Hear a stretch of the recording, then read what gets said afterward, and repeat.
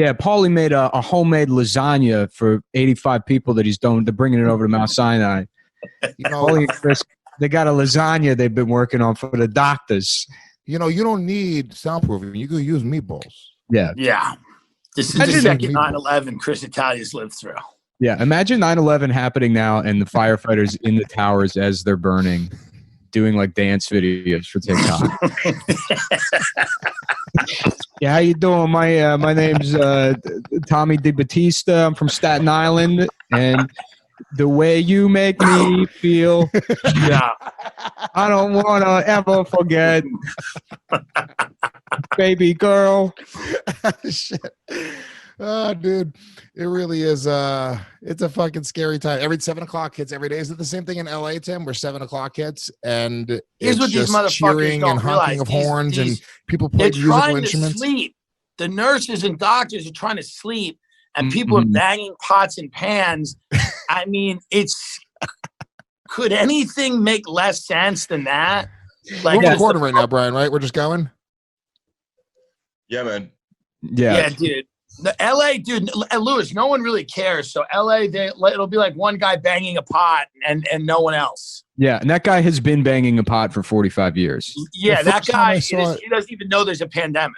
Yeah. First time I saw it happen, I didn't know what was going on. I actually posted a video on my Instagram. I was like, why is everyone cheering right now? I started just cheering as well. Yeah. Lewis thought the pandemic was over. He's like, oh, it's over. Quarantine's over. Good. I thought they reopened the movie theaters. They don't do that shit in my neighborhood, but I took a bike ride like a week ago. I finally got out and got some exercise, and I rode through Williamsburg. It was like Williamsburg by the water, where these are just German people whose family back in Germany probably invented the virus. Yeah. Probably the family that funded the research to make the virus. Yeah. No, clapping for the healthcare workers. Yeah, it's a shame we can't go to work at the apothecary store we own in Red Hook. Oh, no. We might have to close our fake business that just launders our parents' money into our into our hair care routines. I mean, it almost feels a little bit like condescending. Like, what is using fucking noisemakers and clapping and screaming going to do? Also, it's not even like healthcare workers are even here. We're in Harlem. There's no fucking hospitals near me right now. Mm-hmm. Yeah. The truth is that they probably like it. I mean, the healthcare workers are probably the same kind of dumb liberal as the people clapping in those apartments. So they probably generally appreciate people. We're about a week away from turning on nurses and doctors. If I were a nurse or a doctor and you were clapping for me, I'd be like, please shut the fuck up and go home. But I'm also not the kind of guy to become somebody that helps people. Yeah. There's no such thing as suffering in silence anymore. Like, just hold it in. Like every nurse is on Twitter crying. It's like, hold it in, Yeah, just I'm trying. Be stoic. I just check in every 4 or 5 days, and I'm like, you should know. What was the movie with where they would just come every 4 or 5 days and up on a mountainside and try to tune into a radio frequency to see if anybody after society collapses. That's what I do, and then every time I check in, we're in the exact same place. You should have known that panic has fully set in when Britain stopped going with the herd immunity model or whatever the fuck Britain was doing. Yeah. Britain's whole thing is the whole stiff upper lip, keep calm and British on bullshit. Like that, Britons want nothing more than to be firebombed directly to hell and be having tea while it happens and not show any kind of anything other than just general pleasantry to each other. What's going on. Yeah. So the second British people are like, oh, now it's time for us to panic. It's it. That's over. The whole world. British panic sounds so much nicer and more calm. But it's not. They're panicking now. Are they panicking? It just sounds like it sounds like they're fucking just British people's lives aren't that different. British people mainly just want to go to a pub and watch soccer. The idea that soccer isn't around that shows that we're in trouble or they're in trouble, because that's the majority of British people just live to watch people kick a ball. That is why they exist. Yeah. I think that's the majority of the rest of the world. You remember the retarded son from Eastern Promises? Yes. Red slit on the way to the soccer game. That's every British person. I know it's Russian. The character is Russian, but that's every British person. Is the I don't know. Are they gonna? Are they there? So Florida's opened things up. WWE is essential business. That's good. So maybe that's what I need to do. Is I need to go to Florida because I'm telling you right now, I'm leaving New York within another month or so. I will leave New York at least for a month or two until things. I gotta be able to bring my fucking kid to a park or like. The thing is like based on what they told us from the beginning, the lockdowns cannot end until there's a vaccine. Yeah, Lewis, there will be no end. And then when there is a vaccine, there'll be a reason why it can also not end. Yeah, I mean, because the virus will probably mutate. I mean, it's the whole premise of the lockdown thing is the whole flatten the curve idea is not that you reduce the total number of cases, is that you spread them out over time so the hospitals aren't overwhelmed. Yeah, when you do the lockdown thing and you lower the rate of infection, it's just going to prolong it. Well, you not only do you prolong it, but you're basically, it's like if you see the total number of cases is something that we have to get through, like a giant block of cheese that we have to eat as a collective society of rats. If you don't do the lockdowns, we can just sort of get through that in 2 months. Kills a bunch of people, overwhelms the hospitals, whatever. 2 months, I don't know. I'm pulling the number out of my ass. But it's a certain amount of time that if you just let this thing ravage the population. Am I crazy, or am I the only one who thinks that the hospital should be a little overwhelmed? I've never gone into a hospital and seen anybody hustling. They got a fucking very layabouty type attitude. Every time I've gone to a fucking emergency room, I'm like, "Where's the emergency, Lewis? I need to fucking work." The only thing you have to understand, or that's important, is that like by doing the lockdowns, you're just sort of chipping away at this total. So if you do 6 months of lockdowns, it's effectively we did maybe 3 hours of that initial 2 months that we would have had if like we just let the virus run rampant. But isn't the argument that if you let the virus run rampant, it'll cause a similar type of economic damage, if not more economic damage? Like if you know that an ambulance won't come when you call it, or that whatever. I mean, you're not going to do anything anyway. Like most people are locking themselves down. But isn't that the case? Like, all right, so I understand like New York City. Let's just say New York City is as bad as they say it is, right? Let's just say it is.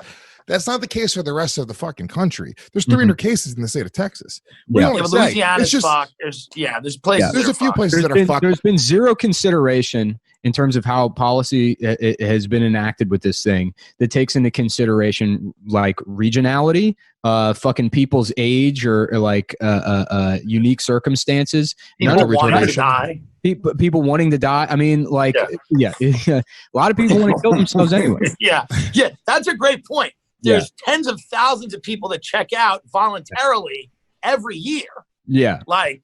It's like, so here's the thing. It's like, so the numbers that coming out of Europe now are like 50% of the fatalities in Europe were in nursing homes. Nursing homes have an average, once you go into a nursing home, the average life expectancy is 13 and a half months. The median is 5 months. So 50% of those deaths are people that were going to die somewhere in between 6 months to 18 months. Anyways, and you can say like, oh, that doesn't mean you can justify their deaths or whatever. But it's like, no.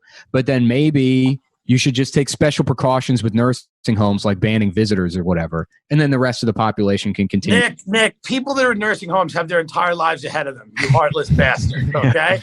Where should I go, kid? What is California like? Is California... Like if I moved to California, here we go. Right California, now, is it worse there? Is it worse there? No, I got to be honest with you. I don't want to sound like a nut, but let me be honest. Me and my producer drive by Cedar Sinai 3 times a week. There is no one there. There's no one in the ER. I'm telling you the absolute truth. There's no one in the ER. There's no I haven't seen outside. a single doctor. I mean, I keep on seeing like the same 3 images of some doctor fucking now, putting listen, scrubs on. I could and it's be, like you know what they do? The video right now that the doctors are doing, the same way they show you how long it takes to put on like Hollywood special effects makeup. That's a new COVID fucking. I mean, listen, this could kill me tomorrow, so I don't want to be that guy that's like, "It's not real," because I know that it's real. But like in LA, it seems to be fine. Yeah. Well, LA is the third hardest hit state, I believe, besides New Jersey and New York. I got to figure out where to go. Here's my problem. Can I tell you my issue? So my son's mother finally was like, yeah, all right, fine. If they're keeping parks closed this whole summer and no summer camps, no nothing, and we're just going to be fucking cooped up like this, we got to go somewhere for the summer, at least 2 or 3 months, or 1 or 2 months. Like, we got to have an abortion. She's like, we got to get rid of them. If but there's now no summer camps, no parks, we got to take them somewhere and leave them. She's in a relationship like with this guy, and it's like gotten very serious. Right. Very, very serious. So now I have to. Is he a millionaire? No, he's not. I fucking wish he was. God damn it. Is this the African-American gentleman? I found out he's Dominican. He's a Dominican gentleman. He's a gentleman. He's Dominican. He's dark-skinned Dominican. Do you enjoy baseball, good sir? I believe it's time for my haircut. Top hat. Might I have a vanilla Dutch master, please? Does anyone have a bus transfer?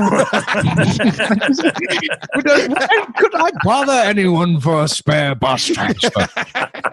I'm a Dominican gentleman. I seem to be out of bread. What? So you're going to take them somewhere where there are parks? I got to find out whatever the most Trump-supporting state is. And Dude, I need to Ohio, go there. In Ohio and Michigan, these motherfuckers are like, our freedom, our right. I saw the best fucking picture. Somebody was responding to like Rachel Maddow, and it's a picture of like the Revolutionary War, and the British are saying, put on your mask. And the Patriots are saying, kiss my ass.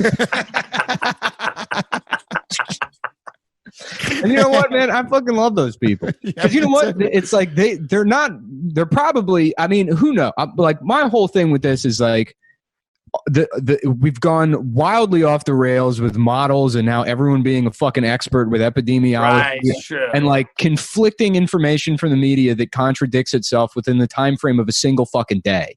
And it's like, I posted a thing from the Washington Post the other day where it said New York, I forget the numbers, but it was like the U.S. reported 2,100 deaths on Tuesday. And then in the same article, it said New York reported 3,100 deaths on Tuesday. I was like, how is New York reporting more deaths than the nation? They left that out because New York just like tacked on an additional like 3,800 deaths the other day that were like probable COVID cases.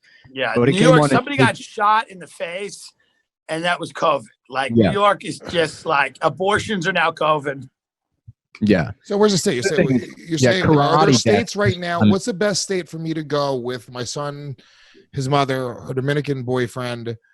Hubei province in People's Republic of China. Yeah. The problem, Lewis, is any state, they don't really want your caravan of Dominicans from New York. Yeah. I'm just going to lie, though. What are they going to do? Everyone says that. They're like, oh, they're going to ask you when you go to another state. Like, I'm going to be like, yeah, I'm from fucking Connecticut. I got here 3 weeks ago.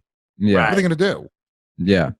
It's true. Like they said, there's an order in New York to wear a face mask. This is a very weird thing that they do, right? So there's a new order on public transportation where if you can't social distance, you have to wear a face mask. But then you just take it a step further and you go like, or else what? Like, what happens? Do they arrest you? Do they fine you? And they go, oh, well, they're not actually enforcing it. There's no way to enforce it, but they're really just testing the waters to go, all right, well, this is the first step. And they go, all right, people aren't freaking out. All right, well, now it's going to be a fine. The next step is like, you're going to arrest people.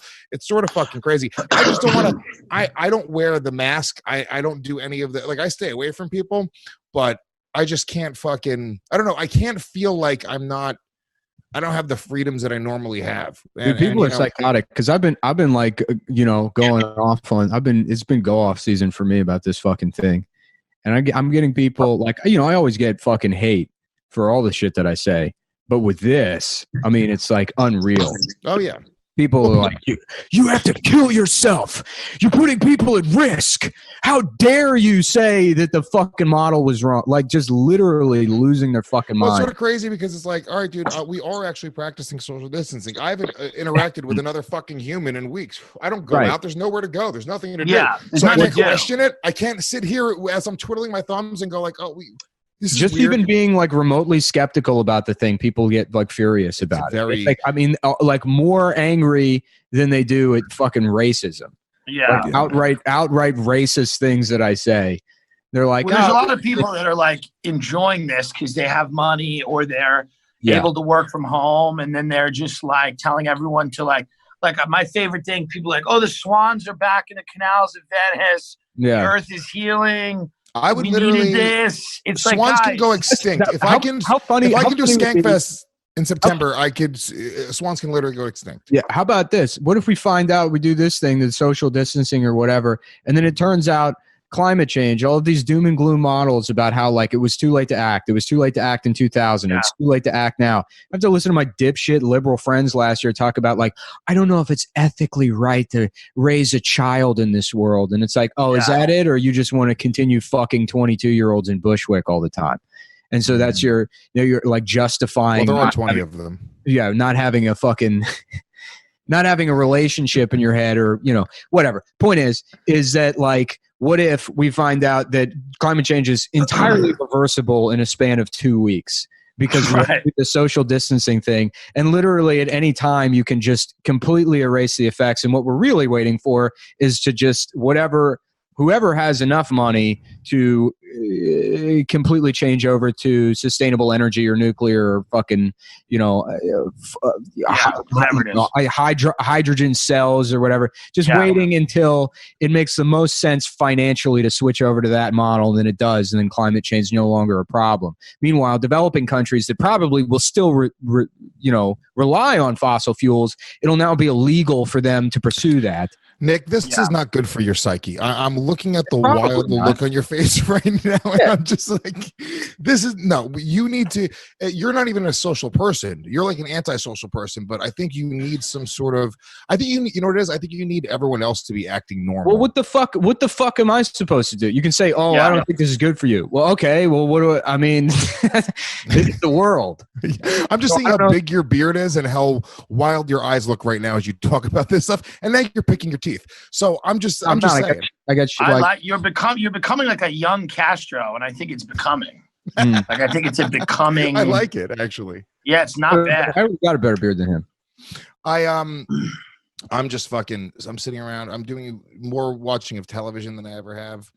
What is Ralph Sutton doing? Like, how has this impacted his ability to ship 17-year-old Norwegians over here? Like, how has this impacted Ralph human is enjoying trafficking? it because what Ralph does is the way Ralph gets chicks is Ralph will start liking girls' pictures on Instagram, and then he'll send them a little message, and then do you want to live in America? Do you want money? Yeah, they call that the Ralph technique. No one has ever thought of such a thing before. No. But it's not just that, Nick. It is a complete disconnection from rejection, right? So Ralph plays a straight up old school sales game, and he knows that his ratio. He told me his ratio. It was so funny. Tim's question was, "How is Ralph doing?" And he's like, "Well, here's the thing about Ralph: the way he gets pussy." Yeah. Yes. That's what he's talking about. That's the way Ralph has stayed out of jail for many years. Yeah. He makes the woman make the first move. That way, if they're under 18, you just don't ask. Yeah. Ralph doesn't do entrapment. He does an old school sales game.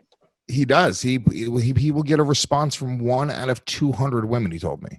Yeah. 1 out of 200 women will respond back to his advances. Right. And he just completely most other people, after like 4 or 5 women don't respond, they want to kill themselves. Right. Ralph has it done to a science where he goes, it's like 200 women. That's it. All I gotta do is contact 200 women, and then eventually. Yeah. But the question was, how is he doing now that he can't do that? Because we're all supposed to be quarantined. No, he's doing well because now he gets to just lay out all that foundation. He's not closing the deal right now, but he's just putting in the foundation. And now he said that his ratios are higher because people are bored. So where he was getting 1 out of 200 women to respond, now he's getting like 1 out of 50 to respond, which is still bonkers and sad. Smart. It's smart. He's doing the right thing. Yeah. He's only got 6 have you hooked years up at all since this all happened, Tim? Pussy. What'd you say? Have you hooked up at all since this has happened? No, I haven't had anyone at my house except my producer. Because I'm not trying to get this and then drop dead. I don't know if that's going to happen, but I think you can get it and die. I don't know how. I mean, there's definitely cases where people just drop dead. If you die, I will pay all the rents in your building, like Michael Che did for his grandmother. I appreciate it. I think it's good that Michael Che spent $800 paying all the public housing rents for 160 units. He spent. It's literally $1,000. Like each after unit Section is 8, it's $18 per month for each unit. Every unit's $200. People are like, this is a hero. I'm like, good for him. but I can also do that. I'll pay the rent for 9 buildings. How about that? I'll give health care to 3 buildings for $400. I mean, shit. I'll feed and clothe everybody in that building. Yeah, it's fine. Yeah. Yeah, that was nice of him, though. It was fucking good. Yeah, no, he's a good dude. He's a class act. God love him. Yeah. That's the other thing. It's like people got to fucking, with celebrities telling everyone to fucking stay in. It's like, guys, fine. If Jessica Alba wants to say everyone needs to stay in and fucking be preachy about it, bitch, you're worth like $100 million. Yeah. Take 20 million. Take 20 fucking million and donate it to the relief cause. Go buy fucking masks. Take 20 fucking million. These celebrities, all these Hollywood people, there's hundreds of millions, billions of dollars that is just sitting there that they will never touch. They should use the money to rebuild the towers. Right. and then we turn the towers into a giant hospital. Yeah, COVID. Which still won't be enough room. What if celebrities started buying projects? Like Jessica Alba just bought a project. The Jessica Alba houses. Yeah, Matt Damon just bought. Yeah, like housing in Boston. Well, who you stepping to, son? This is the Gwyneth Paltrow project. You know, man, a 115, baby. I be in the Paltrow projects all day. Paltrow Crips. What you playing, baby? I'm from the Dermot McEl. Yeah. Dermot Mulroney. Yeah. Yo, we live in the Reese Witherspoon complex. Yeah. I know him. He be staying up at Amanda Palmer by Neil Gaiman. Oh yeah. He's in the Nev Campbell Tower. Oh yeah. Yeah. That's right. It's the Frederick Douglass Reese Witherspoon house right Witherspoon now. House. By the way, Reese Witherspoon sounds like an old black leader as well. She does. Yeah. Well, but it's like I talked to a few people that are celebrities, and what's great about how they're sociopaths. A few of them were like, "Hey, man, they're like, it's just such an interesting time." They're like, life was getting very superficial before this. They're like, I think this will refocus things in a very interesting way. It's like, oh, you're completely like detached. No. This will not touch you in the fucking slightest. I mean, not even a little. Here's the thing, and like I said before, everybody just projects their own bullshit on this thing, which I'm doing myself. But like, how this thing draws out into the light, how fucking stupid all of the like woke Hollywood stuff is. Not woke stuff in general, but like the idea that like we need more disabled billionaires, right? You know? Like everyone, we need to give TV shows to people, whichever handicapped person shows up first and screams about it the loudest, which is like, fine, do that. But no, it is not important, and it'll never be fucking important. And this thing, I mean, because, LA Times published that article that I sent it to you. Yeah. We talked about it. Yeah. But it's like they were supposed to be the future of Hollywood. It's like they were the diverse, here's diverse Hollywood, and coronavirus has stunted their careers. It's like that was the preeminent issue to them. They thought that the next step in the world was that we're all supposed to be at home watching somebody with 3 legs and 1 arm, navigate the world. Right. And it's always about sexy. It's like nobody can. Everything's like, I want to be sexy. It's like, I don't have feet and I want to be sexy. It's like, listen, not everyone can be sexy. Yeah, that's an impossible task. What are you doing? Like, sexy to who? Like, the quotes will be like, I don't have a face. You don't usually see people without faces in movies. It's like, right. Mm-hmm. Correct. Yeah, Lizzo said she's like doing an OnlyFans, and I said it would be better if we all get to bet Bitcoin, and then she steps on one of those Six Flags scales, and we all get to place wagers on how much she weighs on any given day. Because when you get up to her, the regular person, their weight fluctuates maybe 3 to 5% a day. But with Lizzo, because that's an astronomical difference in the daily numbers. Yeah. It's like today, what did you weigh? 978 pounds? You know what's interesting about Lizzo? There's not one person on her team that can be like, hey, why don't you calm it down? Like, there's no one in her life that can be like, hey, maybe no dessert tonight. Well, no, because the problem is, as soon as you start having this side of the conversation, people people immediately jump on like, oh my God, you're a piece of shit, you're fat shaming, and then the other side, that's over. By the way, that's over. But all of these things are fake. None of them are real. So the other side of it is it's a bunch of people that are being dishonest, right? So people that are pretending to be angry that you're fat shaming, they're not, or people that pretend that they think she's beautiful. And I'm like, nobody thinks that being that big is actually attractive. Right. That's the prime driver with all of this shit, is that the people themselves become like marketing campaigns for these legacy fucking systems. It's like Comedy Central or whatever. They're like, well, nobody's watching Comedy Central anymore. Our flagship show, the funniest thing on the network, is libertarian, and which now just is synonymous with fascist as far as our online critics are concerned. Mm-hmm. So it's like, we'll just throw money at like this diversity thing. I don't know. And it's like an extension of the Dove Real Beauty campaign, where it's all hollow, it's all superficial, and it's not really being hot and rich, in my opinion. Those things, right? Those things which are now demonized, right? Eat the rich, being good looking is not. No, those things kept people on. Rich people still. I mean, everyone on this podcast right now is doing pretty well. So that's right.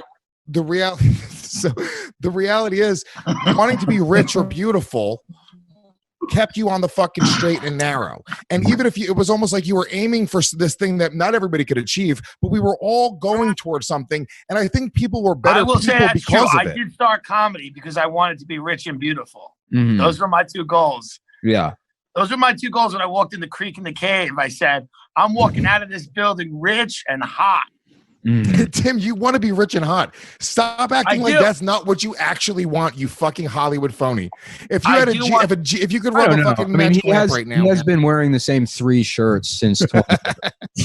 First of all, these are from a catalog called King Size. And if you can find another place that treats me with respect. There was one fat store in Beverly Hills, swear to God. The only people who shopped at it was DJ Khaled, Shaq, Fortune Feimster, and myself. And they closed it. And they closed the whole store. You actually do. You dress exactly like Fortune Feimster. Fortune Feimster has a great look, dude. She does. She looks like a buttered biscuit. She looks cozy. Well, she's got the same clothes as all those like fucking like Dick and Jane book kids. She just like stole Dick and Jane's clothes and is wearing them. Yeah. Oh, but Ray Kump made a good point. He's like, listen, like Lizzo wants to be a Disney princess. It's like, just fucking be a fat bitch. Mm-hmm. You don't have to, you can't be, you can't be the Little Mermaid if you don't have feet. I mean, you can, I guess, just fins. Yeah, but Lizzo, like, accept your role. Yeah. Yeah, she's not the Little Mermaid. She's much more like Ursula. She looks actually like Ursula. Let's see which. Lizzo. Yeah, she tried to be Ursula in the live production of the Little Mermaid. Mm-hmm. It would be great to do once we live in the full apocalypse and there's no laws anymore. Right. In 8 months. Yeah, it's just to do like, hey, I'm going to front the money for it. I'm going to say I'm producing the new live action Little Mermaid, and we got all the top actors in Hollywood. And then I just lock them in a tank of water and film them drowning. It's a whole new world. I don't know, whatever that's. I think that's Aladdin, but whatever. Has everyone in there accepted, Lewis, like, why are there not as many comedian suicides as I was counting on and expecting and looking forward? Here's my problem, dude. I've been trying to tweet about the lack of comedian suicides for Isn't that crazy 4 or that 5 no one's years. off themselves? Can I tell you my problem is you have to put 6 months between the last comedian suicide and when you can make a joke like that publicly, so you don't seem like you're mocking the suicide. Right. So I haven't been able to talk about that publicly. So it happens enough, but it doesn't happen often enough. For as much as shit as we talk about comedians. Why now are people not just en masse doing it? Because they're phonies. Because they're not actually. First of all, comedians love the fact that they don't actually have to fail. It doesn't have to be their fault right now, right? So everyone loves this. They get to sit there and they go like, "Whoa, woe is me. It's not my fault." They don't love any of that shit, right? So dude, I'm great. I'm dieting. I'm getting lean again. Yeah. It's better for everyone to not do stand up. Why don't comedians get lean instead? Yeah. Why don't they get really into fitness? They should get shredded. They should. I'm trying so hard to get shredded during this. Lewis, you got to do the RP diet app or the spreadsheets. If you don't have the money for it, I'm doing my plugs now. He's doing ads. He's doing ads. You got to get a Ridge wallet because that'll help you out through this time. You should try. The RP Diet app is like the best thing I've used if you're fucking lazy. What does it do? It calculates all your macros for you. Like, what is a macro? Start at the beginning. Proteins. Yeah, I don't. By the way, that's actually a great point, Tim. Because I've never understood what a macro was ever, and when people talk about it, I just shake my head like I know what it is, and I have no clue what a macronutrients are proteins, carbohydrates, and fats. So I get them. When you look at it, that everything? Isn't that anything you can eat? It's everything. Yeah.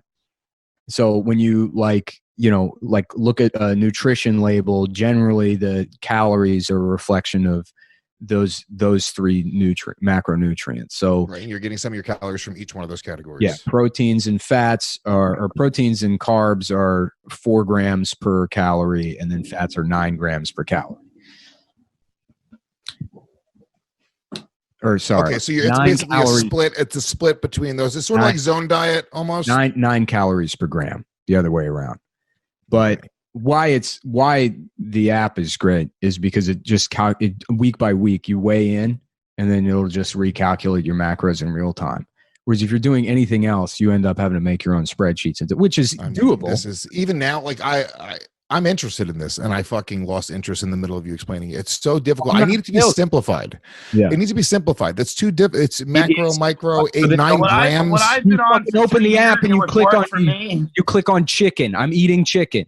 You just click the button and you say, this is what I'm having. These are my proteins. These are my fats. These are my carbs for each meal. And you plug those little sliders. It's great. It works great. I just do the diet of a professional fighter. I hit women. Yeah. And that is Tim was so funny. He was trying to do keto for like 3 months. And then I see him. He's like, keto. And then he's like just posting everything that he posted. There was not one single keto meal. Not one time. I was keto by accident for half of a breakfast. Yeah. That's how hard keto is. Like, it's very hard to be intentionally keto. You can be accidentally keto if you're in an Uber and you only have bacon in your teeth for 15 minutes. Wait, no, it's people who do keto and then they're like, okay, first day of keto, time to eat 14 slices of bacon and half a cup of peanut butter. And they're like, that's keto. That's what I heard. Time to drink cream of mushroom soup as a smoothie. Yeah. Yeah, I'm fucking Louis, you'd be happier in LA. You come to LA, the sun, the fun, you'd be happy. Bring the whole family. I know I would too, but they're all fucking faggy and you won't come back to New York, dude. I'll tell you right now. You'll stay in LA, you'll establish West Coast Gas Digital.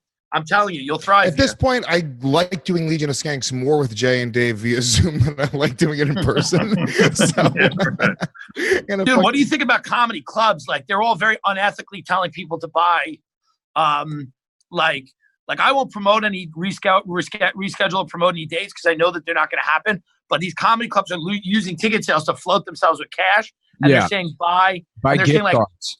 Yeah, buy gift cards, dude. You don't know if or when you'll open up. That's so fucking unethical. It is unethical, but nobody's bad.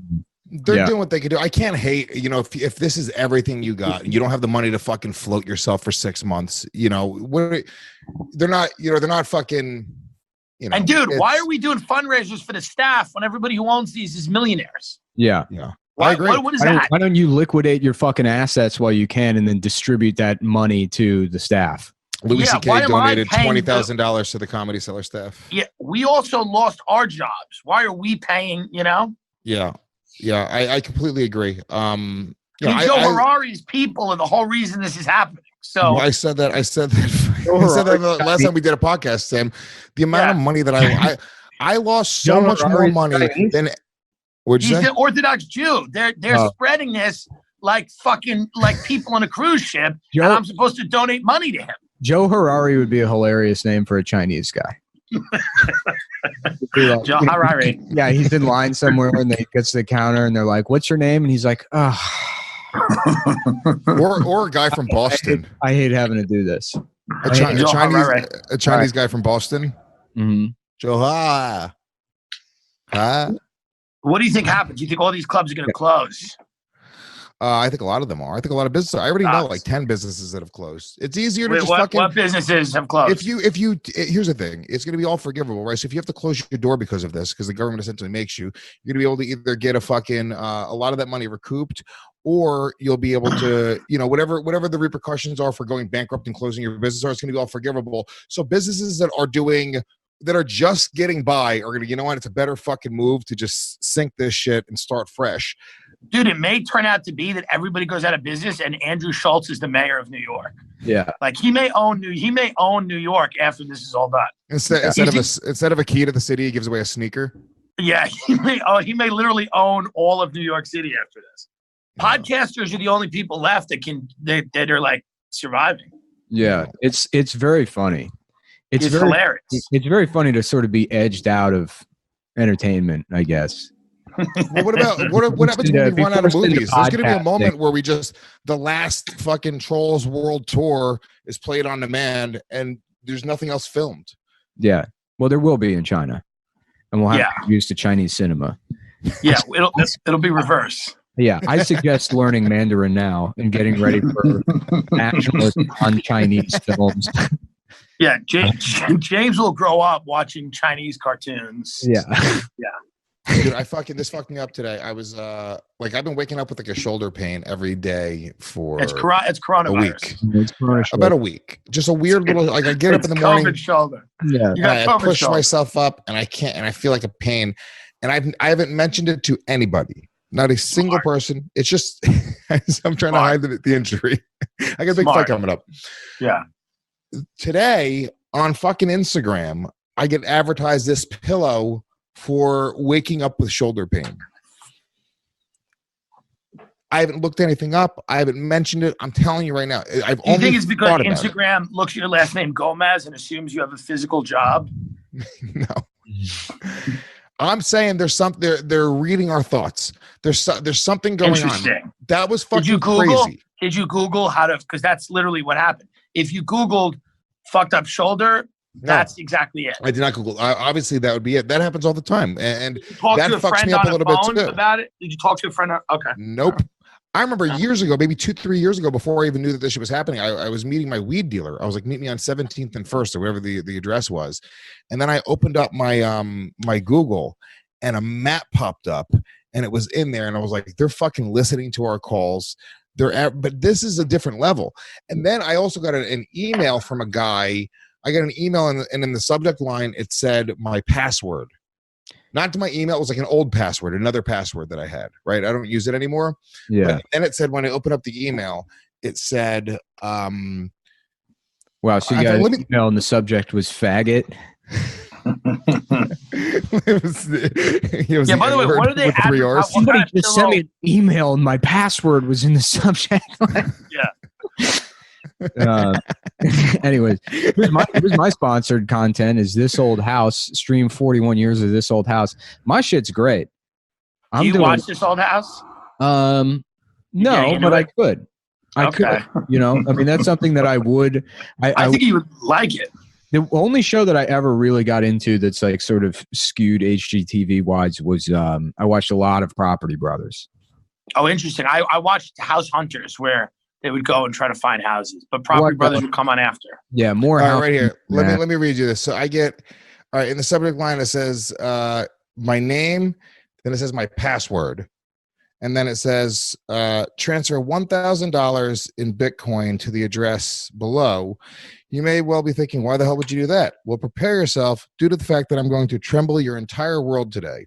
I had a dangerous malware infect your computer system and also record movie of you using your webcam while browsing adult sites. Mm-hmm. This is one of your passwords. Dennis is the password. If you don't believe me, reply 7 and I will randomly share your video with 7 people you know. Yes, I have access to your address book as well.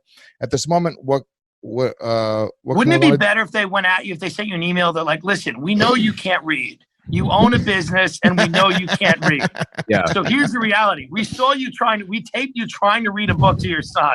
It's horrible. You can get like every third word.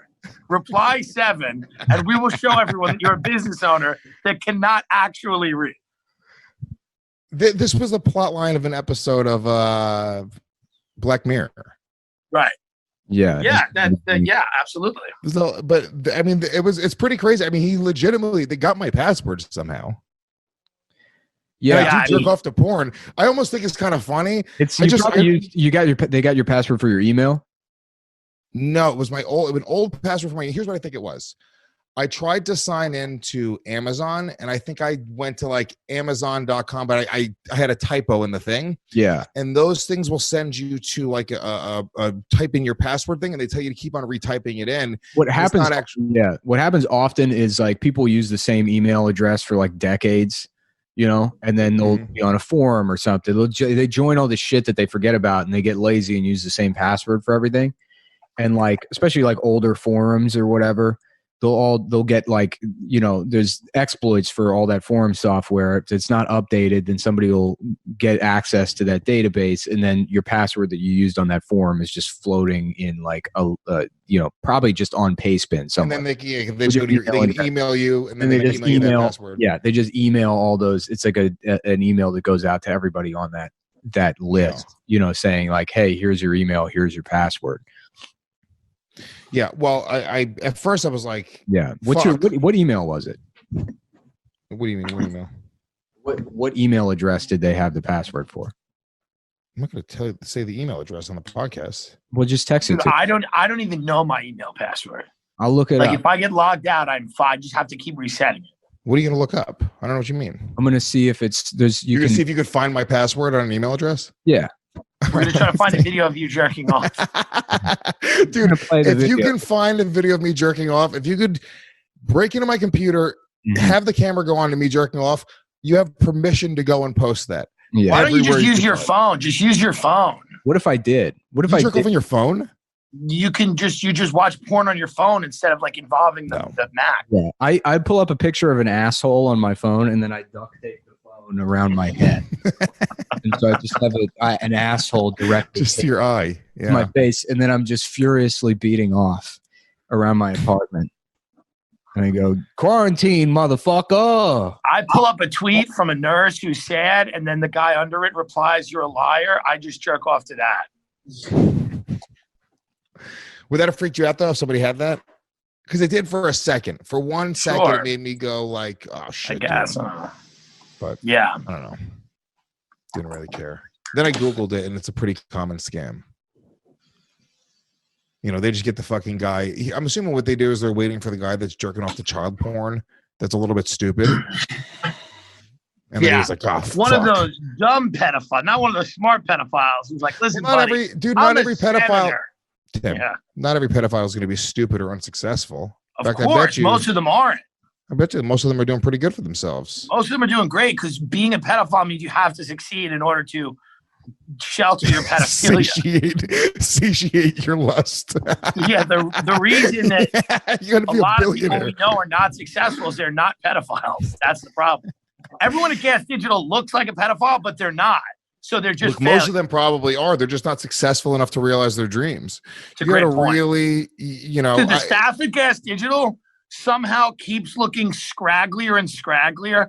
Like I saw a Zoom meeting you had the other day, and it's like there's 3 people that I hadn't seen before that are literally just like people that you've runaways or people you've found, people whose parents died of coronavirus. I don't know how you're finding these people.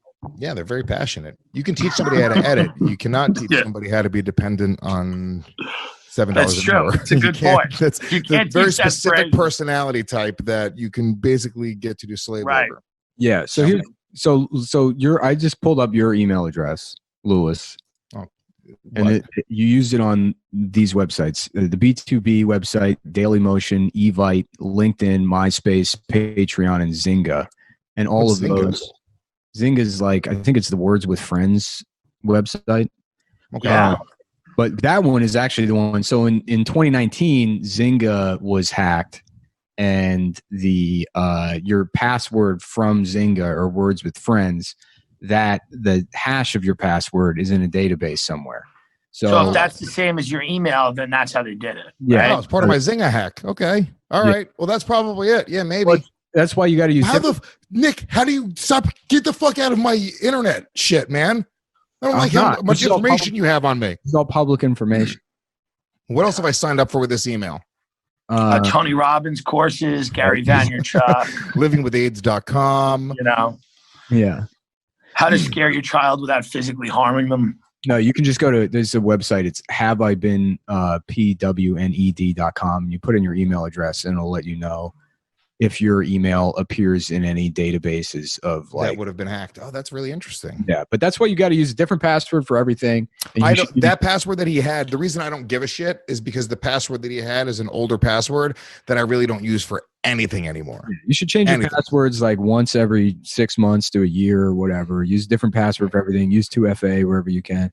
And what I try to do is, here's my problem, okay? I have like 3 or 4 different passwords and I forget them and I don't know what is to what. So I have to just keep on typing them all in. So I've now come to a place where like every time I get to one where it's not this one specific password, I go in when I remember and I change it. And now I'm just getting everything to be one password, one specific password, nice and easy, nothing too crazy. Boom. It's so funny, dude. I was like, here's what you should do. And then you go, you know what I've been doing? The exact opposite of that. Yeah. He's like, I just have one password. I say it on my show. I tell everyone what it is. I let people know. Mm-hmm. That's dumb though, man. Because, especially, you say that publicly, people are going to like try now. People are going to try and get into your shit. And if you have one password and they find it anywhere, it's like all your shit overnight is just. What are they going to do? I mean, what can they really do with my password? Your PayPal account. They can sign up for fucking, I don't know. They can transfer money, get it into cryptocurrency, steal money from you. If it's your bank password. I mean, there's a lot of things. Can I say this though? I never check my bank balance. It doesn't matter. If that's your fucking password, they can. So how would I even know? This is what I say. Right. Ignorance is bliss. Yeah. All right. Yeah. So I didn't pay him that. That's fine. I got to figure out where to go as well. I'm thinking either I'm going to go upstate or I'm going to go to California. Go upstate. Upstate California. What do you mean? Like come to California for like a couple of months? Yeah, just a month or 2. Yeah, you should get a house. I can just rent a house, right? Get like an Airbnb. Dude, rent a house on Carbon Beach in Malibu. Like rent, spend a few $100,000. Have a good summer. Yeah. I mean, it's better to have a place. I'm in a little 2-bedroom apartment in New York City. Should I move? Last night there was gunfire in the streets outside of my building because what's happening in my neighborhood now is all of it's a very gentrified neighborhood in Harlem, but all of the white people and all like the doesn't sound too gentrified. No, it doesn't. All the white people are buying guns and killing each other. No, all the white people are staying in fucking doors and social distancing. When it's Paltrow project. And all the brown people don't give a fuck. But it's not even the brown people. It's like all of the fucking really ghetto people from the projects. So that's the only thing that are in the streets now. And now it's just like nonstop. Like 2, 3 in the morning, there's just people. I heard last night at 1:30 in the morning, just clack. Straight up a gunshot, and then I heard yelling. The city of New York is going to collapse. I don't know how to tell you this. Yeah, it's going to. You're going to have the summer of Sam. You're going to have high unemployment. Police are going to get this fucking disease. They're not, dude. It's fucking shot. Get the fuck out of there. Yeah, it's just not worth it. I don't know that it's gonna. As a mentally ill person, I'm ready for it, dude. Well, you're built for it. You're built for it. But Louis as a kid. Listen, that's not even a green screen. Nick just decorated his apartment like that. When the city recovers in like 40 years or whatever, I'll just be some just deeply mentally ill old man on the train.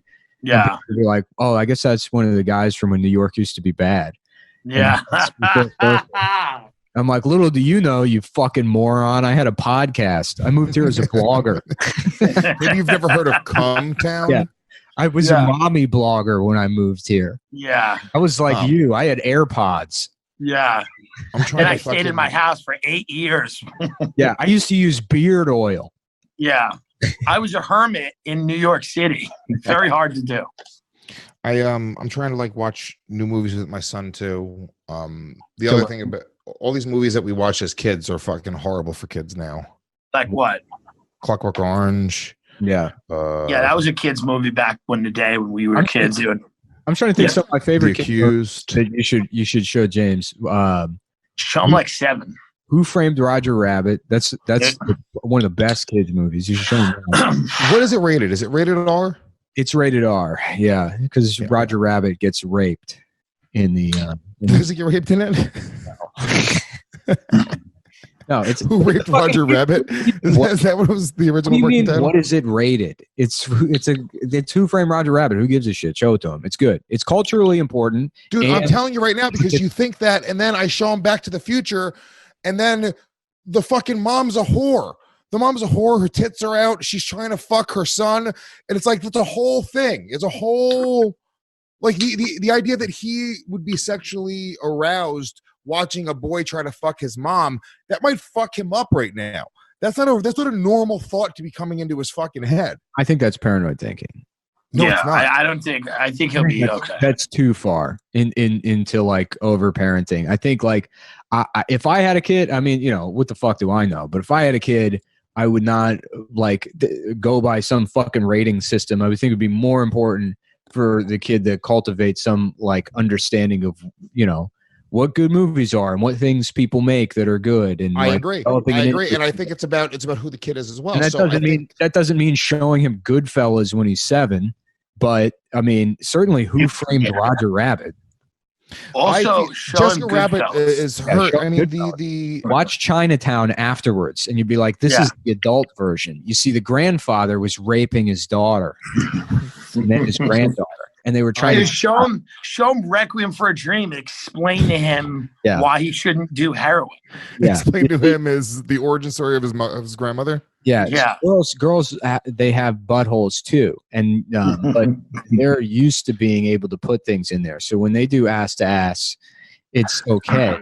I just remember Who Framed Roger Rabbit, Jessica Rabbit being really over sexualized, like very, very sexy, having big fucking titties, and just. I just want to maintain some sense of innocence. I'm not great. His mom got mad at me because I showed him Happy Gilmore the other day. Then put fucking Veggie Tales on and don't worry about it. I mean, like, that's like your options. You can scrutinize any one of these fucking movies. Just put Veggie Tales on. I know, but that sucks too. You want to have these nostalgic moments where you're showing. Maybe if you're worried about innocence, you should move out of the neighborhood with the gunshots in the middle of the night.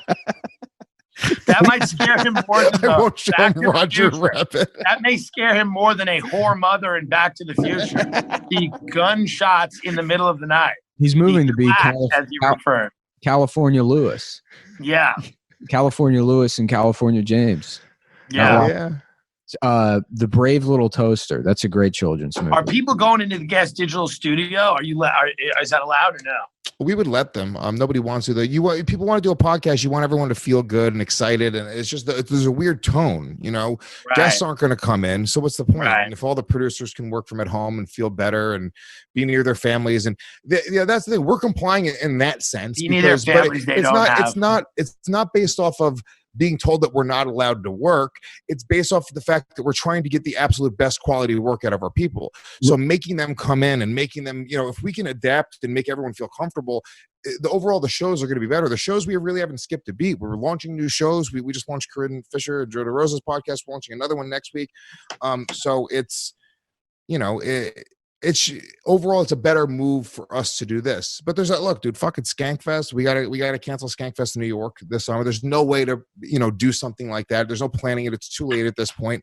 So when you look at what it did for our 2020 year, it killed one of our festivals. If you look at the amount of money that we lost, it is fucking crazy. And that's why I find it laughable when we look at these comedy clubs being like, yeah, but our busboy needs fucking socks. Yeah. Go fuck yourself. I lost $800 million. Yeah. My projected earnings for this year were somewhere around 800 million to 60 billion. I have a data model that suggests that I update. Yeah. It can. My model can never be wrong because that's the nature of models is that you say a number and when it's wrong you revise it and be like, this is what I meant. So it was always correct. It's always correct. There's no such thing as a wrong model as long as it is a model. Yeah. Some of the fucking language around this model thing is driving me insane. Well, the projections of the models are so utterly useless. It's like it's just enough. Yeah. Talk about death tolls. I know. Who's on the floor? You get fucking these people that'll come at you. They're like, I guess you're not really familiar with models. And it's like, yeah, you're right. I'm not. They were shoved in my fucking face prior to this thing started as this is what's going to happen. Yeah. Okay. Well, it didn't. So Right. Am I supposed to just now? Oh, you're right. I guess. Sorry, I'm so stupid. I thought when you said 240,000 people would die, you meant it. Yeah, I think that you gotta let people out, and if people start dying again, then you'll make then we make a decision. Then it's like, let's test it. If some people start dropping, then we might maybe shut it down. But you just don't know that you don't know what the numbers are. If they're going to call everything COVID death. No, but I mean, like, we gotta put this into practice a little. We gotta test it. Like, there's gotta be some soft reopening, soft relaunch of the economy, and we'll see what happens, Yeah. Well, I mean, I think you've seen, I think you're going to see it in, state to state. You'll see certain places. Look, even the fact that Florida is letting sporting events happen, I think that it's almost like a political thing where they're like, no, just so you know, we're going to start reopening shit. And I think you're going to see other states follow suit. I just don't think New York probably, I mean, to be honest with you, it's the one state that probably shouldn't, if you're going to buy any of it, right? Yeah. The one state that shouldn't fucking reopen right now is probably New York, because we are so close together. And you look at, like, they go to the percentages and they're like, 8% of Asians in the US are getting it, or no, not getting it. Whatever the percent, what is it? That number should be higher. Only 8%. God, I'm trying to remember what they were talking about. They were talking about the percentages by race. It was 8% was Asian, 10% Caucasian, 20% Black. Oh, the number of cases. That's right. The number of cases total was 8% Asian, 10% Caucasian, 20% Black, 22% Latino.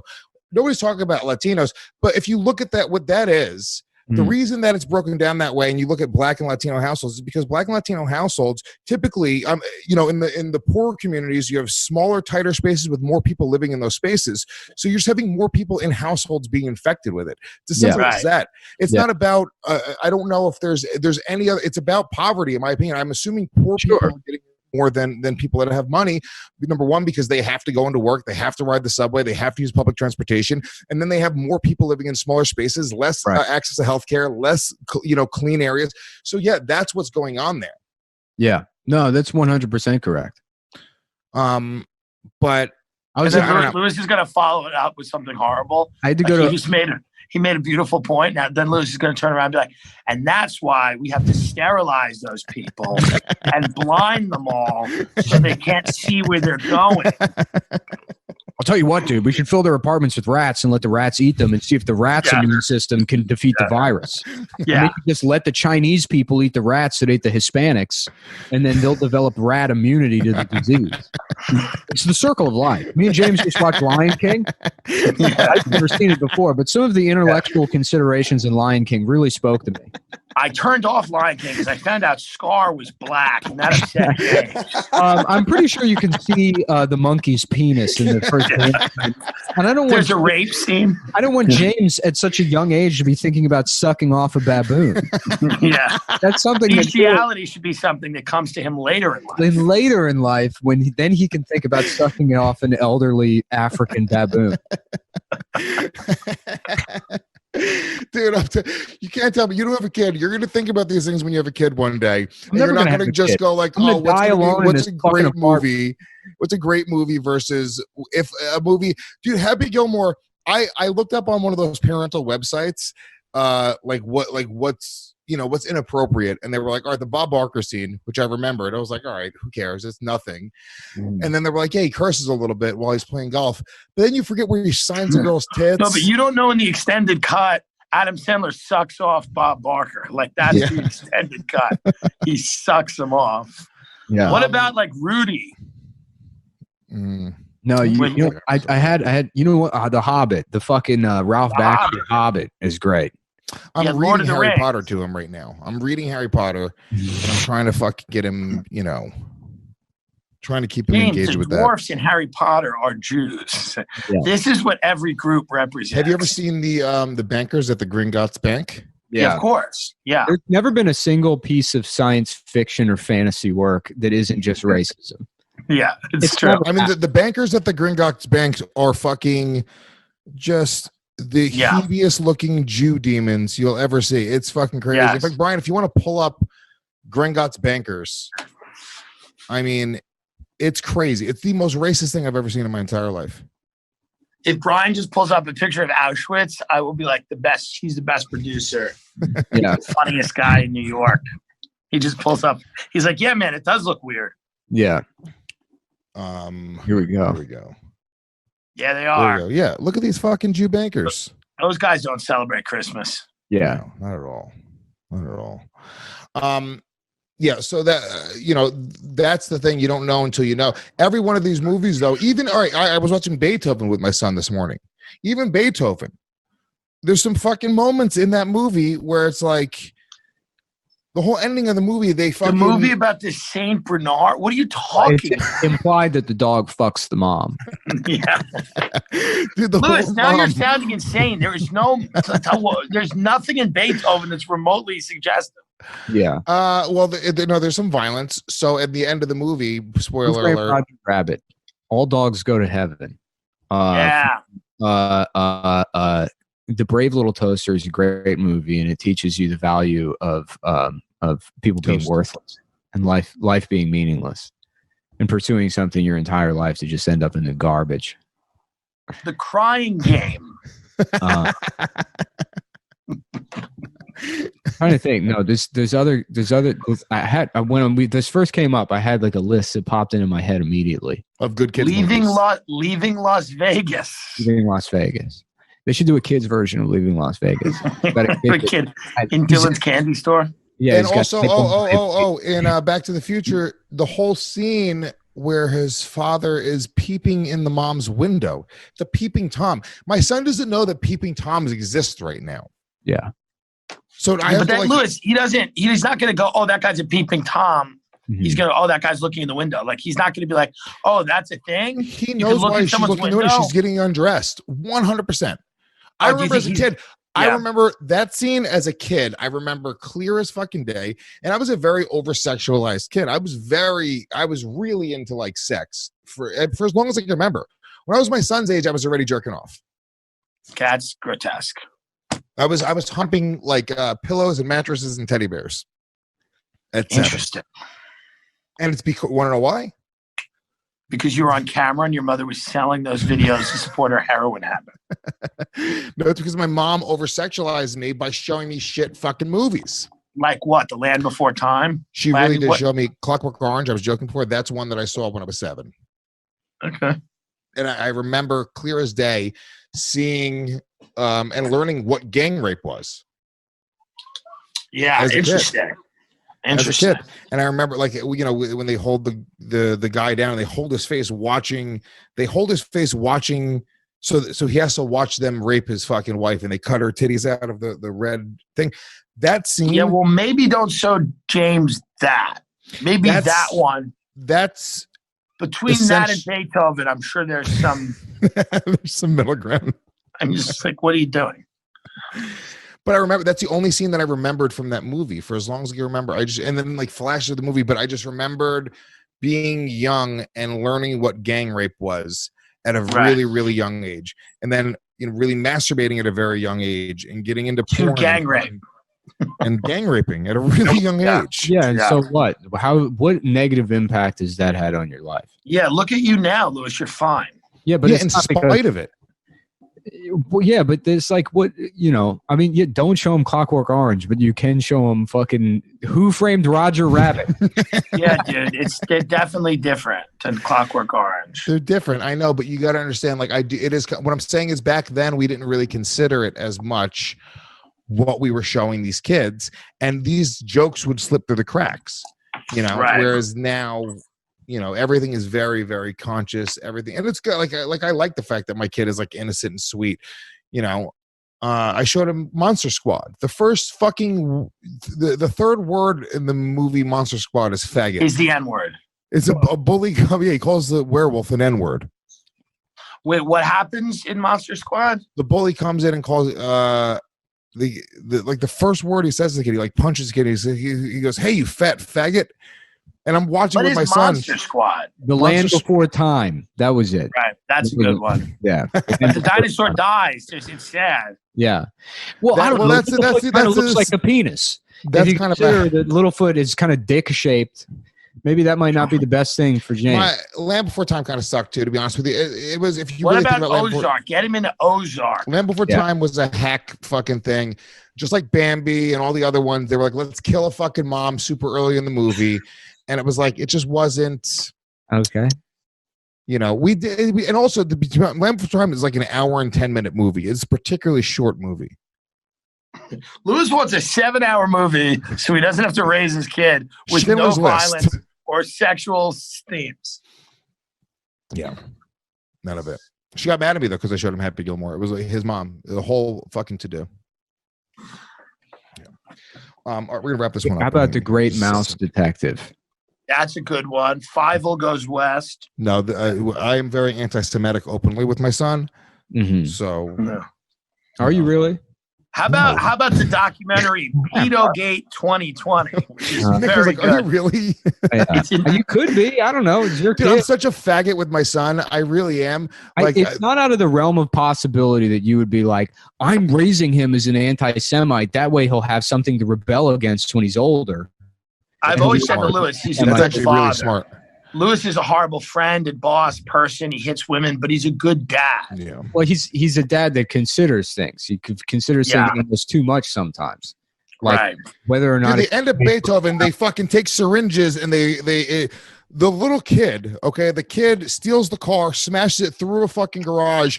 The syringes that they were going to kill the dog with fly off a table and into the doctor's chest, and they presumably kill the doctor. And the kid's But like, the doctor's the bad guy. But they kill him. There's nobody. So you no need, children you need killing. to explain to James that the bad guys get killed in America and the good guys live. That's the way life works. Mm-hmm. It's funny how trauma works. I think about like the things that I remember being traumatic for movies when I was a kid are the pink elephants on parade scene from Dumbo, which like who could have predicted that?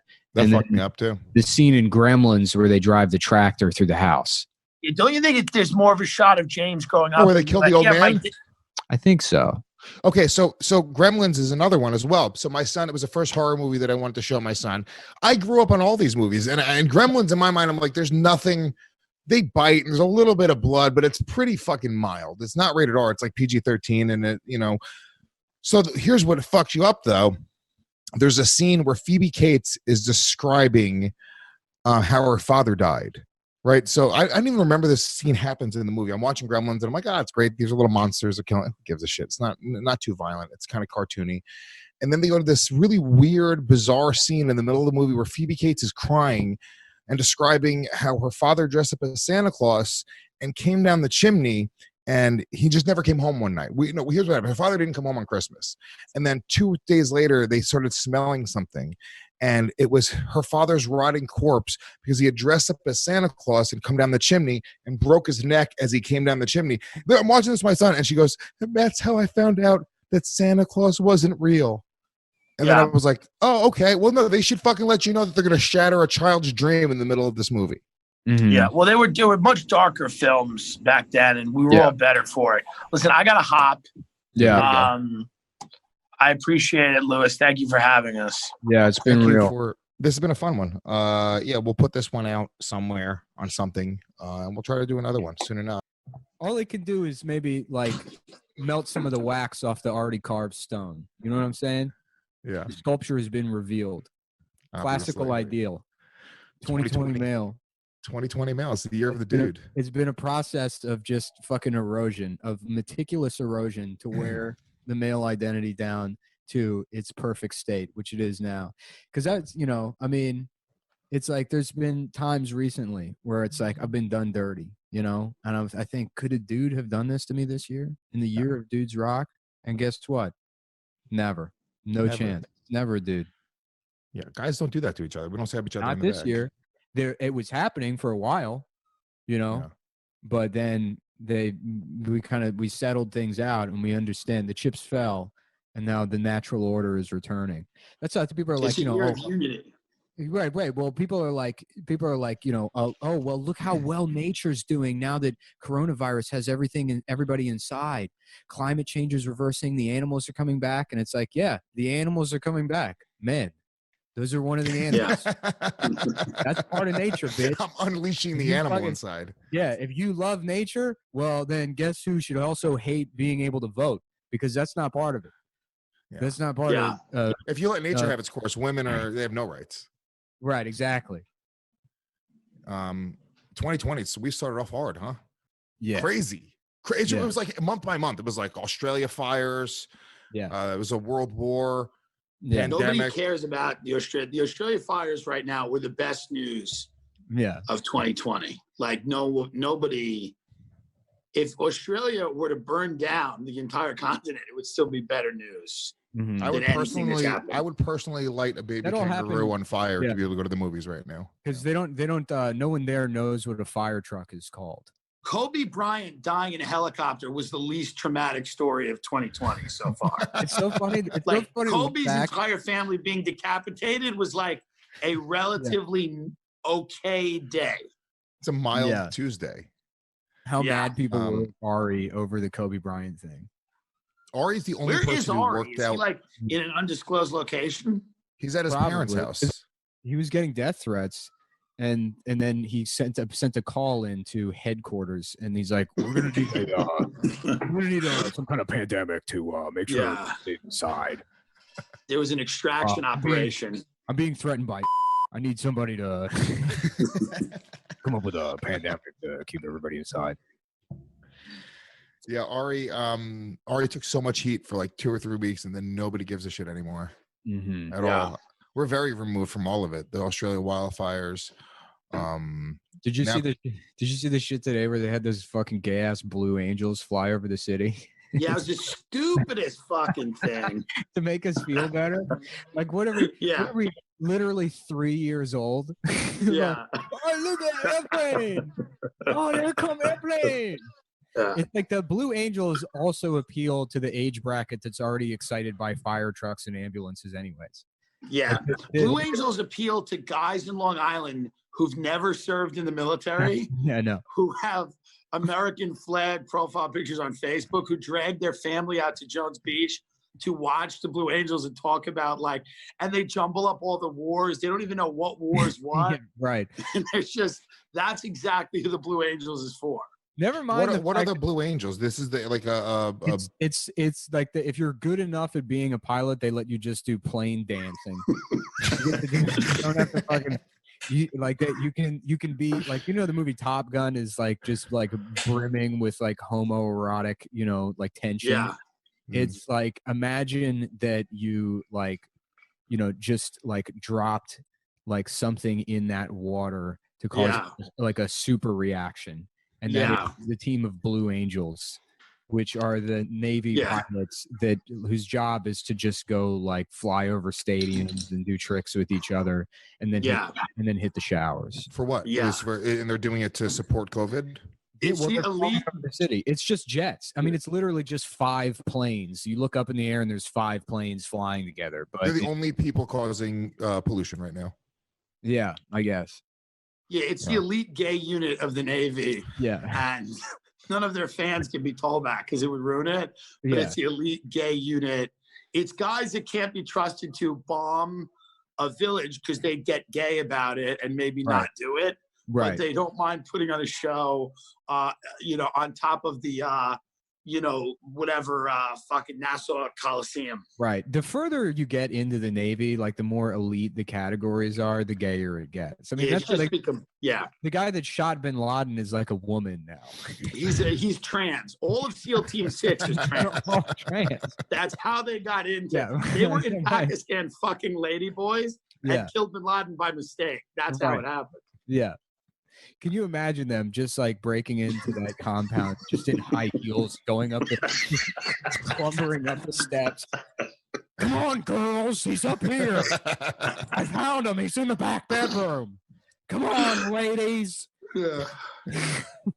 Oh God, trans SEAL Team 6. Dude, genuinely one of the scariest things. Just 6 armed trannies kicking in a door. At 2 a.m. Imagine you're just some Muslim extremist and you already think America is the great Satan. And then they just send like just a checklist of every abomination your religion can name. just like served up the entire menu, just barreling down the street, 6'3", F-cup tits, giant calves. Remember that comedian Ant? Yeah. He was a gay guy. He used to do a joke. I don't know. It was back when gay comedy was, and that's still kind of what it is, where a gay guy would just be like, "What if they sent me to Al Qaeda?" And like the audience would be like, "Yeah, that would be crazy." Yeah. What if that would be awesome. Yeah. You know the Steve Harvey bit about going to Iraq, right? No, what is it? Dude, first of all, Steve Harvey, one of probably top 5 best comics of all time. He's very funny. He's hilarious. One of the funniest people. And what makes him so funny is he has like not really the worst takes. I mean, it's like, but some of them are fucking, I mean, it's just. They're unique. Yeah. So his thing about the Iraq war is he's like, send me over there. Shit. You send me there on a Tuesday, the war will be over on a Friday. Okay. Steve is shooting everybody. he's like the women, the children. I don't give a shit. Come on, be like, la la la la. It's like the women, the baby. I'm gonna shoot the baby. The baby come up. Ah la la la.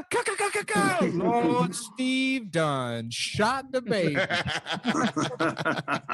He's describing war crimes. I mean, it's fucking hilarious. You ever watch him on Family Feud? He's so condescending. Like if you say something stupid, he looks at you like you're a fucking asshole. Well, yeah, my favorite part about Family Feud is like half the questions are suggestive. So like, you know, I mean, like it's like a bit or whatever. But it's, you know, I mean, Steve will be like, okay, we surveyed 100 people. Name something that you put in your mouth and suck on until it gets hard. And then like somebody will be like a penis, you know, and then he's like, he looks at the camera. Somebody pray for this child. Somebody pray for this damn fool that done lost their mind. Well, I don't really know what else the answer would be on that. He's been doing that show for like a long time. Yeah, he's been a host for a minute now. Yeah, who was the host before him? No, Drew Carey was hosting The Price is Right. Not Family Feud. Yeah, Family Feud. It kind of sucks. It's a pretty easy show to follow because I watch it with my kids sometimes. Mm-hmm. So it's kind of your kid wants to watch Family Feud. You don't think that's bad for him? No, not at all. He did ask me. I showed him a Jim Gaffigan special, thinking that Jim Gaffigan's a clean comedian. Yeah, Jim Gaffigan's filthy. If you're showing it to a 7-year-old, yeah. Jim Gaffigan's is he really filthy? You ever try to put a bottle of water in a woman's pussy? Have you ever? I was getting my ass eaten, and I was hungry. Yeah. Oh my God! Did he just kill a hooker? I guess I'll get fucked in my ass. I'll get fucked in my ass at the bus station. He just talks about like that first special. He mentioned prostitution.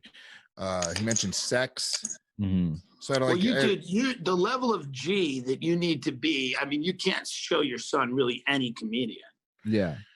I thought I'd be able to show him a couple. I thought I was going to show him Gaffigan, and then I showed him what's his name, Brian Regan. I showed him a little bit of Nate. Okay. Then I showed him Big J. Yeah. Yeah. But yeah, it was it's so funny if James like ends up loving stand up and then he finally sees like your stand up when he's like 15. And it's like that episode of The Simpsons where Marge finds out her dad's a stewardess and not an airline pilot. Yeah, your son just hates you forever because he watches your set. Well, that's also the part of me. I'm finally going to see my daddy's stand up. Yeah. Yeah. That's a part of me that as well, because like we shelter him so much. We don't let him watch like anything dirty, anything suggestive. And then one day he's just going to go onto the internet and find what I do. And it's going to break his heart. He's just going to be sitting there one day when you walk in silently and you're gonna be like, "Hey buddy, what's up?" And he's just going to look up and you go, you do a bit about ghost rape. You do a bit about somebody getting fingered by a ghost? Are you That's why serious? with my son, I'm going to be even more weird and hardcore in the household prior to his discovery of the internet. Yeah. So it's a step down. CumTown's a relief when he finds that. When he finds that his father had a sense of humor at one point. Yeah. Before he became a humorless garage man that only speaks to his son in Mandarin Chinese, which the son had no reinforcement of. Outside of maybe 4 or 5 sentences from his father a day, and the rest of his life is in English. So he's never learned Chinese. He's like, I never understood why my father spoke Mandarin, but but I respected the man. Just go back in the garage.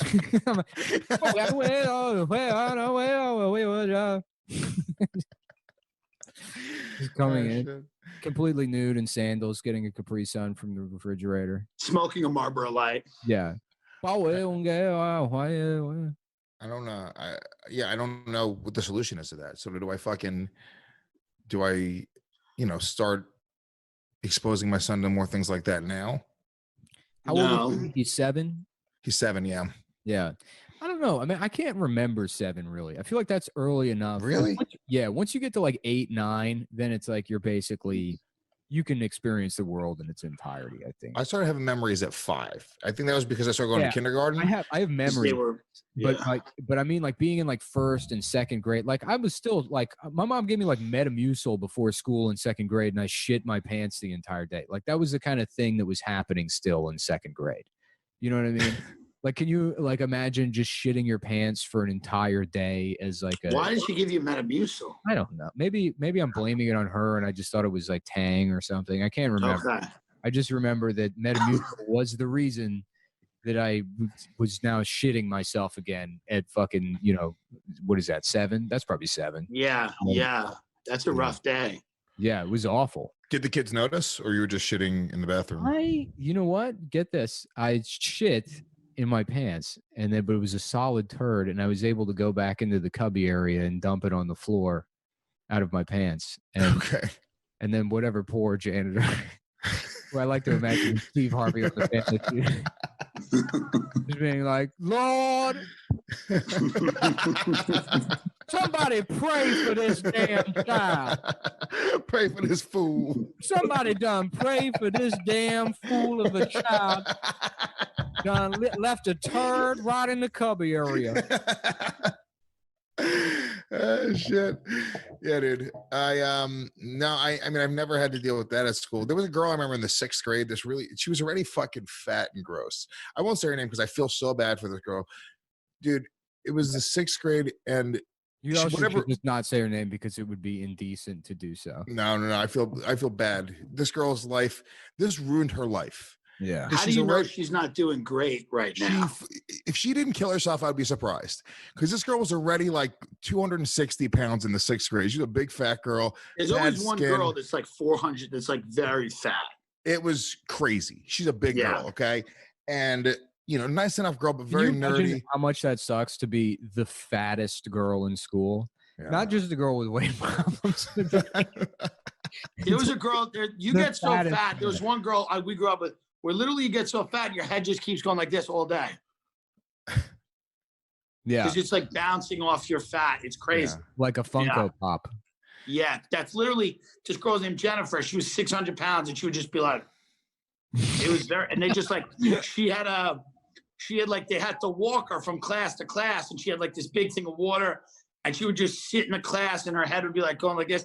And I'm like, what is she getting out of this? Like, there should be an alternative method to teach her. Like, it's not like she's going to graduate and get like a regular job. There was so this girl, she was in the classroom, and then I don't remember who the kid was, but it was a fucking dickhead of a kid. He just raised his hand. I don't think he was even trying to be mean, but he just raised his hand, and then he points at the girl and he goes, "Hey, something's leaking from her seat." And this girl, this big fat animal, was just pissing her pants at her desk. And I think she was just too shy to ask to go to the bathroom. This is how bad this girl's life was. She had too much anxiety to even ask to go to the bathroom, which resulted in her pissing at her desk, which then resulted in a kid pointing it out to the entire classroom. it was, I mean, this girl started crying, sobbing. She didn't come to school again for a week. Yeah. That's rough. What kind of school were you attending? This was a auto repair. Yeah. Were you in a regular class or were you in like a special class? You think I was at a special class, Tim? Well, no, I'm just asking because I mean, sometimes the fat girl would go in in special like an emotional problems class. Yeah. It was a fat retarded girl that pissed her pants. All right, that is a good clue. A Burger King Kids Club sort of deal. Lewis was like, and then this other guy in my class was 17 and he just got out of jail. Yeah, there was a guy that was 26 and his name was Esteban. Yeah.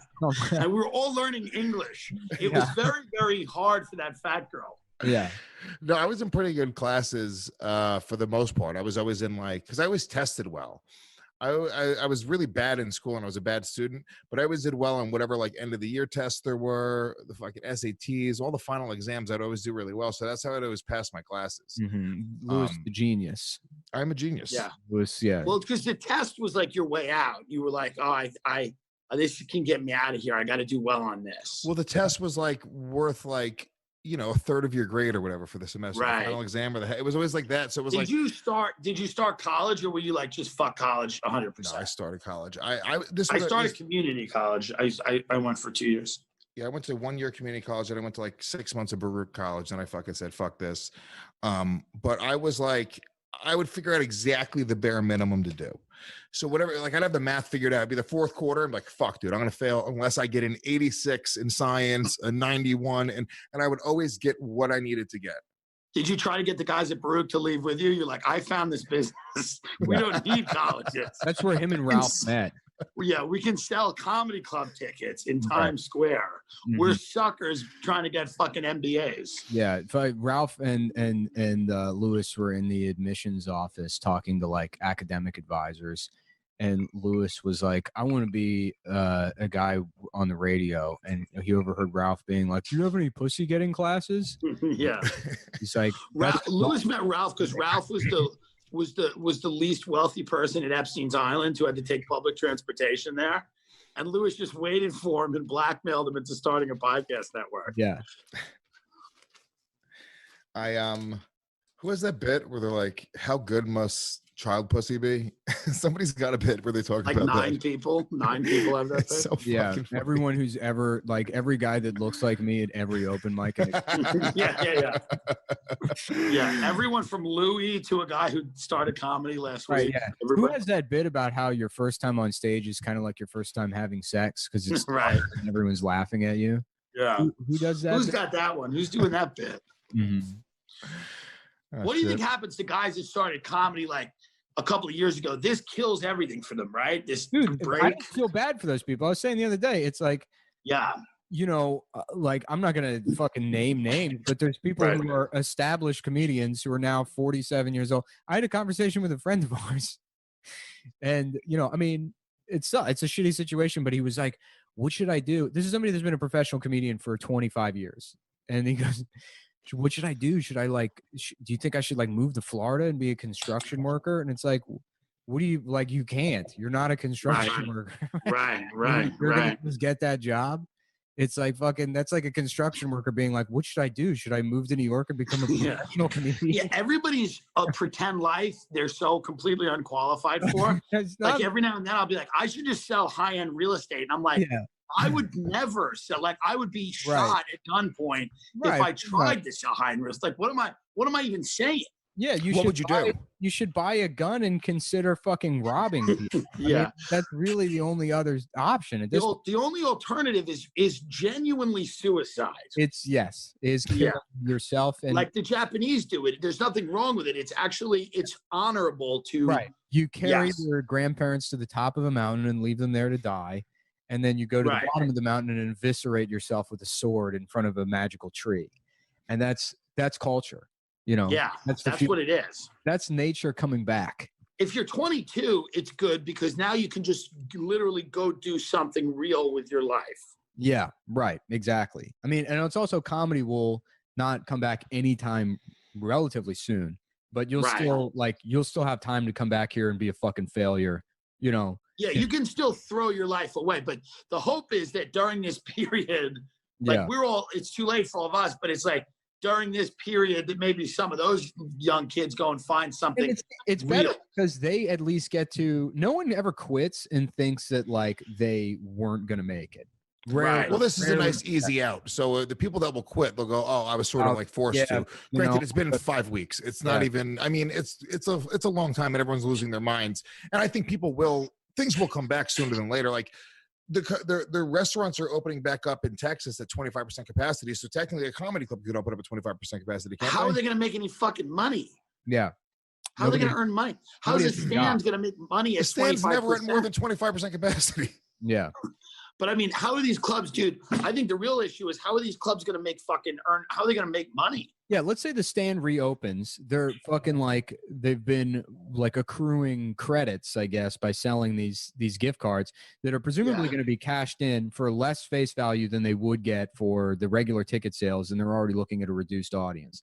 Dude, so, what if the Stand reopens and they have 3 pizza ovens? Like they took all the they took all the government funding. Like, what if the Stands reopens and they have a solid gold bar? And they're like, we got a couple of dollars from the government. So we said, why not have a gold bar? It's sad. It's sad, but the reality is the only way the comedy clubs come back is if they don't pay comics. And they're gonna try to do that because no matter what, that's what this fucking that's the whole system. And comics will fucking do it. And I mean, they shouldn't, but they will. Well, here's the thing. A lot of comics won't. Good comics won't. Comics that sort of have self-respect, won't, or have a certain standard, won't do it. But the reality is there's so many guys that are so desperate to move in and jump into that spot that it doesn't matter. And to be honest with you, like there's a lot of really hungry fucking young bucks like, oh, dude, guest spots at the Stand? Let's go. And they'll fucking kill. It's not even like they're terrible comics. They're just not as experienced.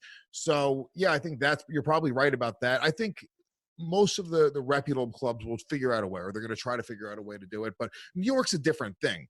New York's not like the rest of the country is different. And when guys can go out to the rest of the country and, people will fucking figure out a way to get out and perform. And the second, you look at like Vegas, right? Like Vegas is shut down for the first time ever. As soon as they open their doors back up, I don't think anybody's going to be afraid to go back out and go and gamble. Lewis, I love you. You're completely insane. Yeah. Vegas is genuinely dead. Like Lewis is genuinely insane. Worst example of all the cities in America. Like it's not like New York. It's like Las Vegas. Yeah, which is the only city probably faring. Yeah, worse. Dude, no one ever has to go to Las Vegas, ever. No, that's not the point I was making. I was making the point that as soon as they open things back up, people are flocking. And even in a place like Vegas, which it's probably, people on top of people on top of people, I think people are still going to flock there. So, what people are going to flock to Vegas? No one has any I think if they fucking open up a restaurant around the corner right now, I think that restaurant will be packed. I don't think anybody would give a fuck. I don't think anybody's. There's been no rent freeze, and the stimulus checks have already gone out. And in 3 days, rent is due again in New York City, and the state does not give a shit about. They don't care. You see, there was a bunch of May 1st is when New York quarantine starts for real. Correct. That's when like if you want to make any kind of like assumptions about how things are going to be, we haven't even begun to see even the beginning of the economic impact of this until May. Yeah. And then that's the whole thing, Lewis. We're not like, listen, people are going to be afraid of the virus to an extent, but we're talking about nobody has the money anymore to just get on a plane to Vegas and not worry about the impact of like spending that money on something completely frivolous. Sort of. I mean, I agree with you to a certain degree, but I don't think younger people feel this as much as people that own property, own businesses. It's like, but if you go to Vegas, if you walk around Vegas, how many people in Vegas are under 35, 40? Like it maybe 15%, 20%. 20-year-old kids aren't really going to Vegas. Yeah. Look, I think the second people have an opportunity to do shit, they're so starved for anything right now. They're gonna go and fucking. I think business in terms of live entertainment, nightlife, that's gonna thrive. I don't think people are gonna be afraid of the virus when things open back up. Me personally, it's like I was like I'm not like fleeing New York, but I don't really see a point of being here anymore. And it's like I'm getting to the point where it's like, you know what, it's time to check out, move to fucking like Central PA, might move to Virginia. Yeah, dude, I was thinking about Florida. Like, you start thinking about Florida, you start thinking about anywhere. Why are you in a city? Why am I in LA? I mean, 50% of LA is unemployed right now. Right, exactly. It's like there's you go out and do spots. I'm assuming the pay will be dog shit, and the turnouts are gonna suck. And it's like, I'm not gonna fucking go do Brooklyn bar shows when it's like everything's been condensed to, I mean, it's just like it's going to be shit. I mean, there's like no way. It'll be a guy like you'll just go do a door deal somewhere and kill it. I mean, I could go on. You'll be fine. That also doesn't like, the point is that there's no reason to be living in New York really anymore. Yeah, he can do a door deal. A lot of our friends are going to do DoorDash. So the reality is, it's you're either going to be doing a door deal or DoorDash. Yeah. Yeah. I've considered it too. I mean, I'm definitely, the more I think about it, Cali sounds great. I've always wanted to do Cali, but I got to fucking, you just got to get rid of Big J. That guy's been leeching off you for too long. You got to throw him to the street, and you just got to come to Cali. Yeah. Yeah, I like doing these podcasts more on Zoom than I do in person. Yeah. Well, that's crazy. I'm kind of split. I actually prefer it when you're in the studio. It's like there's a pressure to keep like the tempo going. Yeah, Zoom is it's a nightmare that I hope ends soon. Yeah, it's funny. It's like I'll do every podcast that I do. It's like how many times I'm like, oh fuck, I haven't been listening to a word anyone's been saying for like 45 seconds. We're all just sitting in our homes, and there's something weird about that. Well, that's the problem. When you're not going to work, you don't feel inspired. You don't feel like you're getting up and doing something. You feel like you're sitting around. I've been just sitting around getting fat. I've been playing video games. We are all becoming the fucking losers that we fucking complain about on the internet. Reality is you don't have discipline with your diet. I've told you, I've tried to instruct you a million times as to how to have discipline and follow. I'm getting in pretty good shape. Lewis is like, we're all becoming fat and shitty. We're all eating fat. I'm like, well, I don't know about that. Nick, you're the only psychopath that's getting in better shape. It's your lack of discipline. Lewis, if you had Magic Spoon cereal, which is promo code Tim Dillon. Is that the zero carb shit? Yeah, it's a zero carb keto cereal that's kept me in shape for 30 years. The keto cereal, please. I need that keto cereal. It's gone? Okay. I bought one. What the fuck was the name of it? Dude, it was the nastiest shit I've ever had in my entire... It's actually the best shit I've ever had, but I put it in my ass. Not yours. I didn't have yours. Yeah. I stuff it in my ass and I come, and then you don't want to eat. You put it, you don't want to eat, ass and you go Magic Spoon. Dude, it's cereal school. Cereal school. I spent, dude, Brian, please pull up Cereal School, like their ads. They look so good. I was like, dude, finally, I get a cereal and I get a zero carbs, zero sugar. I spent like $70 on 2 boxes of this shit. The thing with Magic Spoon is it's good. You start chewing it, and then all of a sudden there's like a fatty paste in your mouth. And you're like, because all of a sudden you realize it's not like, for the first couple of bites, you're like, oh, it's cereal. But then you start going, oh no, I'm eating like a liver. Is it flavored with that weird? It's not even like whatever, some weird foreign fucking. Nick, of course you don't, because you're not fat. This is for fat people. This is for fat people who were never serious about being on a diet. If you are craving cereal, you're a fat fuck. You're never gonna have abs. Yeah. There's no person out there that's serious about being on a diet that goes, but I here's the thing. I have to have chocolate cereal every morning. or all bets are off. I'm serious, but all bets are off if I can't have apple pie flavored cereal. I just need it. Yeah, it's like the thing that I miss is like 85-15 ground beef. You know what I mean? Why can't you have that? You can't have 15% of fat in the beef? Yeah, because it like blows your fat macros for Go fuck yourself, dude. I hate you. Dude, you got to get 20%. I get meat with 70% fat and 30% meat. Yeah. Hey, I've been there. Look, here's the question. What are we all living for? That's the real, Yeah. That's the real question. I'm trying to be efficient. You know, I'm trying to eventually get closer to the source and becoming an elderly Japanese woman. Who speaks Mandarin? I'm trying to weigh 10 pounds and I consume like 17 calories a day, and I live. The only clothing you need is a sandal. You're right. I just wear one sandal and I live to the age of 238. Will you do CumTown? You'll do CumTown on Zoom if you move? Yeah, I mean, who knows? It's like if I can get a house and land, it's like, how long am I going to be doing? A couple slaves. Yeah, fuck that. I mean, it's like, if I get my plantation, I'm trying to buy Monticello. Yeah. You know, if I got a house and a couple of Africans, I don't need to do no podcast. Yeah, if I get Monticello and I get my vineyard started, I figure first year maybe we'll be making maybe $2 million. Yeah. Maybe $6 million off the slave labor alone. Yeah. Which I would rent out, and then part of it I would keep for myself, use the profits to fund my vineyard. The great thing is you sound like Kevin Spacey, and that's genuinely a conversation he's had, about sex slaves, Yeah. Well, you know, he does the, what's the character's name? Frank Underwood. Well, yeah. You know, I say I maybe have the afternoon spoil myself with a 4-year-old, I believe. Yeah. I'll take a couple of 13-year-olds camping, Claire. Yeah. What's wrong with that, Claire?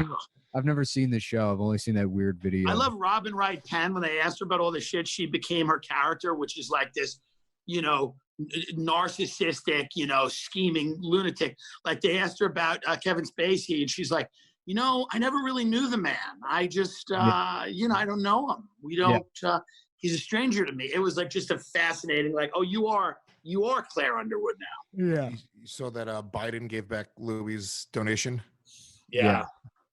That's so funny. Biden, who, by the way, is rapes women. More of a rapist than Louis. Also, will ever be.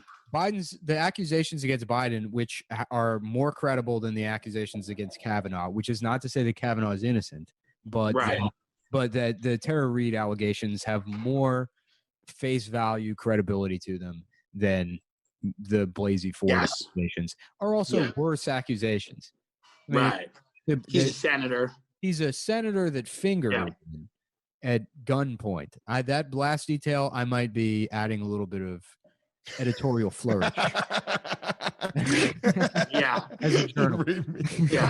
He's a senator who fingered a woman while the towers were falling. While the towers were burning, he said, "We're doing this to save Building 7." Right. He's like, I need to check your pussy for chemicals. Yeah. For 9/11 chemicals.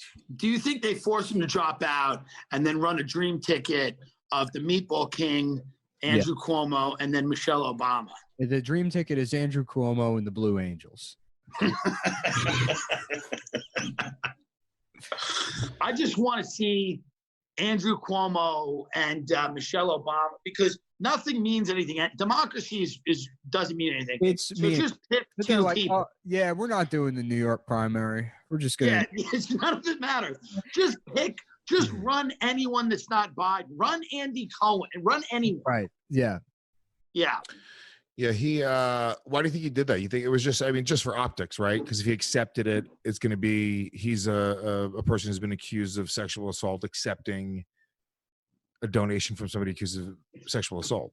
No, he did it to win those dumb woke points that they think still matter. It's why they lost the first election. Right. I mean, does anyone care? I mean, 50% of fucking LA is unemployed. 50% of, there's 20, 30 million people unemployed. No one gives a fuck. Take Louis' money. Ironically, the thing with like fucking the Biden rape thing is like nobody cared. Nobody who's on the fence cares. It's like, right. It like should, all it does is point out of a hypocrisy in the minds of liberals. That's all. Right. It doesn't like, it's not like there was a fucking like, conservative Democrat in Pennsylvania that was like, my issue is rape accusations. I really just don't believe those people exist. So you just see some guy in like Western Pennsylvania. He's out of work. He's just standing there. He's getting ready to vote. They're like, "Sir, what is your biggest issue?" And he's like, "Rape accusations." He's like, "I want to get to the bottom of what happened." Yeah, and that's how I'm making my decision. Yeah. Who accused Biden of rape? I don't even understand what happened. Tara Reid accused Biden of rape in the early 90s, and like the New York Times just The chick who dated Carson Daly? Yes, yes. So just last week she fucking said that or New York Times said that they like, oh, we found no credibility to her accusations or any pattern of behavior. I mean, the New York Times basically acquitted Joe Biden. They did their own investigation and decided they affirmatively announced that she's lying. Lewis, you never heard of you never heard about this on the, I heard about it. I didn't really pay attention to it. I just believe all men. She did the show Paradise. Remember Paradise? Yeah. Tara Reid did that show Paradise? No. Yeah. This is when it supposedly happened with Biden. Yeah. It was in between the Scary Movies. It was in between Scary Movie 2 and 3, whichever movie. He walked on set during Scary Movie 3. He started to rape Tara Reid. He started fingering her at gunpoint. Yeah, he was fingering her at gunpoint while she was filming the show Paradise. Before her botched implants? Yeah. Because that's when she was hot. It's so funny to imagine like what story is materializing in Lewis's brain right now is the truth. It's like how reality is being shaped in his plastic mind. Lewis is much more likely to vote for Biden now that he's raped Tara Reid. Yeah. What do you think about the reality of a senator raping a reality star movie star? Mm-hmm. You know, I got to be honest with you. I don't really give a fuck. Yeah. I think that probably anybody who's a president of the United States has probably done the minimum a crime as bad as rape. As 3 rapes. You think everyone has been? Obama's done 3 rapes. Obama? Yeah, probably. I don't know, dude. Yeah. You don't think Obama's done some evil shit? I think he's raped dudes. Yeah, I mean, he was, even while he was president, continuing to work as a gay. That's been proven. He worked. There was this guy, Larry Johnson. They used to smoke crack in a limo, and Obama would suck him off. This is the news. Larry Johnson would pull up outside the White House. Larry Johnson would rent out Obama to rich Saudis who would have sex with him. Rich Saudis would have piss parties, and Obama would come and he'd be a golden fountain for the Saudi royal family because Larry Johnson. What Obama did? It's like I love the hubris of people on the left to say that the right has no sense of humor. When if you can read a single Obama conspiracy theory without hilarious, just weeping.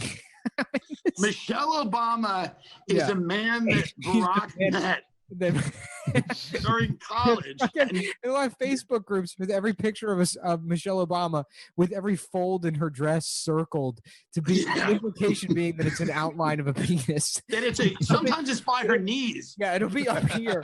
It'll be like she'll be like waving to people and they're like, "Is this a penis? Yeah. Is this her chest penis?" Not only does she have a penis, she has a 13-inch cock. That's a 45-inch penis that loops around her armpit. And you can tell by the lighting that she's erect, waiting to stop her boy husband. Yeah. So, I mean, that's what it is. The Obamas were gay escorts. It's also like, what is it like? If that were true, it would be great. But then what would happen? I mean, what does the Constitution say, oh, by the way, the president isn't allowed to have a secret husband that has a 45-inch penis? Well, you know what it was, Nick? I think it was the escorting. Like, it wasn't only that Michelle was a man and that Barack was smoking crack and sucking dick. It was that there was money being exchanged after these behaviors. You know? God, fuck. I mean, I used to just sit and read those Facebook groups and just cry. Just fucking cry laughing. I mean, those fucking, all of those, you want to talk about the Long Island stolen Burr guys? Oh, yeah. They had their pinnacle in fucking 2012 after the re-election when they're like, well, maybe let's try being even angrier.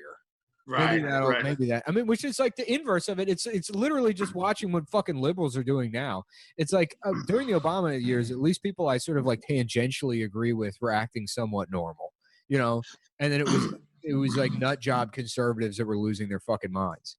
And the funniest thing during that era was like Long Island guys would go to parks and dress up like Ben Franklin. Yeah. And then say the N-word, and they called it the Tea Party.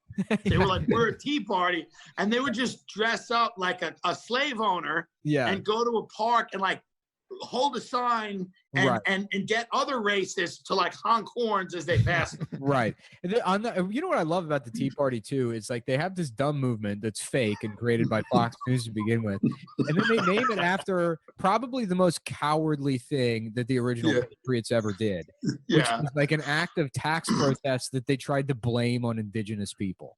Right.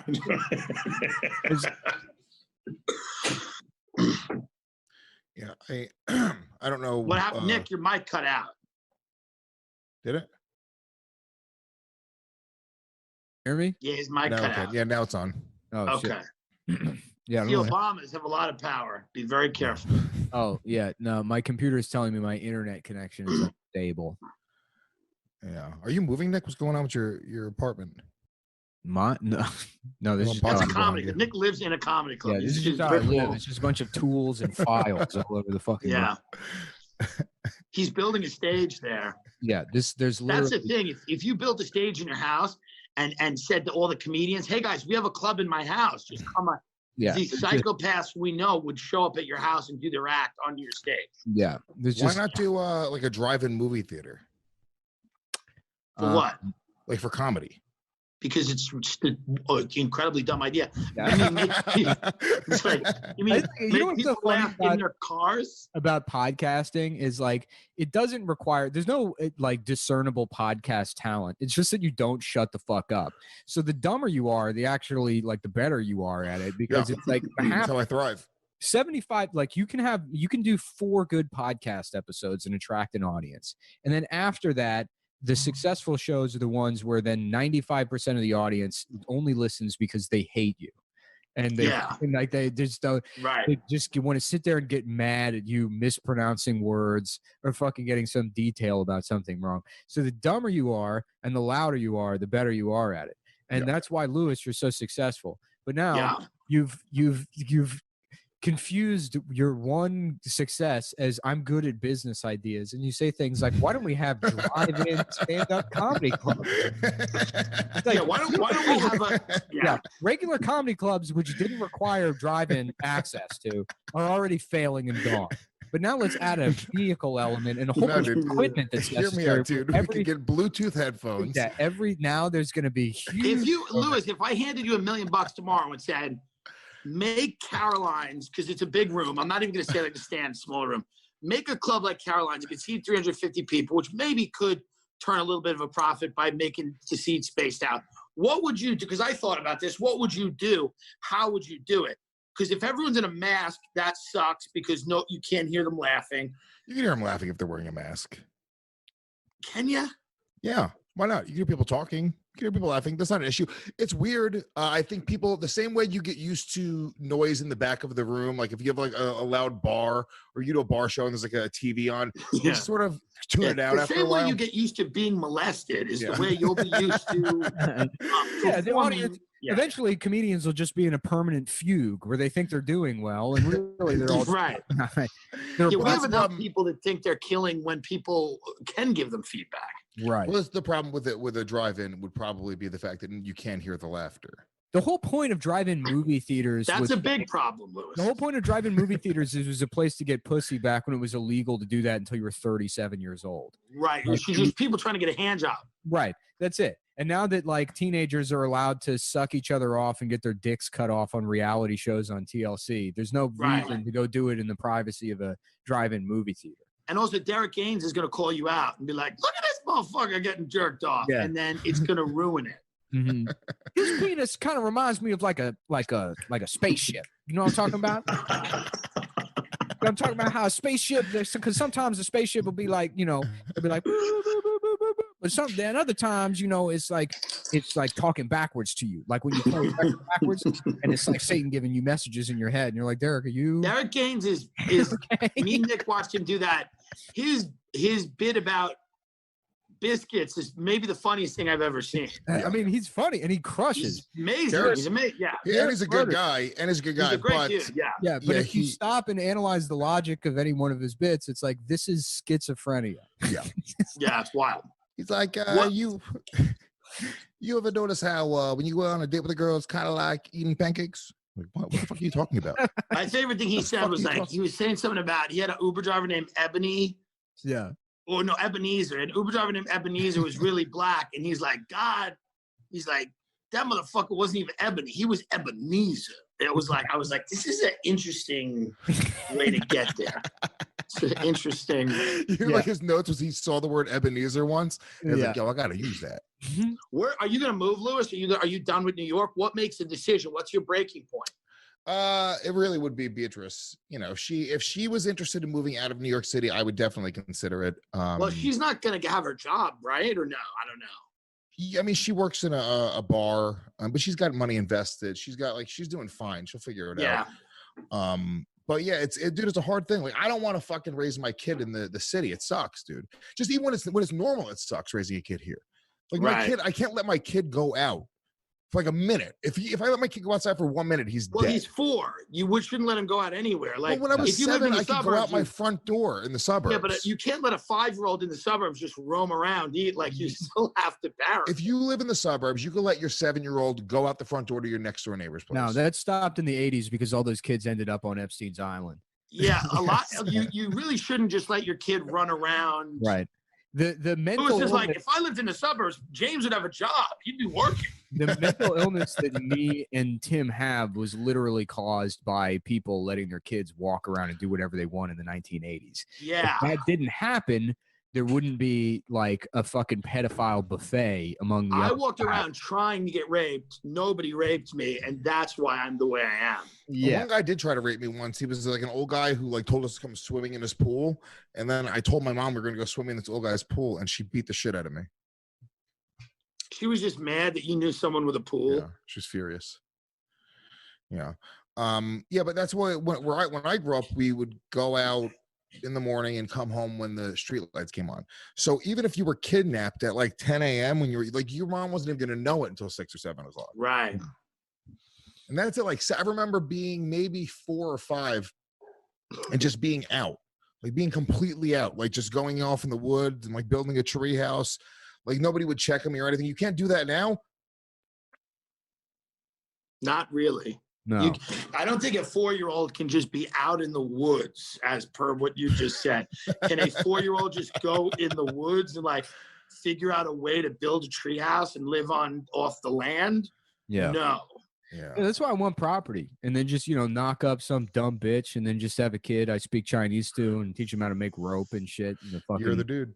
Just give him a bunch of property. That'd be sick. Let him beat the shit out of your chick. Yeah, sure. Let the kid beat up, whatever. Just fucking give him an ATV. That'd be sick, dude. I would love to just give a child like a ATV to ride around. Give him a BB gun for his 2nd birthday. Mm-hmm. Give him a real gun. Why fuck around BBs? Did you have a BB gun growing up? Me? No, I think a friend of mine did. Yeah. Yeah, we would get. No way would my mom let me have a BB gun. Yeah, my mom didn't give a shit. We had 10 pump BB guns where you'd like pump it 10 times and then shoot it. Yeah. We'd have wars where we would pump it 2 times and just have BB gun wars. But by 5 shots into it, you're just pumping it like 8 times, putting holes in each other. It was just like, that game you would play where your mom would go to a pharmacy and you and her would have BB guns and you'd point them at the pharmacist and then she'd go in the back. Money. Yeah, it was fucking a fun game, man. You can't do that anymore. Dude, I actually one time we went to ShopRite, which is a shop like a supermarket, and we were playing a BB gun war behind the supermarket, and we decided we wanted to go buy sodas. So it's just 3 fucking Puerto Rican kids. We take our rifles, we put them down our legs in our pants, and we go into the supermarket. And there's just like security watching us do this. They thought they were being robbed, dude. They start following us around the supermarket. The cops show up, and I just started running and I'm like a fat kid. Anyway, so I had the rifle in my leg, and I pulled the rifle out of my leg. I mean, I was almost shot to death. There was like 8 cops there. It was so close to me just being fucking dead. It was so, I deserved to be dead, to be honest. Yeah, I agree. Having nothing to do with that. The best ones make it through. That's what we know about life. The best ones make it. Yeah. That's what they should put on the outside of all the coronavirus yards. They should go, hey, listen, the best ones make it. Yeah. What was the closest to death you've ever been, Tim? Yesterday. No. Yes. Yesterday I almost killed myself. I've never felt close to death. I fell off a bike. I was coming down a hill and I jammed on the brakes and I flew off a bike and I fucked up my arms. I got like pebbles in my arms. And I had a helmet on, but if I didn't have a helmet on, I would have died. But that's one of the only times I legit was blacked out and then was in shock and didn't quite know what happened. I guess that would be the closest you'd feel to like death, but I don't know. Yeah. I mean, I've been knocked out. Yeah. But I've never, I put my head through a windshield one time, but it's like, I've never been in a point where I fear like, oh, my life's going to end, like a near death experience. Why? How did you hit the windshield? The car accident? I didn't have a seatbelt on. Yeah. It was like a head on collision. I fucking came up. I was like, what? You started headbutting windshields? Yeah. Yeah. Yeah. What is that the closest you were to death, Lewis? That's hard to believe. I think the closest to death ever. I almost drowned once. There's a place called the Deep Hole where I grew up in Rockland County, and it was like essentially just like these cliffs that you would jump off. And it had been raining for days before, and it was crazy, like rapids, like rushing in. And I was like, oh yeah, I'll still jump in. And when I jumped in, the waterfall just pushed me down. I mean, I don't even know how far. It just felt like it just kept pushing. And kept pushing, and you're just like trying to swim to the top, and you're seeing the top, and it's just not coming to the point where I was like, I felt like I was about to take my last, try to take a breath, and then I reached the top, and it was that was scary as shit, dude. Yeah. That was really scary. But yeah, beyond that, I mean, I don't know. I mean, probably a bunch, dude. We were crazy. I would never let my kid do the shit. We would go and grab on our rollerblades, we'd grab on the back of a bus and just go like 50 miles an hour down the highway on the back of a bus. Yeah, but your kid's doing other kinds of dangerous shit, like he's on his iPad being tracked by the government. Yeah, like James has a lot of alt accounts, and he's fucking trading cryptocurrencies, and he's doing all kinds of dangerous things. James is engaging in the danger of being an American citizen on the precipice of total authoritarian fascism. Yeah. That's what James is doing. Yeah, the back of the bus is America going off a cliff, and the rollerblades are the public's complicity in Google's panopticon takeover of social life as we know it. Tim dropped his camera. Yeah. It'd be funny if the camera moved and there's just like a child, bullets, just chained. Yeah. What if the camera moved and I was just sitting in like a sea of pasta in like a pot? Yeah. And I was like holding on to a ravioli. Yeah. God damn, I miss ravioli. That's something I cannot wait to have. I got 24 Why can't you have it? Here's the deal. This is what I've learned about dieting, and I've learned about it from a lot of overweight Long Island women. Yeah. You can eat anything you want. You just have to be accountable. Yeah. So if you have a chocolate cake later in the day, you just have to have a glass of water. Yeah. You just got to be accountable. Just be deliberate. Once I'm done with this shit and I'm like, emaciated and fucking, look like the machinist. Yeah, no, I mean, I probably will. I probably literally will look like the machinist at the end of this fucking. Is Stav losing? Is he on the thing with you? No, he's not doing it. But, you know what? Because I remember as a kid, you would read accounts of I remember reading about the siege of Stalingrad and the liberation of the Nazi death camps. And I remember hearing about the Allied soldiers, how thin they were. But the Allied soldiers, as part of their kit, they would have a bar of chocolate, and they would give chocolate to the besieged, either in Stalingrad or maybe it was the death camps. But I just remember a story of somebody who had been starved to death getting a piece of chocolate during the Holocaust. And I remember thinking as a child, wow, I wish I was in the Holocaust, because that's probably the best tasting piece of chocolate in the world. Yeah. It created in my mind this appreciation for like the single square of a Hershey's bar and how good that must taste and how valuable that would be after being like kept in just imprisoned. Well, that's a new diet. That's a new diet that's coming out. It's called the Holocaust diet. It's called the Siege of Stalingrad. Yeah. And what it'll be is it's just a labor camp for a year. You simulate the conditions of a labor camp. Yeah. And then when you're on the edge of death, you get just one square of chocolate. And you keep going. The South Beach diet. It's the South Beach of Pyongyang. Of Pyongyang. There was a book when I was a kid called Slake's Limbo. And it was about a kid who was like, had an abusive household and he like ran away from home, and he lived in the subways and would like find newspapers on the platform and resell them to people, like people that used their subway and left, or used their newspaper and left it on the platform. And this became like my fantasy from the time I was like 9 to the time I was like 13 to like run away from home and live as like a sewer rat. Mm-hmm. You can still do it. I want to do it. You can still do it. You can still leave. New York is in deep trouble, and a lot of people there are probably gonna just start thinking about going elsewhere. Yeah. I think they already have. I think anybody who has money, I mean, Dave Smith's moving out of the city. He's moving to Jersey. Yeah, smart. He's fucking been a city kid through and through, but he's moving to a 3-bedroom, 2-bath, fucking 2-car garage right on the water. It's like, what are we even doing? Especially what about Jay and Christine? Are they gonna stay? I think so for a little while. I can see Jay going to LA eventually. Yeah. Wow, this is changing everything. It really is. It's making everyone sort of take a look at what's going on. Well, it's seeing, what is your lifestyle? If something like this does happen again, I want to have a fucking, I'm becoming such a fat. I want to have a gym in my garage. I want to have a backyard. I want to have a pool. Yeah, this sucks, dude. Yeah, that's my shit, dude. I want a fucking like workshop, place to work. I want space. I don't, fucking life sucks dick. I just want my fucking dumb projects. And that's why when I go to Whitney Cummings' house, I realize I'm like, I want a pool and a horse farm and a mansion. Like, I would like 3 assistants. I want a Lamborghini. Assistant. I want to deal with Revlon. To have these conversations when it's like those people who finally did have their house in those places that are now being foreclosed on because they lost their job. And we've spent the last like decade in New York, enjoying New York for what it is. And we're like, I guess I'll buy these people's house full of rate. Well, okay. We're so entitled. Yeah, right. I guess I'll just go ahead and steal their home. Well, dude, I'm playing Grand Theft Auto 5 right now, and I just started playing a few days. Do you play online, Nick? No, I mean, I played half the campaign. I've been working through Grand Theft Auto 5 for, what is it, like almost a decade now? I don't even know. It must be an old game. I just started playing it, though, and this is how fucking what garbage I am. I just bought my first house in the game, and it almost made me emotional. It was such an amazing moment. Like, I was like, I stepped in, I sat down on my couch, and it was like a real fucking moment.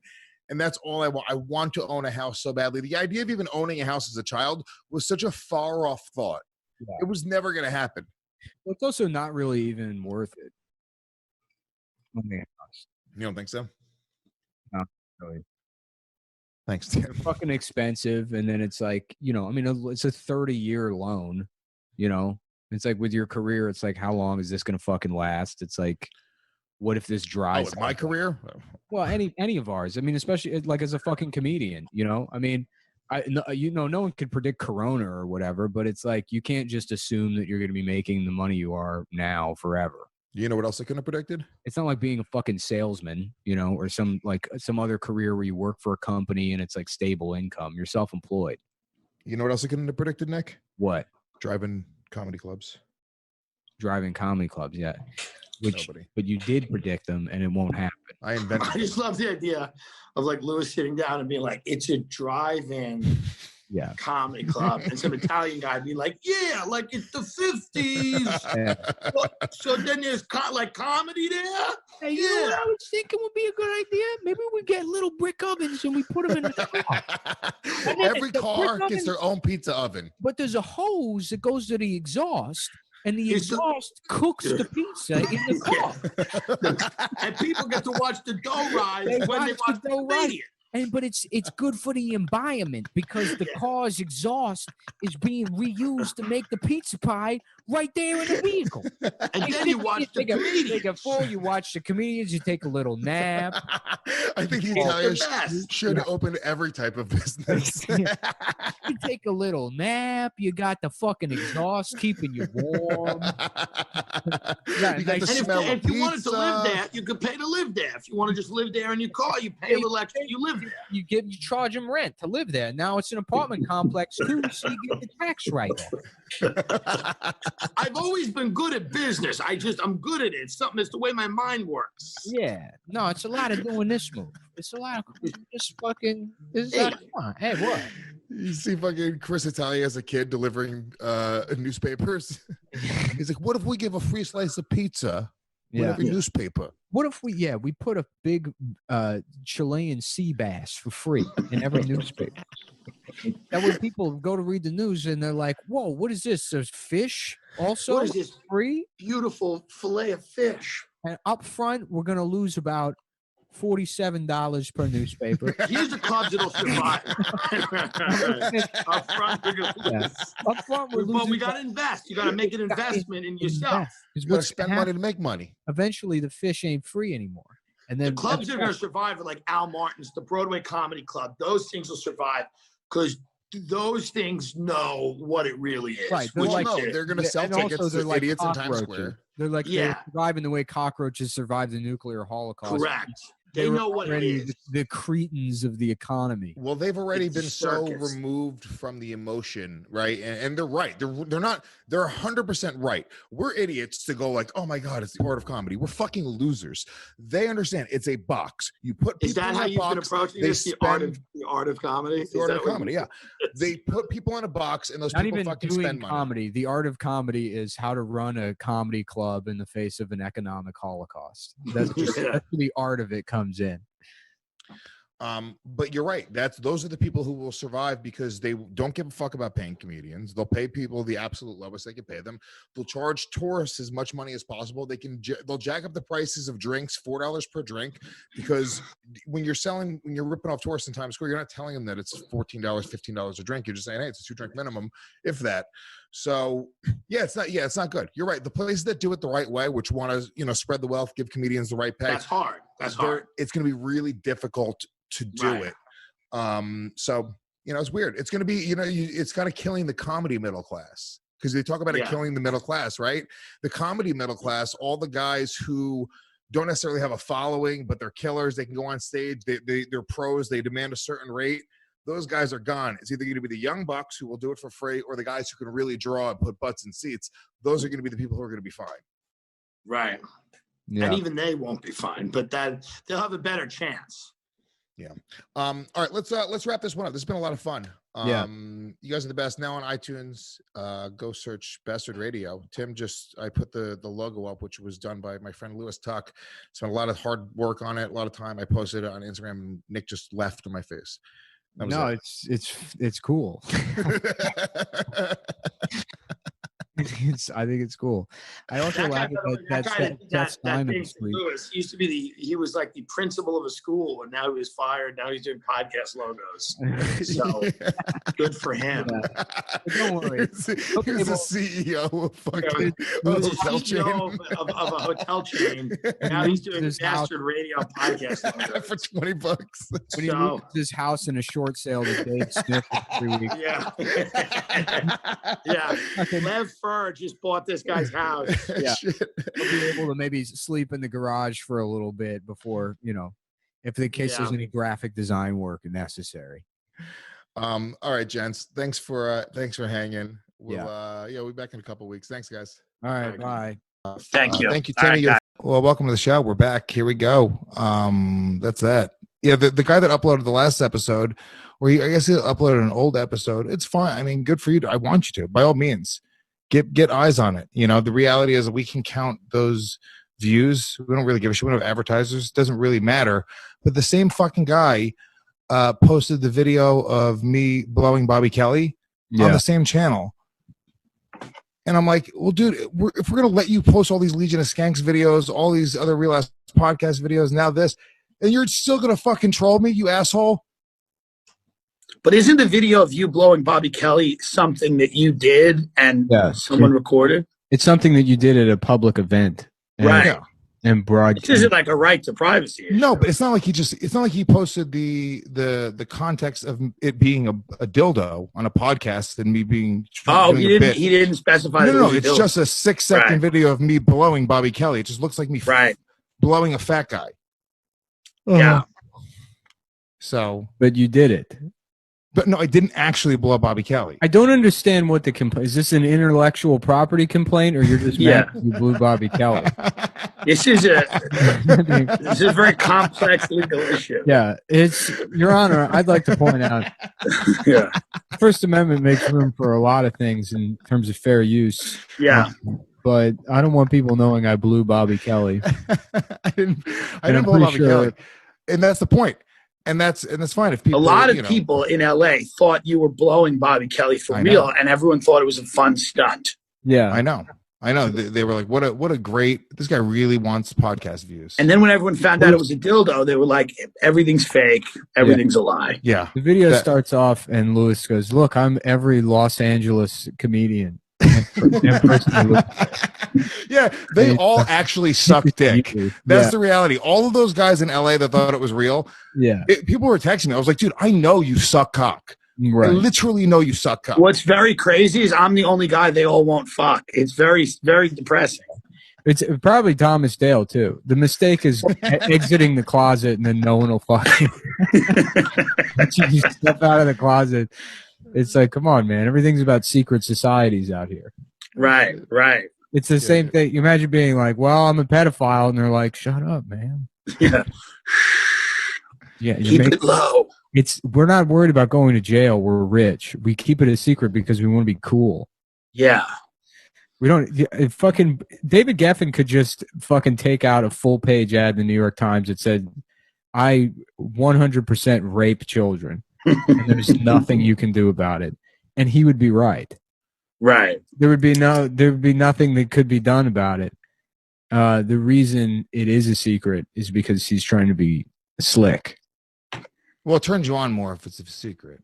Yeah. Very true. Very true. If you're really trying to get there's that nothing that off, kills your boner more than public pedophilia.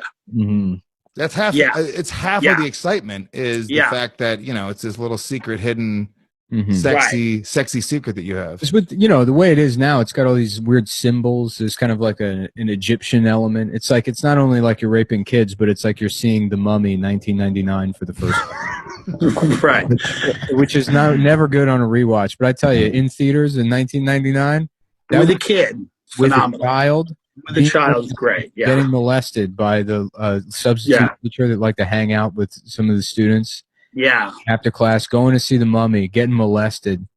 And then going to the Cheesecake Factory, that's an afternoon. That Cheesecake Factory also has kind of like a ancient Mediterranean. Got to be thematic. It's got to be thematic. And you can do whatever you want. It did have almost a child molestery vibe to the decor. If you got a booth in the Cheesecake Factory, you could do whatever you wanted. It was VIP time. Right. Cheesecake Factory was 2 or 3 levels above the quality restaurant that my family would bring me to. Where would you go? Like a Bennigan's? We'd go to like not even like it would be McDonald's, Wendy's would be sort of the top of the mountain with my family. We were pretty fucking that's not the mountain. That's not there's not a single fast food restaurant that's on any kind of elevation whatsoever. Yeah, I mean Wendy's in the 90s was certainly good, but Wendy's was. I remember my dad used to go to Wendy's. It was amazing. My mom left. My dad got into like square hamburgers, but it was like, it was like an adult thing. Like the things I thought were adult, like my dad being mature, having a square hamburger because his wife's gone. Just sitting there alone eating a square hamburger. You're like, oh, that's what manhood is. Yeah, one day I'm going to be with a baked potato instead of fries. Yeah, I'm gonna put my Wendy's hamburger on a fucking plate. Yeah.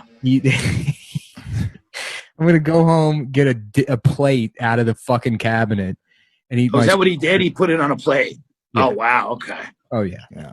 That's intense. Serve it to himself with a beer, I was such a fat kid. I couldn't even get it home. I would never.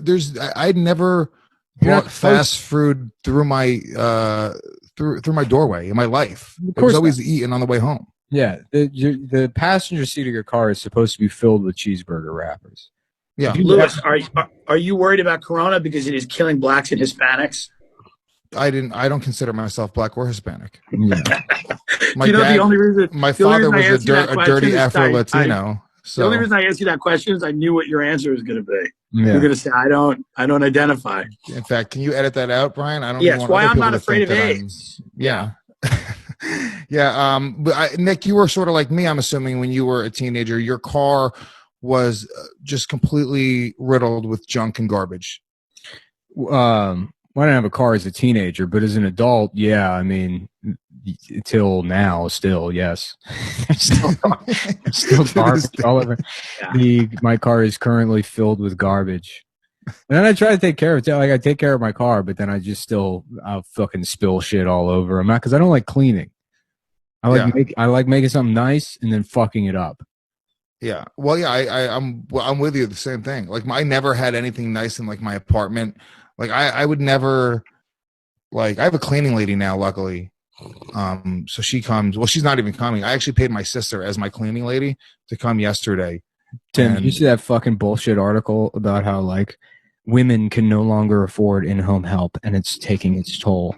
No, I didn't see that. That's crazy. It calls for subsidized. Zoe Kazan shared it. I don't know if she wrote it, but it calls for subsidized maids. Subsidized maids. I mean, great. Like, to what degree you have to just lack all self-awareness? And wait, explain this to me. What do they explain? What the article says? It says that I didn't even read. It says that like women can no longer afford to pay for your sister to come to their home. Right, exactly. The government should provide the money to do so. There's stuff like this. It's like there's people are like, oh, this is just clickbait, and I 100% believe that. I mean, there's no way that that's a real take. And now that there's Corona, there's a market for clickbait again, because there wasn't for a while. I mean, like, we kind of ran out of things to be mad about after Trump got elected. So, like, every 6 months they'd try with some bullshit like, Wallace and Gromit are gay icons. Deal with it. Right. Debate on Twitter about whether or not Wallace and Gromit are in a homosexual relationship with each other. And it's like, I know I don't care. I know I know it doesn't matter to me. Yeah. But for some reason I now have to participate in this. It's like watching fireworks. Yeah. I mean, it's like, if other people are doing it, I guess I'll get involved. Well, I'm just happy that Kroger just ended the $2 extra hero pay for the grocery store workers, who should have gotten that extra $2 anyway, just because it would have been humane to pay people. Are they considered heroes, grocery workers? Yeah, Kroger has now ended their hero pay. They said Kroger for years was paying the mentally disabled people that bag the groceries $2 an hour. Yeah, Kroger's famous for And then because of Corona, they said, sorry, everyone, we can't pay the retards anymore. Yeah. Kroger pays pedophiles with children. They're like, you can just grab anything you want in the store, but you got to stack the cereal boxes. Hang out in the cereal aisle. That's where all the kids are, and just go to town. It's like if you work in a supermarket, wouldn't you just you can't, is it the same thing? When I was a kid, you couldn't just quit your job and get unemployment. You had to get fired, right? You had to get laid off. Is that the same thing now? Growing up as a kid, I used to have all the unemployment rules memorized as a fucking 6-year-old boy. I knew exactly how unemployment worked. I only this year learned electricity from my 7-year-old's homework. But when I was a boy, the thing that we knew about all the scams. We knew about welfare. We knew about Child Health Plus. But do you have to get fired now to get unemployment? Yeah, I think so. Yeah. If you work at a grocery store, just fucking get fired. I mean, why would you go into that shit job? There's states now, because they demanded everyone stay home. Businesses had to close. Now businesses are reopening and they're offering people their jobs back. And there's certain states that are asking employers to report employees that refuse to come back to work or get their old job back. So that their unemployment benefits, you cut their benefits. So their benefits can be cut. So they created this whole fucking system. And then now they want the companies to narc on. Everything is set up to just continually fuck people over further down the ladder in new and interesting ways. Right. Yeah, they stay like one step ahead of. That's what a lot of the reopening stuff is. Like, some of it's obviously people want to work or whatever, but a lot of people that are like pushing the reopening, they're not going to work. Yeah. Like, they're not going back to fucking work. Yeah. They just want their employees to go back to work, and if they don't, they want to cut their benefits. They want to be like, "Fuck it, we're done." Tim, are you ready to go back on stage? Are you doing any shows this summer? I'm not going to do shows for 25% capacity and people in masks because I think it's going to suck. I don't want to tell my fans to come out to something that'll suck, and I just think it's going to suck. So I'm ready to go back when it's good. Yeah, I'm kind of in the same boat because it's like theoretically, I mean, I might try to book a one-nighter in like Texas or Georgia. Yeah, I might too. Something like that. Just to test it out and see what it feels like. But like, dude, I might go this weekend. There's a kid I know, this good kid. I don't want to say his name, but no one will care. But like, he's doing comedy at House of Comedy in Phoenix. It's a 6-hour drive. I might drive down there and do like guest spots on the shows just to see what it's like. But listen to what it's going to be like. It's 75 people in a room that seats like 450. They're all going to be spread out. They're encouraging people to wear masks. It's like, dude, what the fuck? Can I say, I think it's funny. people It's going to be what comedy was when I started. It's like 2005 all over again. Yeah. But I think it's going to be, Wiseacres. I think you're going to get used to the masks in the room. I think it's going to turn around very quickly. I got a gig in Phoenix at the end of June. I think Utah's coming up. I got another one coming up as well.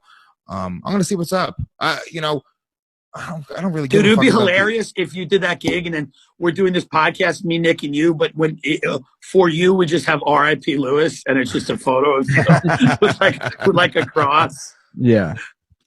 You get beaten to death by paramedics. Yeah, you don't even die from coronavirus. You're shot by a cop. There's absolutely no outrage in the country. I'm going to try and book a nursing home in Jersey. And I feel like we need to start pushing the hardest in the hardest hit markets first and show that those markets can be repaired. And then we can't abandon 80-year-old diabetics who want to laugh. Yeah, we're sending Bob Hope. We're doing a Bob Hope show at I'm trying to eat healthier, though, Lewis. I'm trying to exercise. I'm trying to build my immune system. Because, Lewis, let's be honest. A lot of people that we know, their age and they will die if they get anything. Well, so I keep on calling Big J a bitch and Bobby Kelly a pussy.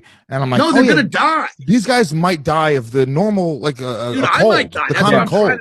Stop's scared, and then we get into like arguments about it because it's like, okay, well, you got mad at me when I was like, hey, maybe you should be like mindful of your health when your tooth fell out, or when you ripped all the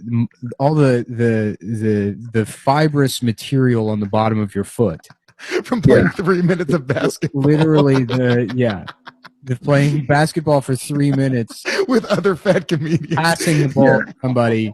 You shredded the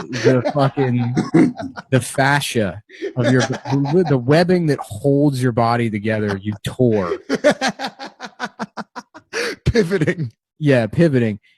When I said like, "Hey man, like you should look after your health," you got mad at me. And now there's a virus that isn't real, and that's when you want to fucking.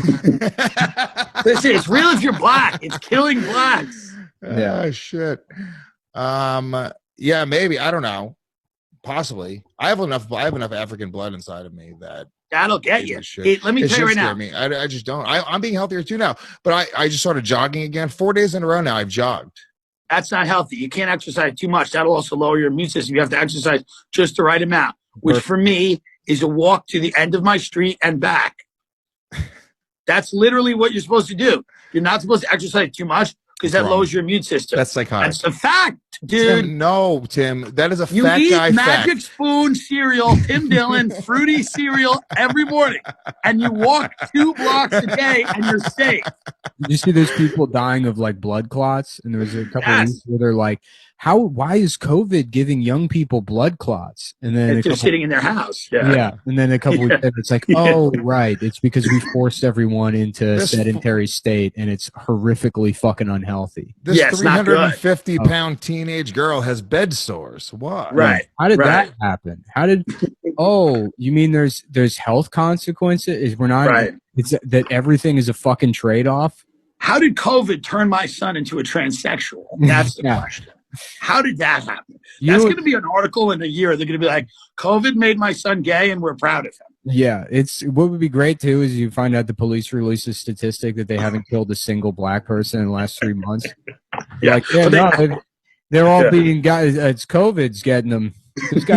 This guy got hit with COVID 4.5 times in the chest. Yeah, after waving his hands aggressively at a boat. COVID shot this guy's pit bull, broke into his house, threw him on a floor, and broke his ribs. Well, Eric Garner he couldn't breathe because of the corona. That's gonna be the new article. Eric Garner, first COVID fatality in America. Right. I mean, this shit is driving the New York Times insane because they're like, look, we're just liars. we don't know who we're lying for or why, but we can't keep track of how to lie or what to lie about. It's like this being like, should we say, I think today we're saying that there's zero chance the virus came from China, and to say otherwise makes you an Italian a Francoist. Yeah, it makes we don't know. We don't know. Andrew Cuomo is calling it the European virus. Yeah. He's the guy who killed the nursing homes, murdered them in New York City. Is he calling it the European virus? Yes, the European virus. So, but why is it not racist to call it the European virus? But when you call it, because Europeans are white. Dude, liberals are fucking retarded. That's psychotic. They're just psychotic. They're just. It is correct. They're the fucking dumbest people in the world.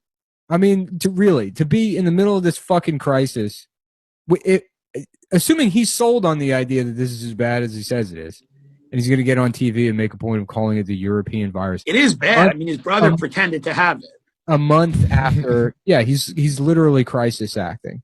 Yeah, Chris Cuomo never had the coronavirus. Clearly, never did. No chance. But no one's even saying the Chinese virus discourse ended 3 weeks ago. No one gives a shit. Nobody's going up and smacking Asians in the face, going "fuck you." Like, no, it's not happening. Yeah. I got no problem with Asians, and I'm pretty racist. I gotta be honest with you. I have not had Chinese food since this happened. Though I don't know why. Yeah, I've had it a bunch. I tried to get massage. I ordered a massage the other day, and it wasn't a Chinese, but I was looking at Chinese massage therapists. Yeah, because they're cheaper. Interesting. They're fucking way cheaper. But I had a big Polish lady instead. I would love some Chinese food, man. I haven't had Chinese. I would love. Yeah, me too. I would love it, but I have to build. But, it's not even if they had coronavirus and they coughed into your food, they cook it. You know, they're gonna cook away the virus. I mean, I almost guarantee if you put coronavirus into a wok, it's gonna be cooked away. Yeah, I hope someone asks Trump that question. If they raise their hand, they go, "Mr. President, if they put coronavirus in a wok, what do you think would happen?" And I hope that he says, "Well, I imagine it'll be cooked away." It would be. That's not a crazy assessment. That's literally what they're doing. Like, why would people not order Chinese food? Like, they hate Trump so much. Like, a lot of the press now, they're asking ridiculous questions of Trump. They're like, listen, he's fucked up a lot, but like the press has gotten so ridiculous with Trump. They're asking absurd questions that it's like, they're like, were you aware that a 36-year-old died in Metuchen, New Jersey? Would you like to say something to their family? It's like these gotcha. Like, they're like, would you like to say anything to Yashanika's family who watched her die? Okay, she had cerebral palsy. She was a strong black woman, and now she's dead. So, Mr. President, look into the camera and speak to Yashanika's mother. She had diabetes, stage 4 cancer. Yeah, she had 2 amputated legs. Yeah. It's like, because they know whatever he says will be wildly offensive. Like, they're like, hilarious. There's no way he can back out of this without offending people. Yeah, I mean, it's like there is nothing he could say at this point. I mean, you would say that. You said that day one of his administration is like there's nothing he can do to say that would be worth reporting on. But I think now with this Corona shit, they've finally run out of. There's no story. He could, like, Trump's called the virus the N-word, and people be like, "I'll read this later. I'll see if somebody else reads it and tells me about what happened." But I don't care. Joe Biden is campaigning virtually. He's refused to leave his house. Yeah. I mean, it's like he refuses to leave his home and he wants to be the president. It's going to be interesting to see what the voter turnout in the general election is. Yeah. It would be very funny if it was something like 27%. Yeah, like no one even pretends to care. Just an absurdly low number. Like, I mean, shouldn't they technically make some sort of online voting, a feasible option at this point? Soros Communications team up with Shadow Incorporated. Yeah, there's going to be online voting. It's just not going to be active in areas where people don't have, Yeah. It's like coronavirus testing is like drive-through testing. It's like people without cars just die. They're just told to die. That's why New York City is so fucked. It's only drive-through testing. Nobody has cars. Yeah. The people that made the healthcare exchanges to do the voting websites. Yeah. That seems the best way to go. Soon they'll do fly-through testing. Like if you have a private plane, you can get tested for coronavirus. Otherwise, just sit in your house and die. Go to Kroger. Yeah. Yeah. Well, I'm excited to get back on the road. So you guys, even though these guys are telling you that it's not going to be good, I think it's going to be fucking great in June in Phoenix. All right. Well, we'll see what happens. Congrats. I've never been to Phoenix. I heard it's all hot chicks. No, they're all dead now. They're all dead. Yeah. It's all, I hate to be insensitive, but it's, it is a lot of fucking old bitches. It's not like, all the young smoking hot ones. No. The ones that are dying. All the young smoking hot ones are fine. This is why, Tim, I'm saying not you're wrong. True. There's some young people dying. It is such a small percentage. It's a small percentage. You hear about every one of them because the media, as soon as somebody under the age of 40 dies, it's front page news. 100%. But it's not only dying; it's like people going to hospitals for long periods of time. Some of them are in their 30s or 40s. Legit. Yeah, it's true. There's a lot of shit. Do you know anybody, Tim?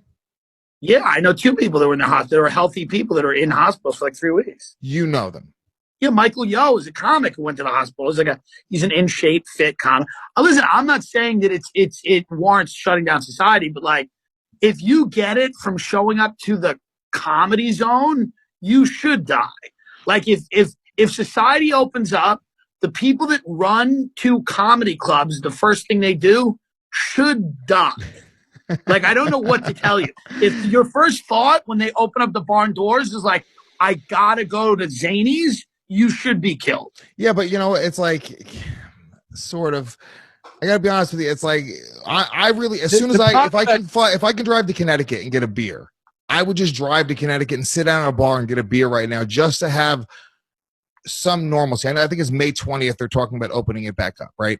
Yeah. So would you say, like, holy shit? Yeah, you're right. Anybody who's running to the fucking local Irish pub in Hartford, Connecticut, the first day that they can, they should die. But I might drive across state lines to do that.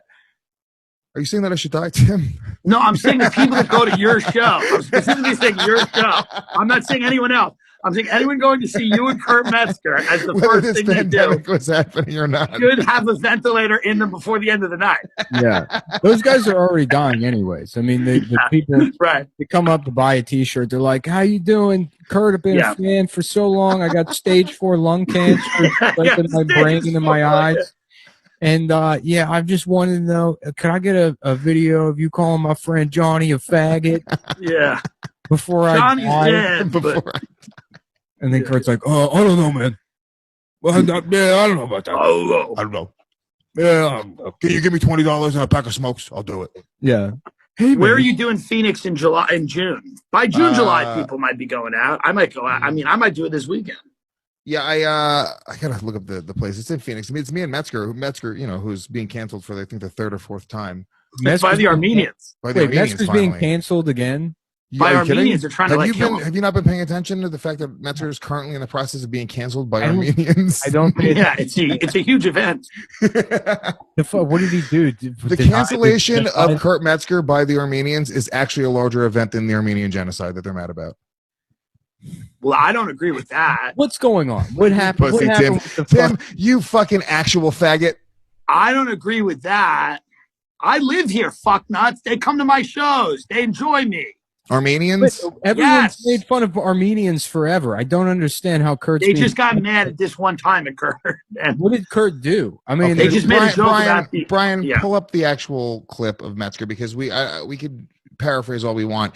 While he's pulling that up, I'll tell you essentially what happened. But somebody had mentioned the Armenian genocide in passing, sort of as a joke, and then somebody else made another joke about it, and then Metzger piled on, made another joke, sort of tagged onto it. But these are the most mild fucking jokes. Yeah, obviously jokes. I mean, we are talking about they couldn't be misconstrued as serious. Anybody with a half a fucking brain hears this and goes, okay, these guys are joking. They're comedians on a comedy podcast. Number one, clue number one. Number two, the context, everything. It's so clearly a joke that if anybody's mad about this, the people that are mad about this should fucking kill themselves. That's psychotic. If you're mad about this, you fucking literally should drive your car into a fucking ravine. Right here. Is this it? Why turkey? Yeah, no Your shoes in the prayers get mosque. stronger. Why turkey? Yeah. Because April 24th was the commemoration of the Armenian genocide, so it's been on my mind. Are you Armenian? No, I'm a denier of the Armenian genocide. I don't think it happened. I'm just a well-known denier of Armenian genocide. I don't like. All right, yeah, you're not. Yeah, forget it. It's fine. Take it out. Take it out, Brian. He didn't even fucking. It was the other guy. Pause it. It's fine. Take it off. Take it off. Yeah, Kurt didn't say anything really. Yeah. Yeah, on there. No, here the one guy says, "I'm an Armenian Holocaust denier," and then Brian, can you take it off the screen? It's off the screen. You're frozen. Yeah, I don't know why. I'm thinking about buying. Should I buy a houseboat? Should I get a houseboat in San Diego? I mean, that's the fucking move. That's the move. You're crazy if you don't do it. Get a houseboat in San Diego. Figure out how I can become a set carpenter. San Diego's a great place because it's just jarheads beating the shit out of each other in the street and good California burritos. I was just there for like a funeral. And it's so funny because like Southern California is too beautiful for any of the cultures that exist there. Like, I mean, right. Like I don't like even the original Native Americans. I don't think deserve that. Yeah, how nice it is. Yeah, yeah. And then it attracts the worst people in the world who can't look internally for any kind of like respite from. No, they need the sun. They need like the sun and like palm trees. That's why it's filled with fucking Armenians. That's why Armenians are in Los Angeles because like we're fucking garbage. We got the shitty glasses. We love. I didn't know the difference between Armenians and Romanians. Somebody had to explain that to me. Yeah, I think Armenians have more of like a Persian vibe. Yeah, and then the Romanians are gypsies, right? Well, no, not necessarily. Yeah, but a lot of them are. Romas are gypsies. Romanians and Roma are not the same. Well, that's fucking weird and confusing. Yeah, there's a lot of that. Because, I mean, then it all goes back to... I love that Lewis just died of coronavirus in the middle of his podcast. Can you guys hear me? Lewis, can you guys hear me? This is your show. This is your show. Funny. This is so fucking funny. She's just gone. He doesn't. It's his computer, but I've never seen a computer freeze this way, where it's just set to embarrass him. He's definitely using a neighbor's computer who died of coronavirus. Right? Yeah. There's somebody who's dead. There's like those like 1910s, 1920s pictures of the Lower East Side with his clothes draped in between. Yeah. An Ethernet cable going in, stealing internet from an 80-year-old Romanian woman across the street. Who's dead? He's ashing a blunt in her belly button right now. Right. She's just rotting, rigor mortis. And her widower, who's wearing a wife beater and polka dot. I mean, literally, the fact that he just disappeared. This is the funniest thing that's maybe ever happened. It's hilarious. It's so funny, dude. It's his show. It's his show. And it's like, but what's funny is like, because I guess there is some kind of technical issue that he's dealing with. Yeah. The fact that it's not coming through means that it's like he could just ignore it, probably. Yeah, I mean, did the producer Brian disappear too? Is he dead? No, man, I'm here. He's okay. There. All right. You could. Okay. Thank you. So, Brian, do you think coronavirus is real? And if so, do the Armenians deserve to die from it? Brian, let's go on record now about what's the real number in the Holocaust? Is it 6 million? Give us a number. What's the Armenian genocide number? Does anyone know that number? I have no idea. And what is it? Watch it be like 250. Yeah, we're not really taught about any genocide except the big one, the World War II, the Holocaust. Yeah. Yeah, I mean, I guess there's what? There's Rwanda. There's currently... It says 1.5 million and in parentheses, disputed. I love that. Who wrote disputed in parentheses. Like, that's an interesting job. Disputed as if it's like... It's on the Wikipedia. Disputed as if like the Bosnian genocide is like... Yeah. Just trying to get it shot at the title. You know? Disputed. like there's a bunch. I don't even know what the fuck happened in Bosnia. What was that? Serbs killing Yugos? Yeah. Was that Milosevic? Yeah. Yeah. Croats were involved, right? No. Yeah. Montenegro is another place from over there. Yeah. Montenegro. That's the name I've heard. Yeah. I mean, they were, people are on. I think genocides start when people are unhappy with others. Yeah. Yeah. Maybe it's... And they can easily identify those people by race or religion. Yeah, maybe it's projection. Have you considered that? Have you ever considered that maybe all genocide is actually just projection? And it's sort of a, I know you are, but what am I situation? Dude, I imagine Lewis right now just screaming, punching walls. 1,000,000%. He's destroying that apartment. The police have been called. Right. I'm going to open the Citizen app and see. If he's been... Wait until I get a notification. A man with gay sunglasses is self-harming. Yeah. Creating fires. Self-harming.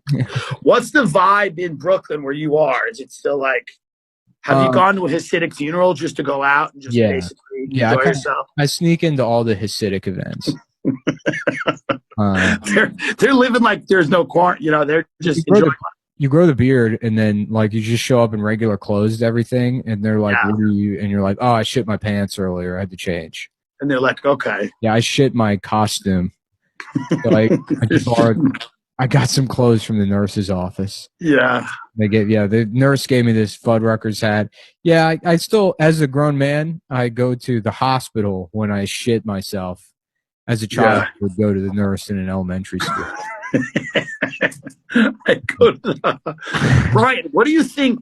Do you think Lewis will return, or do you think this is maybe the last we've ever? What if we never heard from him again? We're probably going to have to do the rest of this podcast on our own. Like, what if he just? Where is he? He just started his computer back up. He's on the way, he says. Okay. Interesting. Yeah, I like the idea of someone sitting in the emergency room with their pants filled with shit. just being like, come on. Are you really thinking about Houseboat? Yo. Welcome back. I literally left on Houseboat and I came back on the word Houseboat. That's great. Yeah. Welcome back. We're professionals. Did you guys defend Kurt amply? We went another route. We talked about some other shit, and then we're right back to Houseboats. I don't know. I mean, I thought about maybe I'll rewatch Cape Fear, and that ends on a houseboat. And I thought it'd be nice to have a houseboat. Make my little oatmeal in the kitchenette. Sounds like a lot of trouble. Sit outside on the patio area of the houseboat, smoke a cigarette. Maybe go into town for some Ben and Jerry's. I think it sounds great. It'd be great. I'm 45 years old, no family, no children, don't talk to anybody, deeply depressed, fucking horrifically depressed. Start drinking some sort of lung disease from all the mold that's growing in your house. Lewis, are you going to leave New York? I think it's time for you to leave.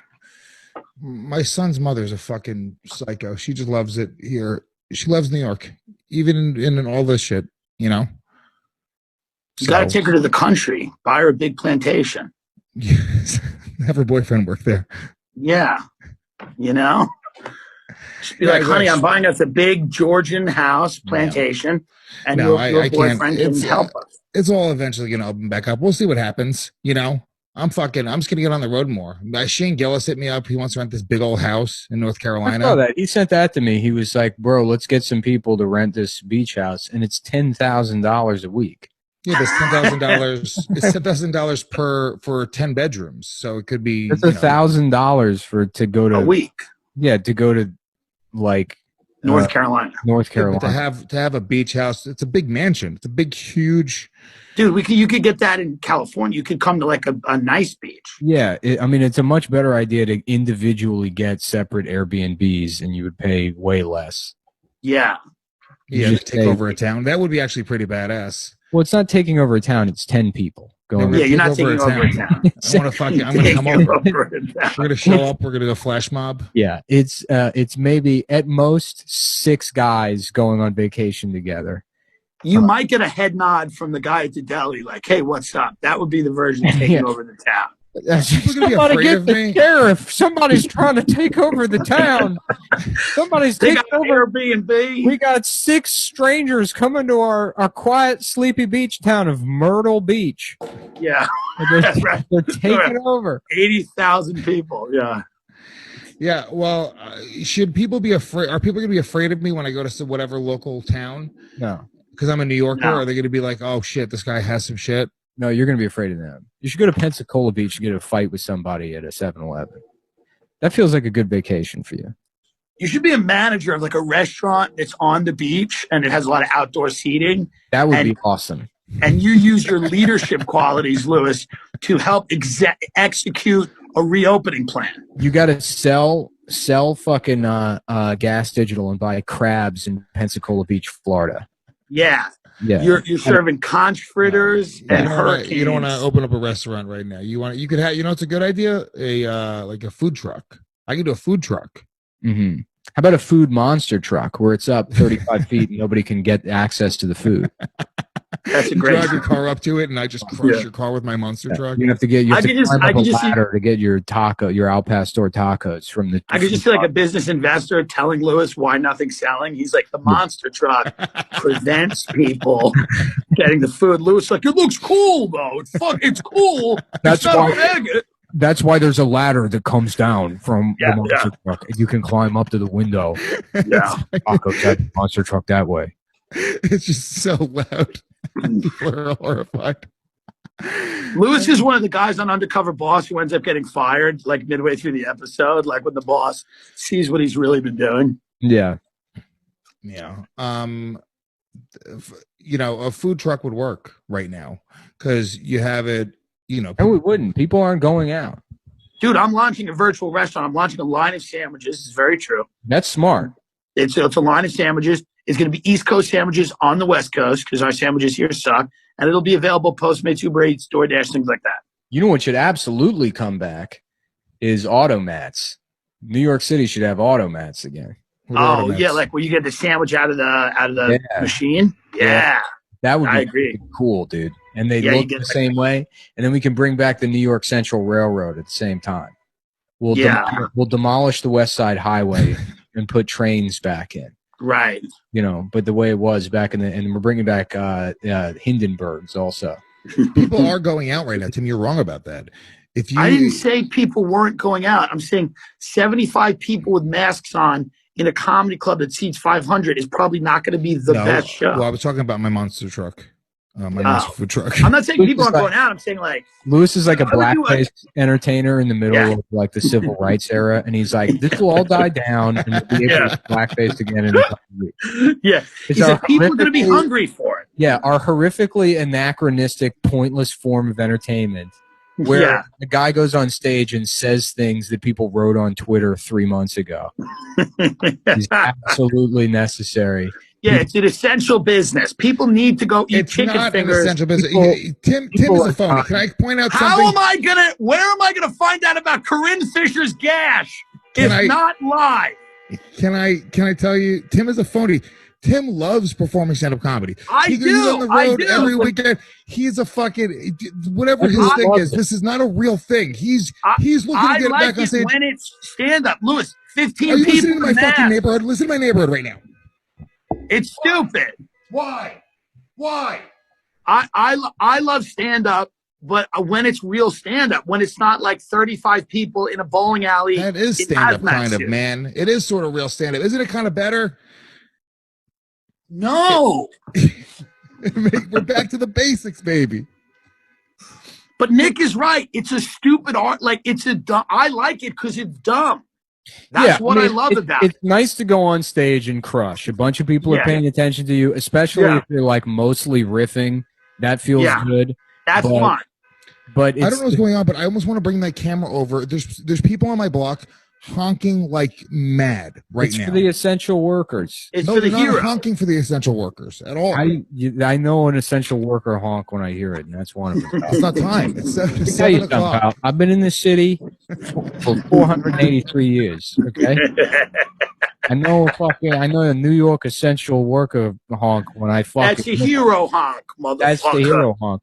We used to 9/11. I saw the planes going to the building. I thought they were doing that for the heroes. I thought they're doing this. They're making some noise. I said, this is a Blue Angel thing right here. This is nice. We're blowing up the towers for the essential workers. We're blowing up the towers for the heroes and the Pentagon to honor the military. I'm standing there on 6th Avenue. Somebody's pointing up and they're screaming and crying. I'm like, "Whoa, you must be new to the city." Never seen that before. It's for the essential workers, pal. Yeah, we do it every Tuesday at 9 o'clock. Every San Gennaro, they blow up the towers. They rebuild it. They blow it up again. They blow it up again. It's an Italian thing. It's an Italian thing. They rebuild it. They blow it up. They rebuild it. Bada bing, bada boom. It's something we do in the Italian community. Yeah, I drink an espresso and I sit there and I watch the building get blown up. Have a slice of Joe's Pizza. I would love actually to go to. I love San Gennaro. That's the one thing I do every single year in New York. There's all the things I think I'm going to do. I end up inevitably missing like one or two of them, like the Orchid Show, or going to the zoo, which is fucking. There's so much shit that you just don't take advantage of in the city that you absolutely should every year. But the zoo, the New York, I guess the Bronx Zoo is good. The Bronx. Yeah, but Central Park Zoo sucks all the cock in the world. Sucks. Of course. The Orchid Show I miss, and then the car show I miss a decent amount, even though I enjoy the car show. But every fucking year San Gennaro. Why do you go to San Gennaro? I mean, if you guys don't know, San Gennaro is a big like Italian cannoli and pizza. What are they? Pizza, cannoli, answer your question, dude. The streets are packed. Game, espresso, sausage and peppers, espresso. Yes, all the Italian things that you would think they're all there. In all one place, all in one. Because it sucks. You can only imagine how much it fucking sucks. Mulberry Street, old school. The people suck. Imagine you can only accept one or two Italians like in your life, like real deal Italians. Like I got Mike Vecchione. He's in my life. He's like a real deal Italian. And Justin Silver, and he's not even Italian. He's Jewish. No, dude, Justin Silver's is not an Italian at all. I know, but he's the other Italian guy. You can't have. He has all the qualities of an Italian guy. Like he's in good shape. He's retarded. Yeah. But it's San Gennaro is their thing. You know, it's a big deal. I love it. It's one of my favorite things. What's your favorite thing about it? The food. It's a fun event. Like I don't know. I mean, if that doesn't appeal to you, then I don't know what to say. I mean, I go to a restaurant there called Il Cortile, and then I eat dinner, and then walk through San Gennaro eating sandwiches and other things. Until I'm genuinely sick, to where I don't know if I'll have to go to a hospital or not. It feels like a fucking like county fair. It's like going to an ag fair, but there's no animals to look at. It's just the food. There's no rides. There are rides, and there's like there's karaoke contests. There's a bunch of shit going on. Everyone singing ABBA. Yeah, no, San Gennaro. It's like Disney World for Long Island trash. Tim, you ever go to Puglia? So Puglia. I know the name. I go to Il Cortile. I haven't been to Puglia, but I know the name. I know it's on Mulberry Street. Can I see a problem with those festivals, just in general? Because one of the big attractions is the Italian sausage, and Italian sausage just sucks. It's not. I would never order an Italian sausage ever. Why? It's just because it's just not. There's everything else in the world. Like you're in New York City, I could have anything. Like Italian sausage is so far down on the list of things that I'm ever gonna want to eat, and then I gotta sit there and fucking order it from some fucking. Yeah, cotton candy is bullshit. But if I was at the circus, I'd get cotton candy, and I'd Lewis, what is this hostility towards the sausage and pepper sandwich? Doesn't make any sense. It's not good. I don't know. You've been burying this hostility for a long time. Yeah. It's sort of an overrated sandwich. It's not very good. It's worse than a hot dog. I'd rather a straight up regular hot dog than an Italian. But guess what? You can get a hot dog at San Gennaro. At San Gennaro. Or you can get it, San Gennaro. Go down to Coney's Island. They canceled the hot dog eating contest this year. Did they? His little Kobayashi fucking had his I don't even know if he's still the guy. That was probably a decade ago. Kobayashi's actually the guy who spread COVID-19. Yeah. He was in a pangolin eating contest. Well, it's so funny too, because like they got fucking Cuomo's like on TV talking about how like making a point of calling it the European virus. But now there's this other shit called Kawasaki disease. Yeah. It's not COVID, that they're just trying to blame COVID for because they got to keep the panic going.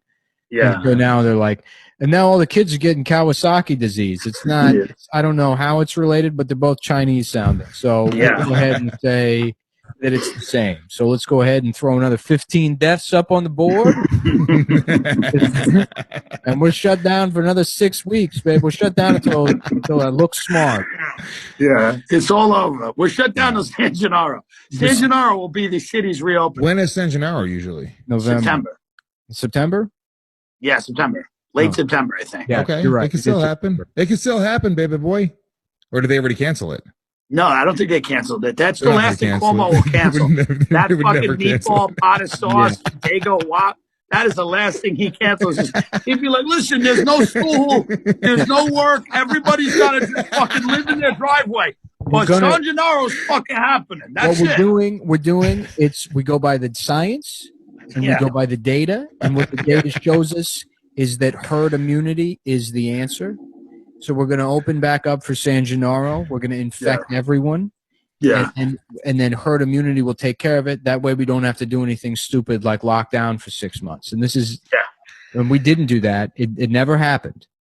There was never any lockdown. Well, the guy, I don't even know what it is. I don't know if it's a president, a fucking prime minister, whatever it is of Sweden, that guy, when they were interviewing him, the king. He was the king of Sweden. Yeah, he's a little Playmobil figurine. Yeah, he doesn't exist really. Right, he comes out of a cuckoo clock. Yeah. The virus is you're going there and it doesn't seem that bad. I think every day at midnight and at noon.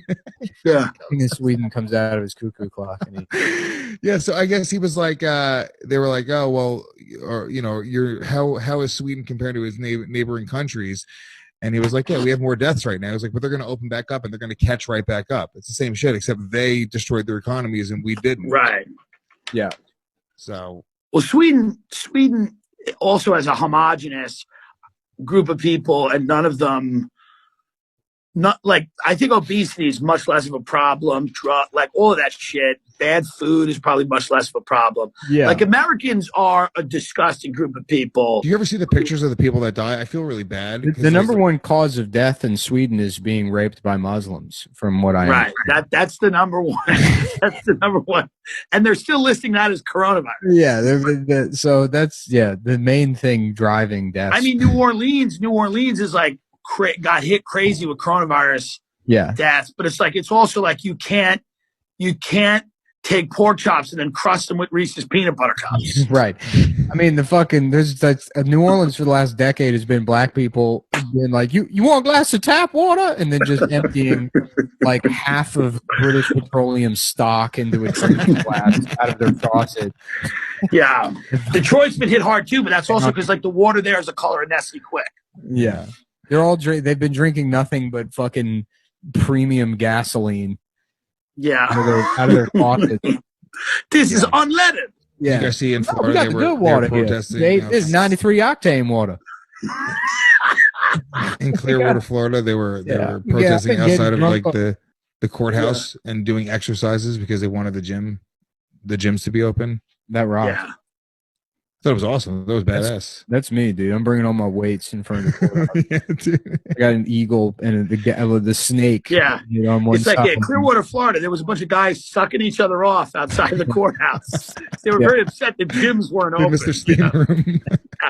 There's a bunch of guys jerking off on each other's chests to protest the lockdown. Yeah, dude. I think I would love that. Well, is there something to that, Tim? I mean, you know, you being healthy and getting yourself in shape and keeping yourself, you know, some people can't motivate. Everyone's getting fat right now. This has motivated me to be healthier. Legitimately, it has. I would like this to happen once a year. We get a new virus to keep me out of IHOP. Like once a year, there's just a new plague. IHOP will deliver to me right now. Don't tell me that. But yeah, I'm doing better. But you know, I like you, I have a little bit more self-discipline. I've been able to maintain a ketogenic diet, which you've not been able to do because you run to sugar and you run to carbs. I've been able to stay.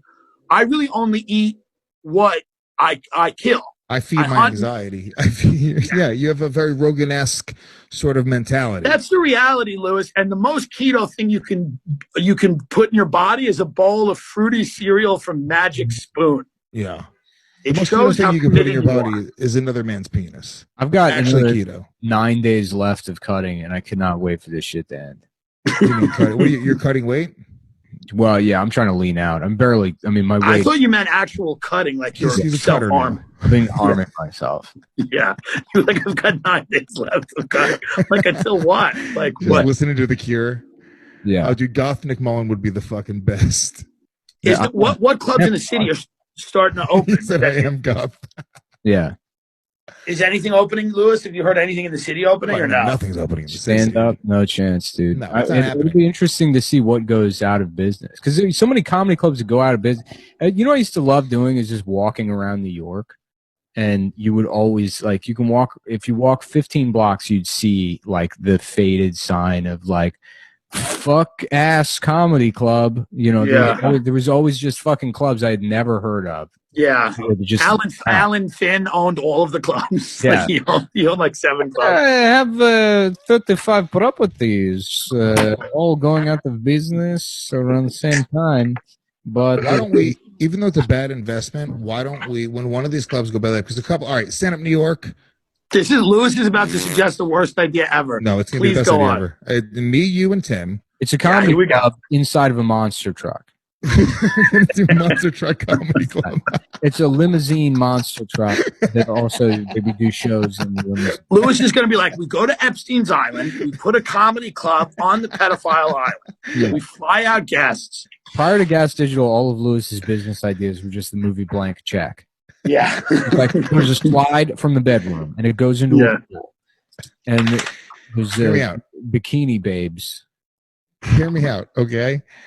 These comedy clubs are all going belly up. Stand Up New York, Dunzo. Comic Shop that's Live. I think the Massage. Comic Shop Live, goodbye. Yeah, that one is. They have Corona. Dangerfields. I mean, I think I think there's that place. There's no way that place is being legitimately. Dangerfields is being used right now as a military hospital for coronavirus victims. You walk into Dangerfields, you just see people on fucking ventilators. Is it cool in there? I've never been to Dangerfields. But it is. You would like it. Cool.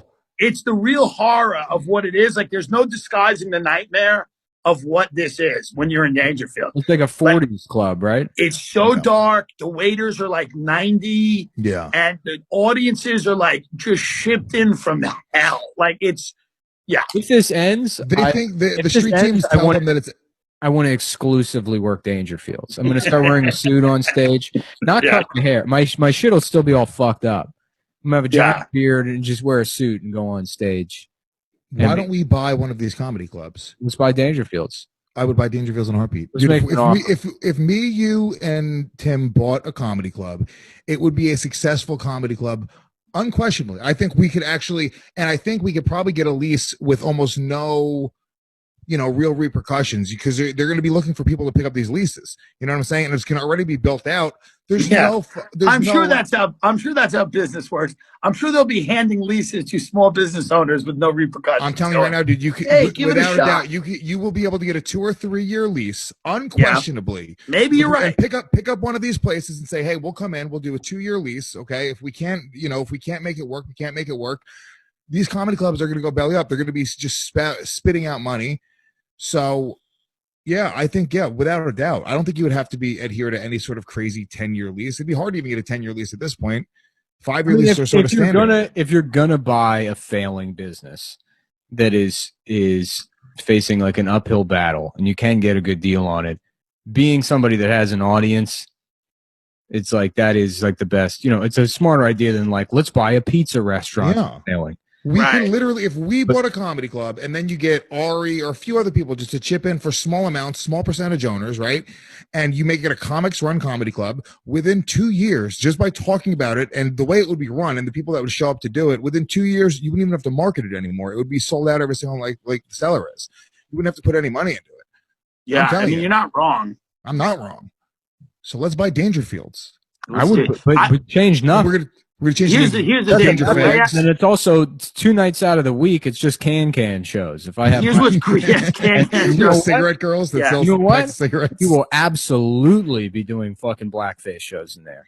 Oh, but you got to bring it. Whiteface. You got to fucking bring it. You can't half-ass it. If you get on stage and you got fucking shoe polish all over your face, you tap dancing. You got to be fucking like 3-octave range. Yeah. You need to be doing an entire. No, you got to be. It's got to be show business. Yeah, you better learn how to be a ventriloquist. I want to see a younger, angry white dummy that's racist to you. Yeah, I will say this: Dangerfields has maybe the best layout of any comedy club in the city. No joke.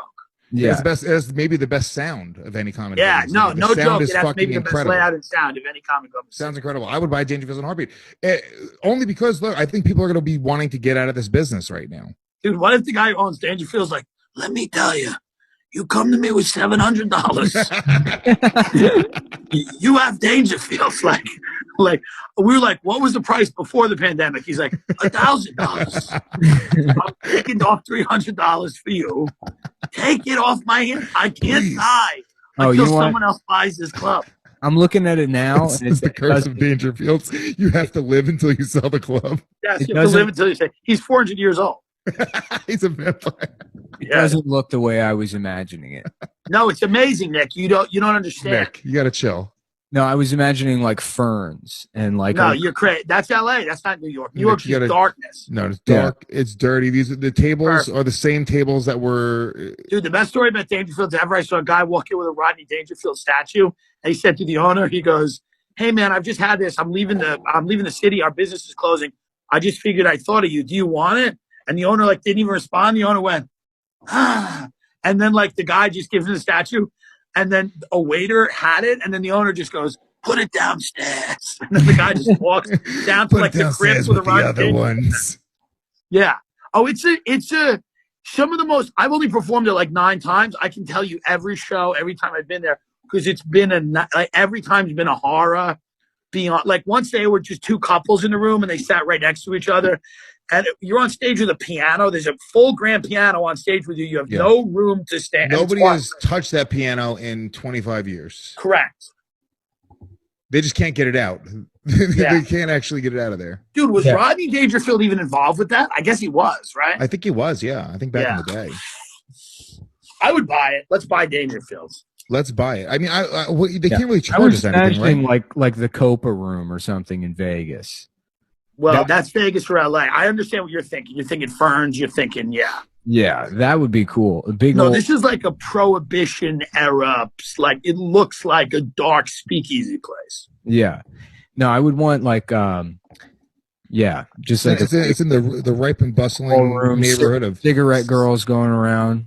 Well, you could do all of that. When we own it, you can do all. You can put cigarette machines and girls selling cigs. Raise the ceilings about 32 feet. Yeah, I don't know what the construction costs or that'll be, but also we only zoning issues. We only book Long Island comedians. You have to commute an hour. It's Vic DiPotetto every night. Yeah, every night. Every single. No, I'm not even even work. Vic's like good. Like I'm talking about like 4 levels lower than Vic. Well, Gino Bisconti's 6 levels lower than Vic, so we got to get somebody a couple levels above Gino still. Yeah. Like I want an environment where Aaron Burr is called a cuck because he's not going far enough. Yeah. I just want a 40s nightclub. The vagina room. Yeah. The vagina ballroom. The vagina ballroom. It's your first time at the vagina. No, everybody's got to wear suits, even the women. Yeah.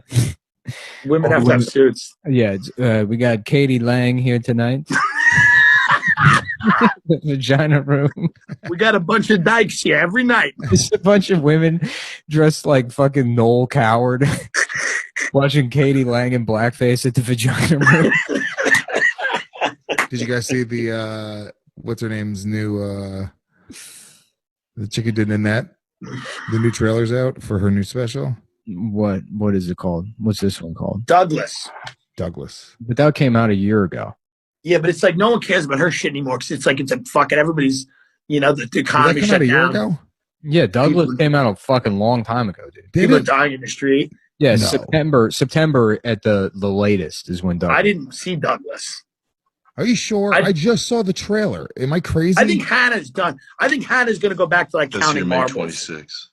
May 26th is coming out. Yeah, no, you're wrong about that. Well, she's been performing Douglas for... Yeah, you can go see her perform it, but she's releasing it on Netflix as a special.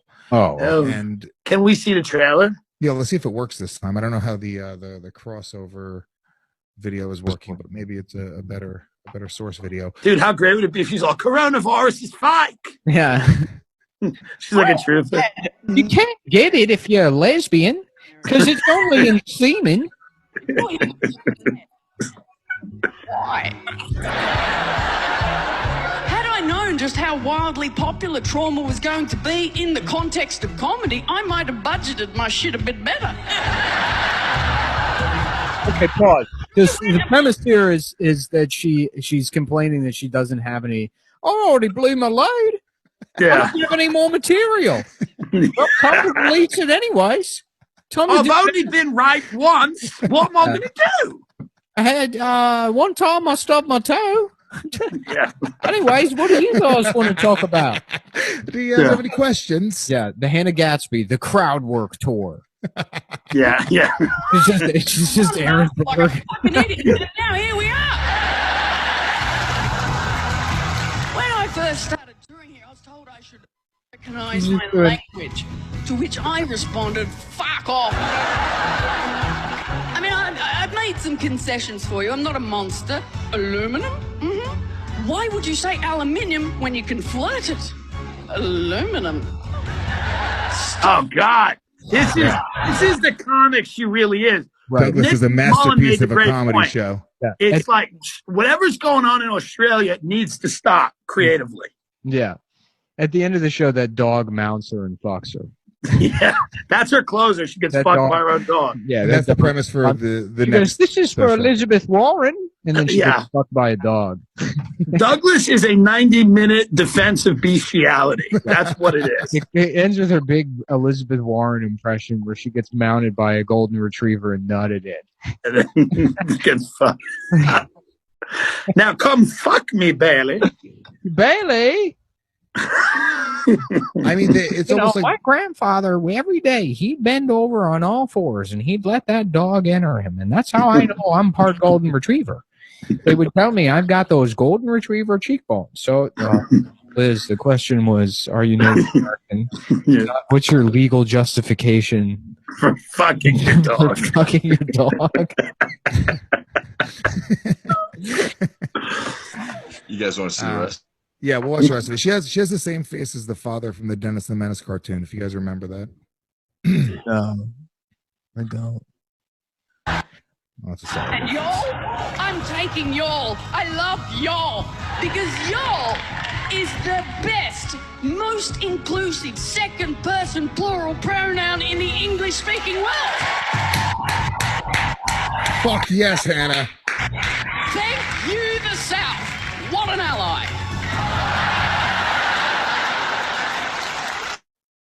She should still be yelling about rape. Like, this is a new level of bad. Right. It's so funny. It's because it's like you would think at least one of these people would be like, okay, time to do comedy, and then they'd actually have the ability to do it. Well, no, what this is, these are all the jokes that she actually had before she wrote that one-man show.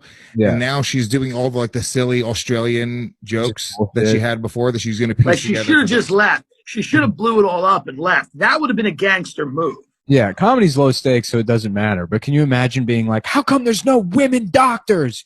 And then it's like the angry bitch is the most famous angry bitch doctor in the world. And now we're all going to watch her do surgery on a child's brain. And she's like, yeah.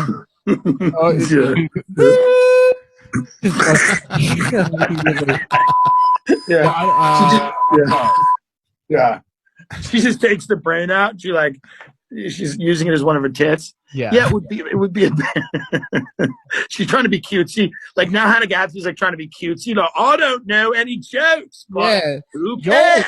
Y'all, I'm gonna start saying y'all. You know, they go, I'll say whatever. You notice they've got jam and they've got jelly.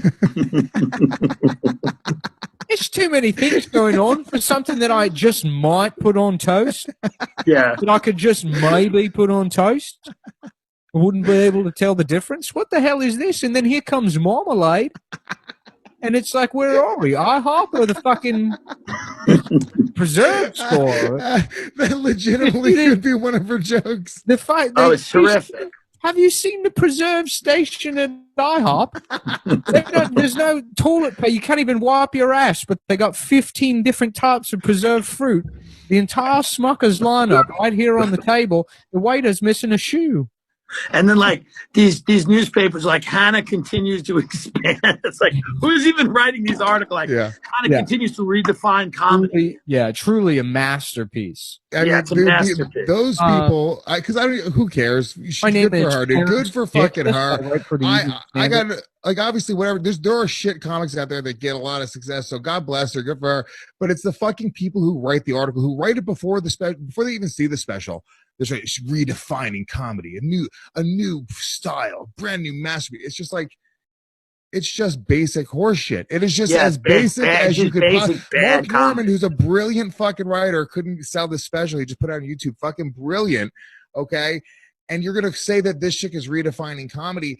It's almost like it's not even the issue with her. It's the issue with the press and the people who prop her up. And then she sort of takes the brunt. And I feel bad. The Mark special is great. And then he gets really popular off of it. And then he has to release a second special. And he's like, I got to be honest with you. I kind of ran out of material in the first one. How about this? A couple of years ago, I was raped at a bus stop.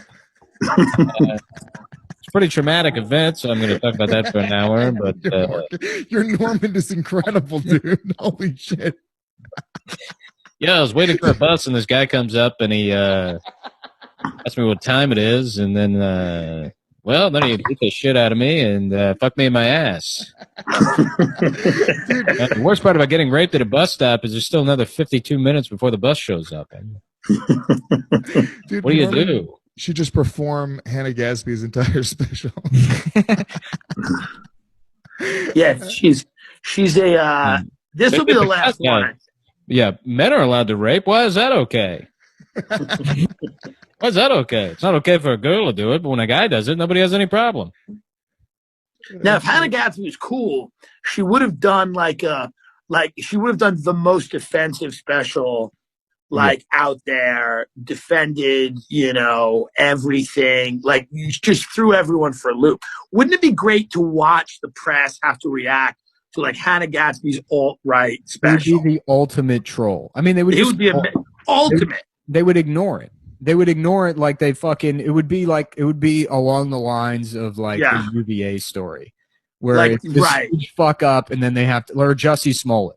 That's Jussie Smollett, and then they're like, or Covington, where they're like, sorry. How great would it be if she was just doing a character like Dice? Yeah. Like, it's not even that's not her personality. It's actually Milo in a fat suit. Yeah. The thing about her is she's autistic. I mean, to a level that I don't know how much she knows. I don't know how much she understands what's happening. Mm-hmm. What do you mean? like she's like not all there. Is she not? I don't know. No, she's not. I mean, I've seen her. Like I saw her in Montreal. Like she's somewhere. It's not all the things aren't working up top. Really? Yeah. Yeah. And so you think she's autistic? I just think that like she's probably surprised by all. I don't think she engineered all of this in like a none of the people that have like caught this identity wave and blown up have engineered any of it. Yeah, there's people behind her that are making this thing happen. Yeah. Like I said, I don't blame her. You sort of go down a path and you get some sort of success. Guys, good for her. I said it when Nanette blew up. It was the best part of that for me is I saw it and I was like, Cameron Esposito is probably furious about this. Yeah, no, she was. She never tweeted about it. Yeah, and then she never did. She never fucking did that. Everyone was talking about Nanette, and she didn't say a fucking word. Wow, that speaks volumes. Yeah, and then it's like it's hilarious. I don't want to, fuck it. There's no reason to twist the knife, but it's like the people that have like banked everything on identity and are trying to fucking engineer it are like some of the most cynical people in the they're just utilizing that movement to go and fucking make some cash. They want to bank, and if they don't bank, I think that movement's over. I think people are over it. They're done with it, especially because all of this shit happened. That's what you want, though. I mean, it's like that kind of thinking is as delusional as Lewis's thinking is that he's going to open a comedy club this year and there's going to be 500 people going out to see it. Yeah.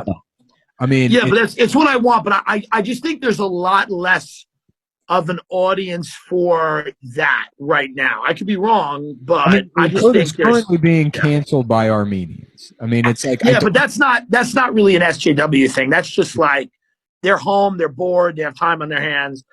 I mean, like, is it good? Like, I just don't think people are going to get the same mileage out of getting on stage and be like, so I'm Asian. Yeah. So hold on. Wait, so Cameron Esposito released a special called Rape Jokes. Yeah, right before. Right before? Oh, my God. She's furious. It was rough, yeah. Wow. What, the the situation of the rape? Well, no. I mean, the situation. The net situation. Wow, dude. So she was completely outshined by that. Yeah. I think Nanette should release a pandemic where she just talks about that coronavirus is fake.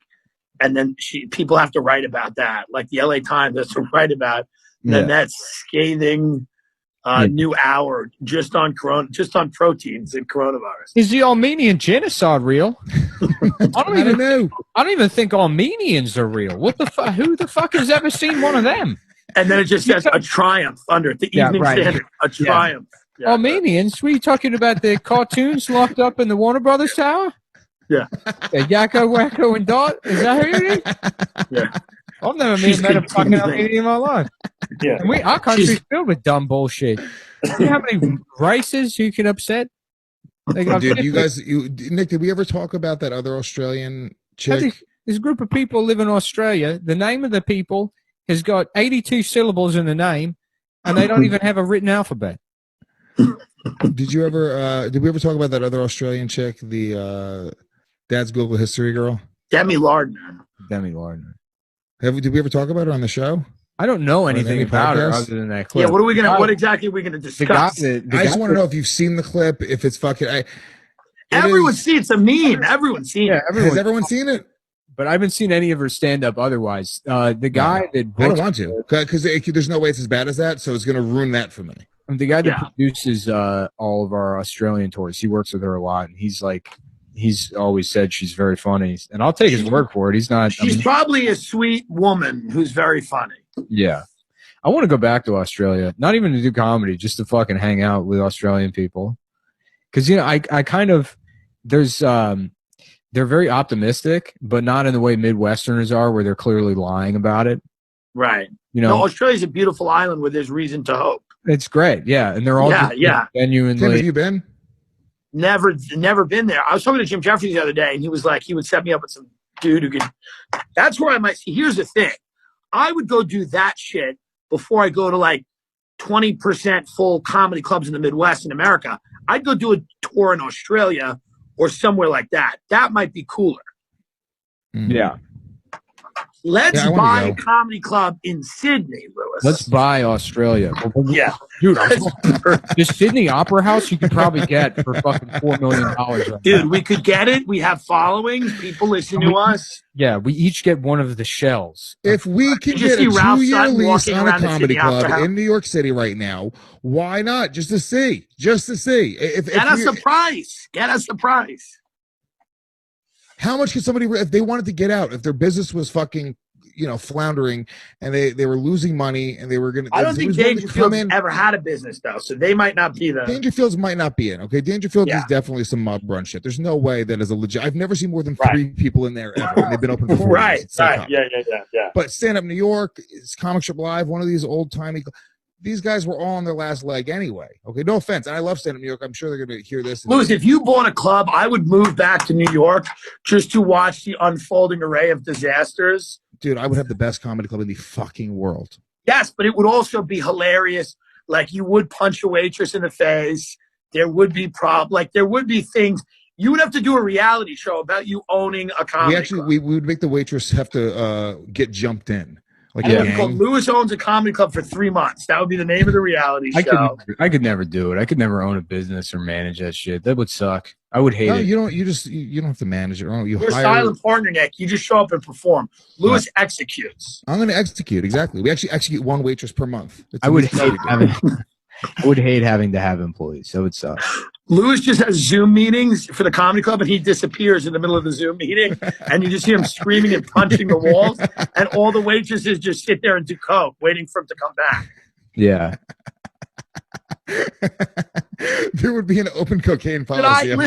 Seriously though, should I drive to Arizona this weekend and do guest spots? 100%. You should drive to Arizona anyways and just get the fuck out of the city, dude. I mean, it's I should go on a drive. I wanted to go upstate, do something, but I'm trying to get some work done. So I figured I'll stay here and punish myself. Why don't we do a show in Charlottesville, Virginia?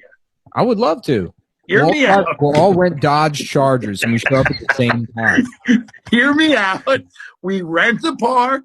Yeah. We do a nice show. I haven't been paying attention to that story at all. Was that kid up to no good? The kid that drove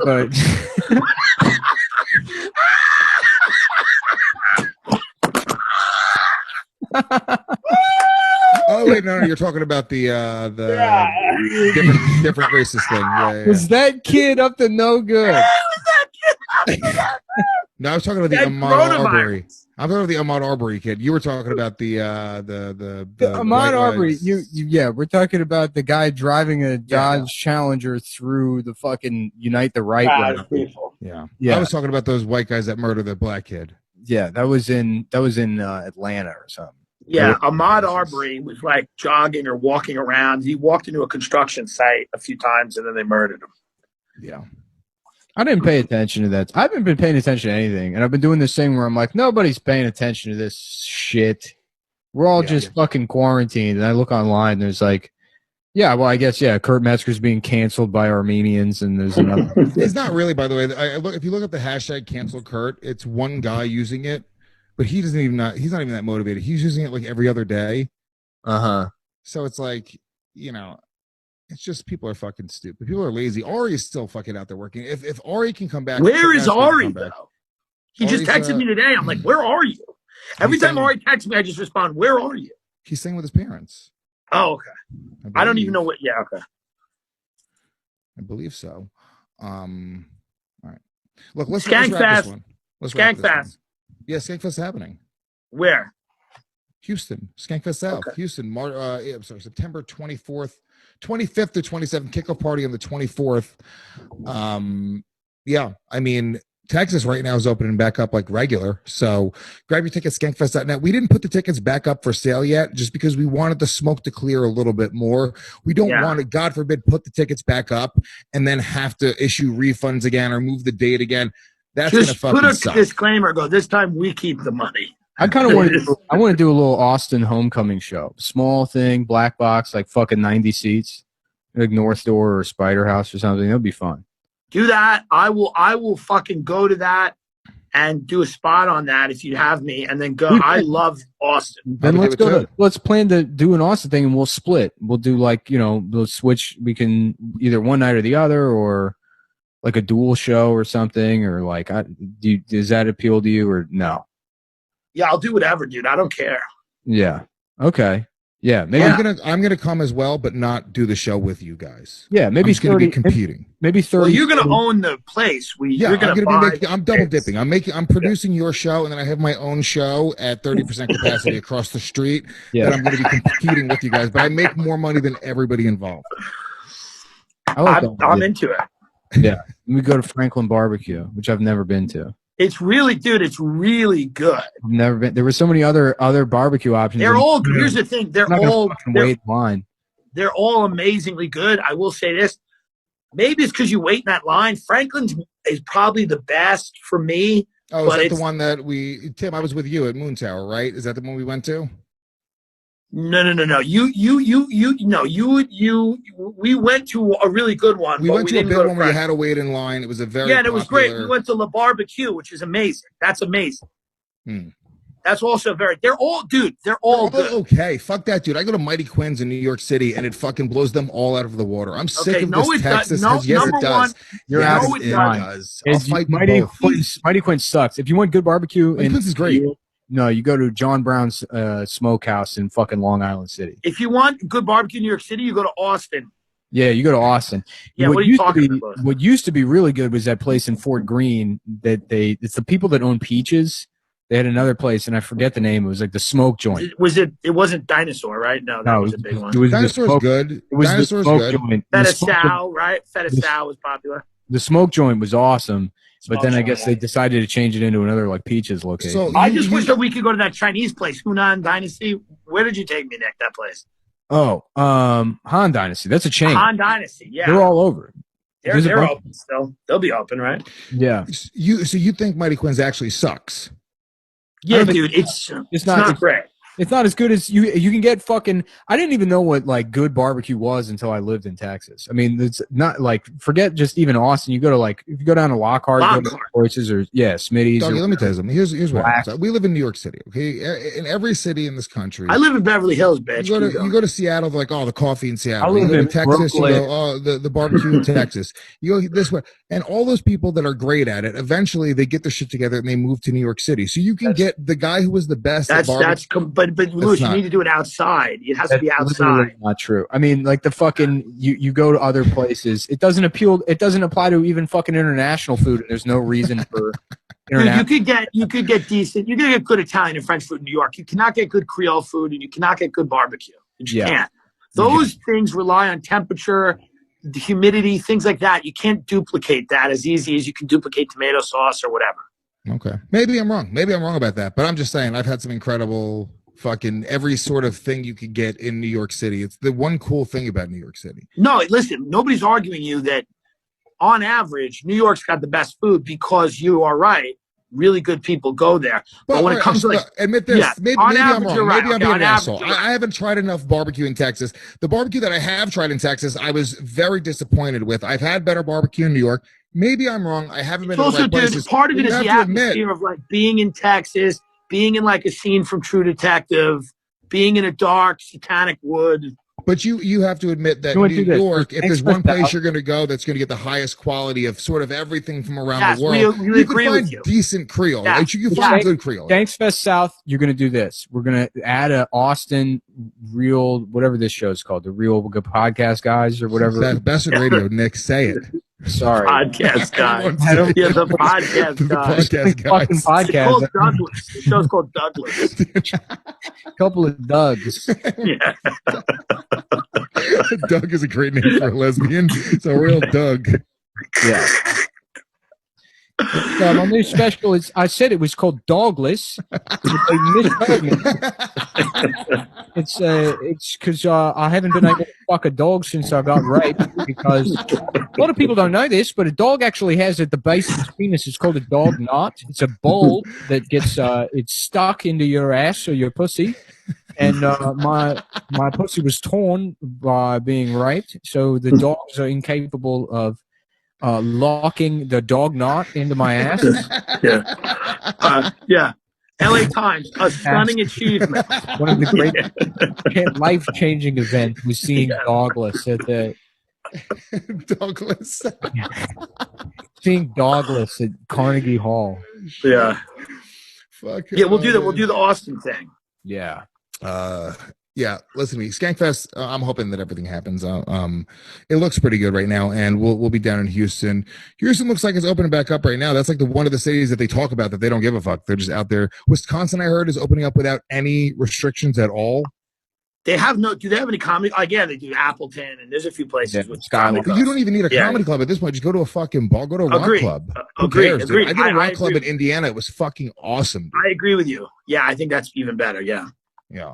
You know, especially right now where it's like you have to worry about like capacity. I don't want to go to a big comedy club, and you know, you're right. It's a big, empty, cavernous thing. But if you find the right setup, comedy clubs, I like hated them, but like, and I stopped doing stand up. But with this ends, I kind of want to just be a club comic, and maybe I don't know, maybe it's like a going back to my youth sort of thing. But I would kind of want to be in like a big shitty club with nachos. I'll let you know how that is. I may drive and do that in Phoenix, and I'm just going to do guest spots, and we'll see what happens. Yeah, please let us know, because I have gigs with Metzger coming up in Phoenix as well at the end of June. Utah, I've never been to Salt Lake City. That looks like that's going to be tacked right onto that same exact weekend. So, yeah, look out for all that stuff. You know, support everybody, subscribe to everybody's shit, all the social medias and all that other stuff. Anything else, boys? No, buy the shirts. Come.town. Come.town. Make sure you buy those shirts. Support Tim. If you're in LA, I'm podcasts. launching a line of sandwiches very shortly. Are you really launching a line of sandwiches? Yeah, 100%. We should open, if the sandwiches work, let's get a lease and open a fucking automat in New York. No, I want to open a deli in Manhattan Beach. Like, I want to get out of this whole business and open a deli. I've always wanted to own a deli. I want to own an Tim, I have a great name for a sandwich place. What's it called? I almost don't want to say it because I feel like people will take it. What is it? Bastard sandwich.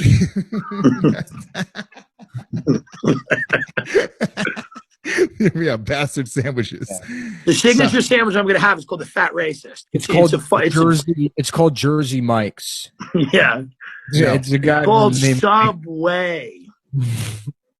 Solid sandwiches.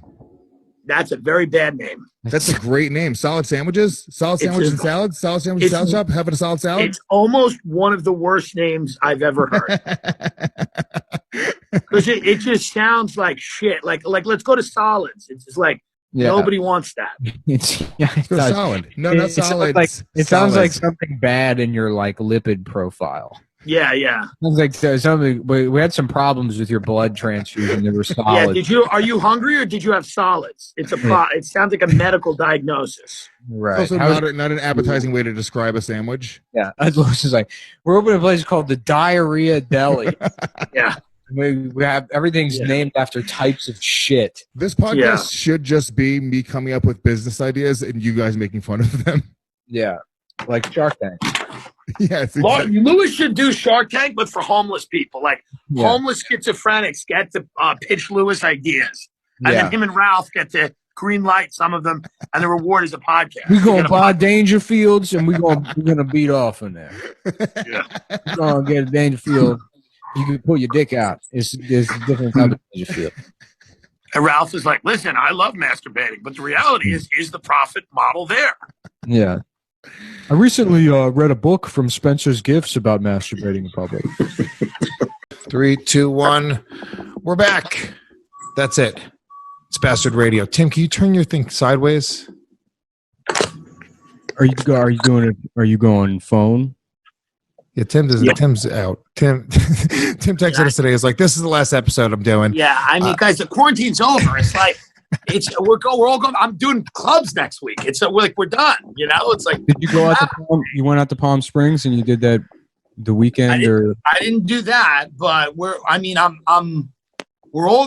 all starting to move now, right? I mean, it's in LA. We are. Are you guys? I thought LA was closed until July. LA is, but we're all going to just start doing Arizona and Texas. Yeah, that's what I'm doing. I'm doing Arizona next month. It's been a nice ride. The Bastards, Yeah. I mean, we'll do in New York. I mean, listen, I'm going to come to New York in July, right? I mean, like, isn't everything opening up or am I nuts? No, not here. There's, I mean, the New York state plan is it's all in phases and then the regions are phased. So Yeah, we are in New York City. It's also the very last region for anything to New York happen. City won't hit phase 1 until mid-June, and then comedy clubs per the phases won't open up until phase 4, which is the last phase. And so you're talking about, like, if you want to perform at a comedy club in New York City, don't plan on it happening prior to 2024. At the very, very fucking earliest, probably like 3rd week in July. Okay. Yeah, I would be very surprised if comedy clubs were admitting people the 3rd week of July. It's also a different thing. Like, you go to fucking Idaho or Texas or wherever the fuck you're going, these places pay pennies on the dollar of rent. Like New York City, in order for them to turn their fucking lights on, they need to have 100 people. That's like a minimum at a club in New York City. It's crazy. Right. So it's going to be interesting to see it all happen. But yeah, the road's opening back up. People are fucking, they don't give a shit, dude. People are protesting. They're rioting right now.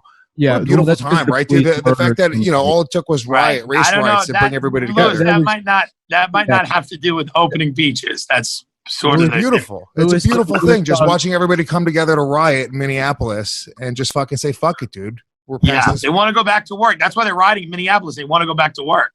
I know. Yeah, that's why they went to that Target. They all worked at that Target. They wanted to.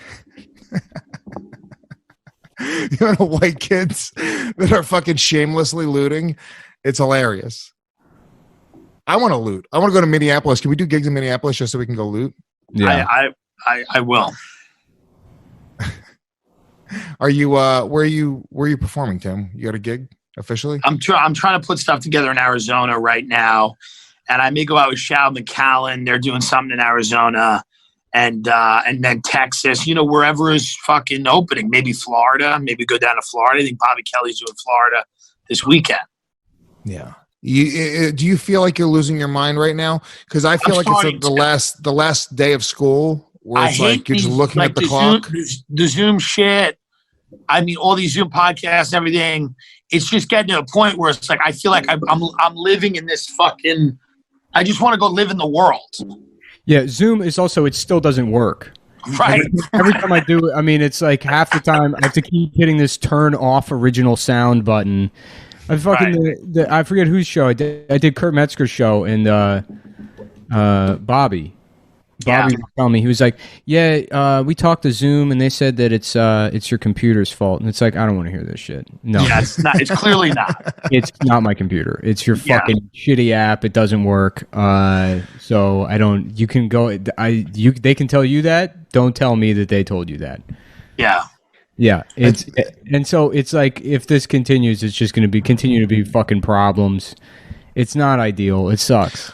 Well, the problem is they're banking all this technology on, like, you know, the world ending and us needing to continue. Everyone's dying to get off this shit. Correct. Everyone is dying to not, like, I don't want my son to fucking learn. I'm watching my son learn in front of a fucking iPad. And the guys at Zoom, right, like as soon as the quarantine hit, are all basically like a woke comedian the second they got a writing job on like a variety comedy show. They're like, oh yeah, I made it. I finally made it.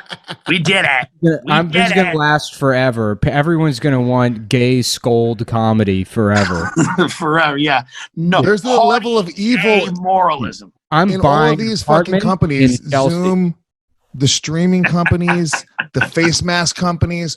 There's like a level of evil there where you're like, I don't give a shit what's happening. Like, you guys are thriving during all of this. And I'm not even saying, like, good for them. It's almost like striking gold. Like, I don't think they started Zoom knowing that there was going to be a fucking pandemic. Well, how sad is it going to be when, like, the Zoom comedy shows start to, like, there's going to have to be a time when, like, someone's going to want to get booked on a Zoom comedy show. And, like, the curator of that is going to have to tell them, like, hey, we just shut down last week.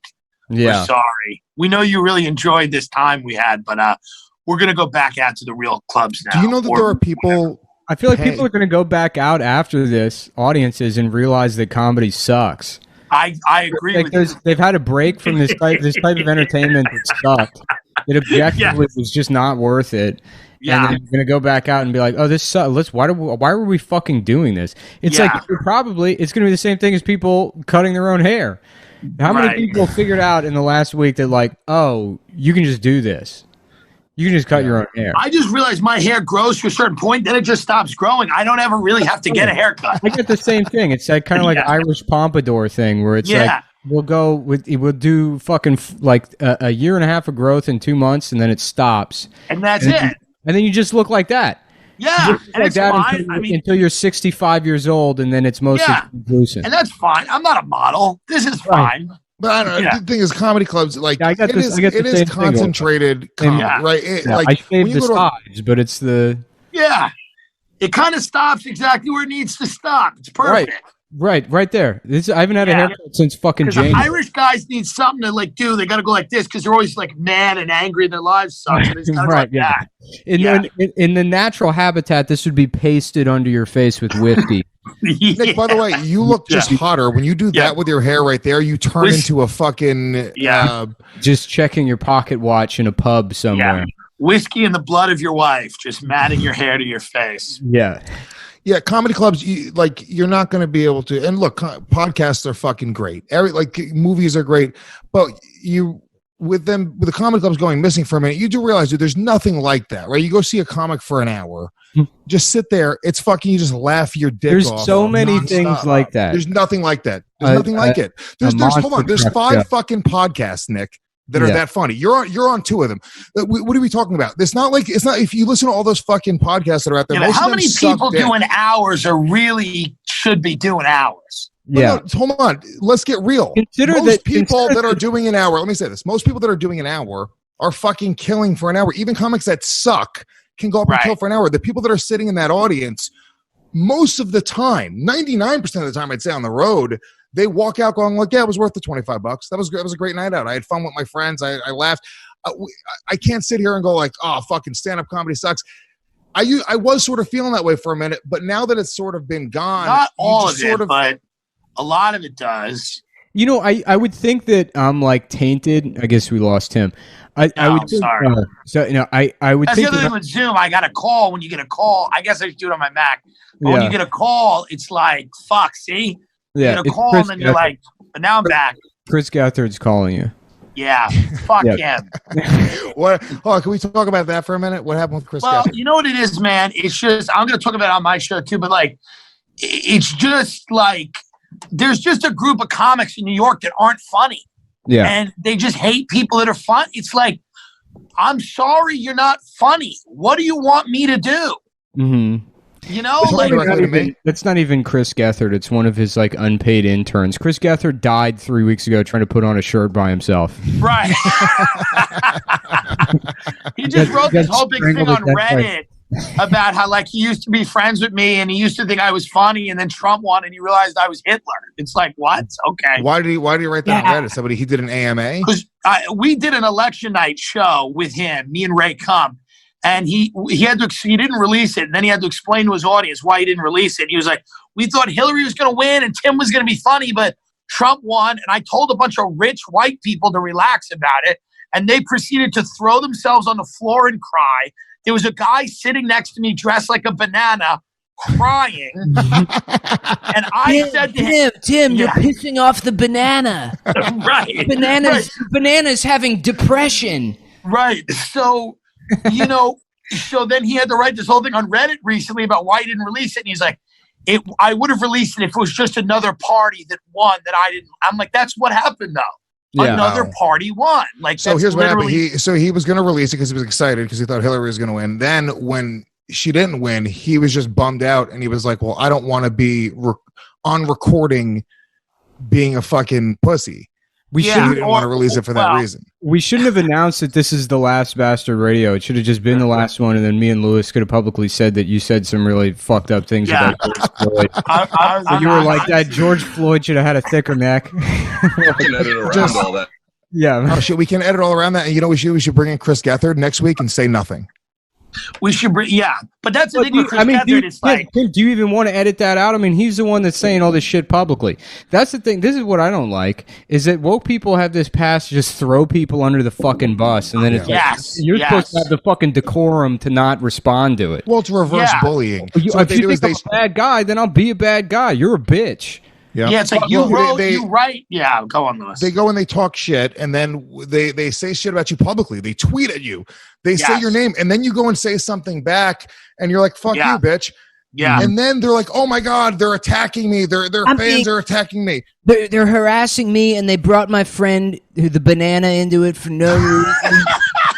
The depression banana who suffers." By the way, I love Chris Gethard. Gethard. Here's why I've always liked him, because I like con artists. To me, it is hilarious to like claim you're helping comedians and then have them dress up like bananas and sit behind you while you make millions of dollars. They make nothing in a banana suit. That to me is like, I am all for that. Keep doing that, Chris. Yeah. I've always liked. He's always been a cool enough guy. He did Skankfest a couple times. And that was the problem. Is a lot of these woke comics is they want to have if you ask him about that now, though, if you went to Chris and went, "Hey, remember you did Skankfest?" He'll say something like, "Yes, but that's before I realized how dark they were and how dangerous it was. Like it's fake. It's all a lie." I mean, by the way, I was way more dangerous back then before I had things to lose. What is he talking about? Like I was actually a criminal back then. Yeah. I love how everyone does their own retconning. For Chris, it's that he knew and he was making a decision or whatever, and in Lewis's mind, he was an international art thief at the time. Yeah. He was. Lewis was like, I had nothing to lose. Yeah, at the time, I was Scarface. I feel like my levels are fucked up here. You sound pretty good. It also they record each. The thing that's good about Zoom is they record each track individually, so we could EQ it later. Yeah, well, I mean, fucking Zoom, man. I hope some of these comedy clubs in New York find a way to make it through. Do you know people are charging to sit in on Zoom meetings? That's a thing that we can do. Yeah, that's pretty shitty, right? It's really shitty, dude. It's fun. I mean, like I got asked to do a comedy show. Marco from Eastville asked me to do a live stand-up comedy show where I did jokes to an audience. I wouldn't even do that if it was I wouldn't stream a stand-up comedy show in a club with 200 people in the crowd. Are people watching those? Is there a single successful Instagram comedy show? Because there's a lot of them and they haven't stopped yet, and it's been 2 months, and it's like, good question. Is there a single one where there's like fucking even 100 people watching one? Dude, I think it's other comics. If there's anyone, it's like other loser comics. Yeah, and then they all like just keep sending the laugh emoji. Right. Yeah. Oh, it's so funny.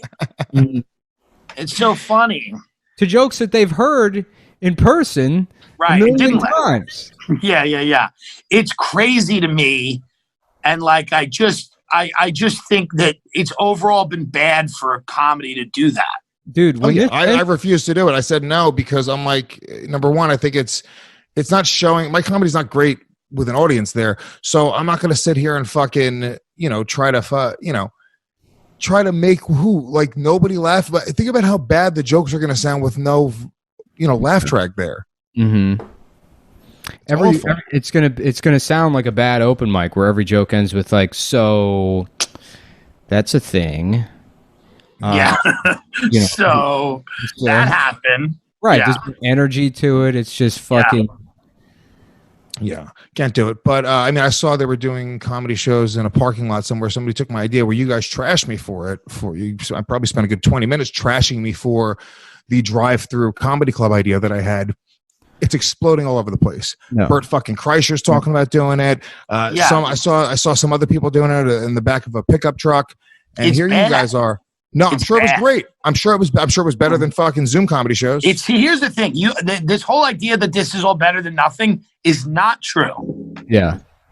I mean, it's not true that it's better than nothing to stand up in the back of a pickup truck in a diner parking lot and scream at a Chevy Nova.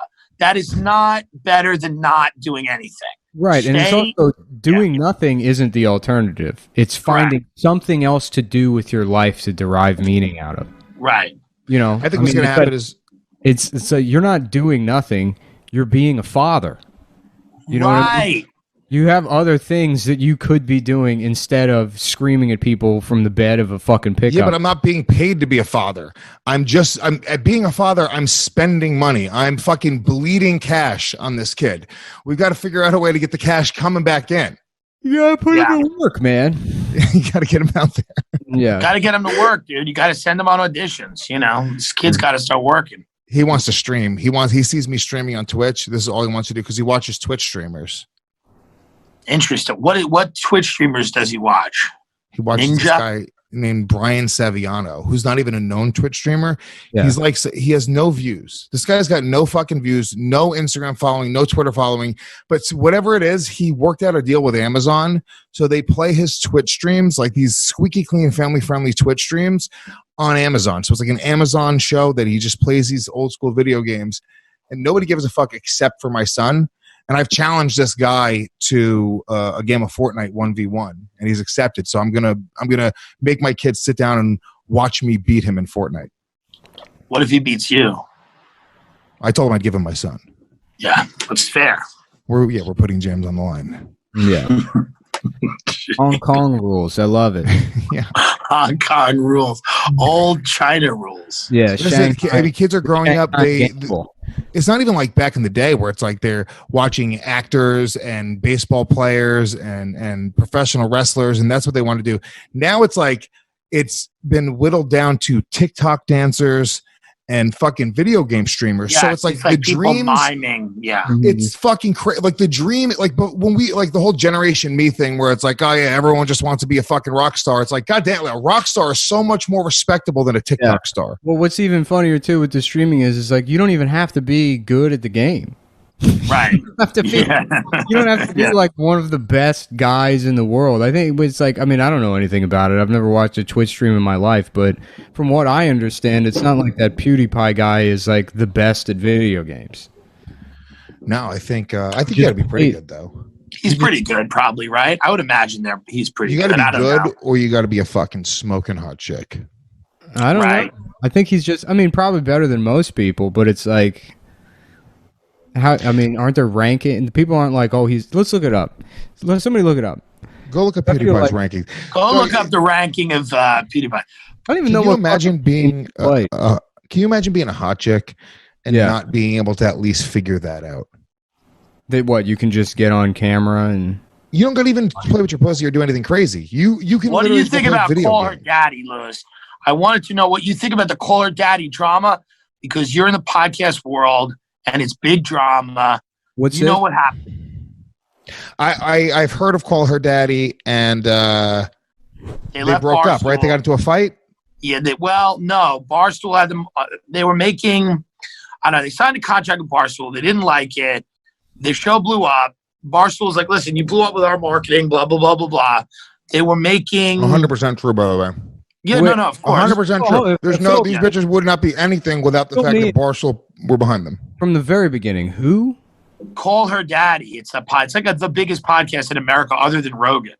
I don't know it. I've literally. I know. No, you're a person. You shouldn't. But like, you're two. I've never heard of this. These two girls. They were making like $500,000 each, but their podcast is like a massive. And one girl's boyfriend, who's an HBO guy, got in her head. He's like, "You're getting ripped off. They're ripping you off." So she went to the other girl. She's like, "Let's get out of Barstool. Let's leave." And one girl didn't want to go, and so now they're just fucking. They're split up, and the girl that wanted more money now has nothing because the show's over. They're looking for a new girl to replace her. Barstool's argument was like, "Listen, we built you. You signed a contract. It is what it is." Yeah, I agree. I agree with Barstool. Yeah. Am I crazy? No, you're right. You're probably right. I don't know who these bitches are, but I'm assuming. No offense to them. I'm assuming that they're fucking whatever. All of these podcasts, there's like a handful of good podcasts, but most of them are garbage. Most of these people, they have nothing to talk about. They have no opinion, no perspective.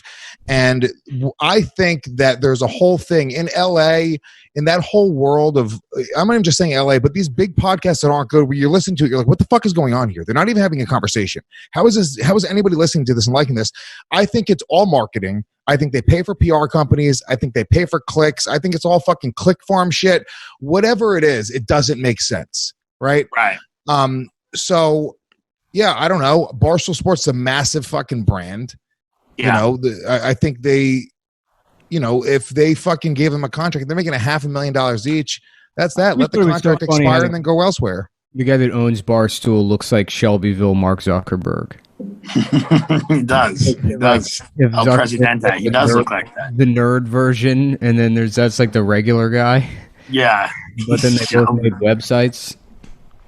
I think that's one of those like we're living in a simulation things where it's like the formula the formula kind of ran out of. It's like you got like a hash collision there, where there's only so many inputs you can have, and then it creates right website, kind of Jewish nerd guy. This is what they look like.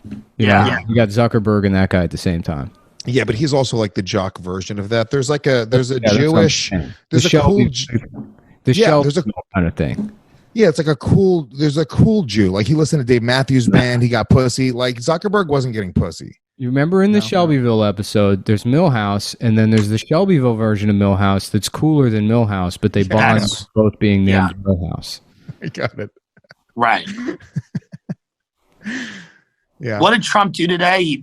Now you can complain if they get rid of you or something on social media. There's he's like some executive order where it makes it okay to.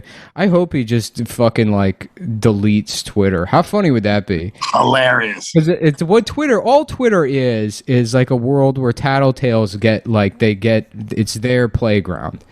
It's a tattletale's. It's a snitch's dream is to be on Twitter. It's a snitch's dream. It's a very good point. It's the most punitive of the social media platforms. It's the most detrimental to social cohesion. It's done nothing. The word count is like whatever the character limit is. It's just enough that it's saying just enough that somebody would want to hit you. Yeah, right, exactly. That's literally. It's just enough that somebody would want to fucking hit you. If they shortened it to 275, everything would be okay. But 280 is the number where it's like, okay, that's where problems. It's okay. You were getting fucking smacked. It used to be like fucking 110 or something, or 140 characters. It was 140. 140. And that you had to write like you were a fucking like a 7th grade girl. Like it was all like you had to write numbers. They didn't because they didn't have threading. Twitter didn't. Well, like Twitter used to be good because there was 140 characters and there was no threading. So like the only thing you could use it for successfully was jokes. So that's until I like you could put a video on it and people could retweet it quickly. It was also a timeline, right? So it was like you would look at your Twitter feed and it was a timeline of what people were saying. There was no algorithmic bullshit. There was no like they're putting certain stuff ahead of other things. There was no promoted tweets.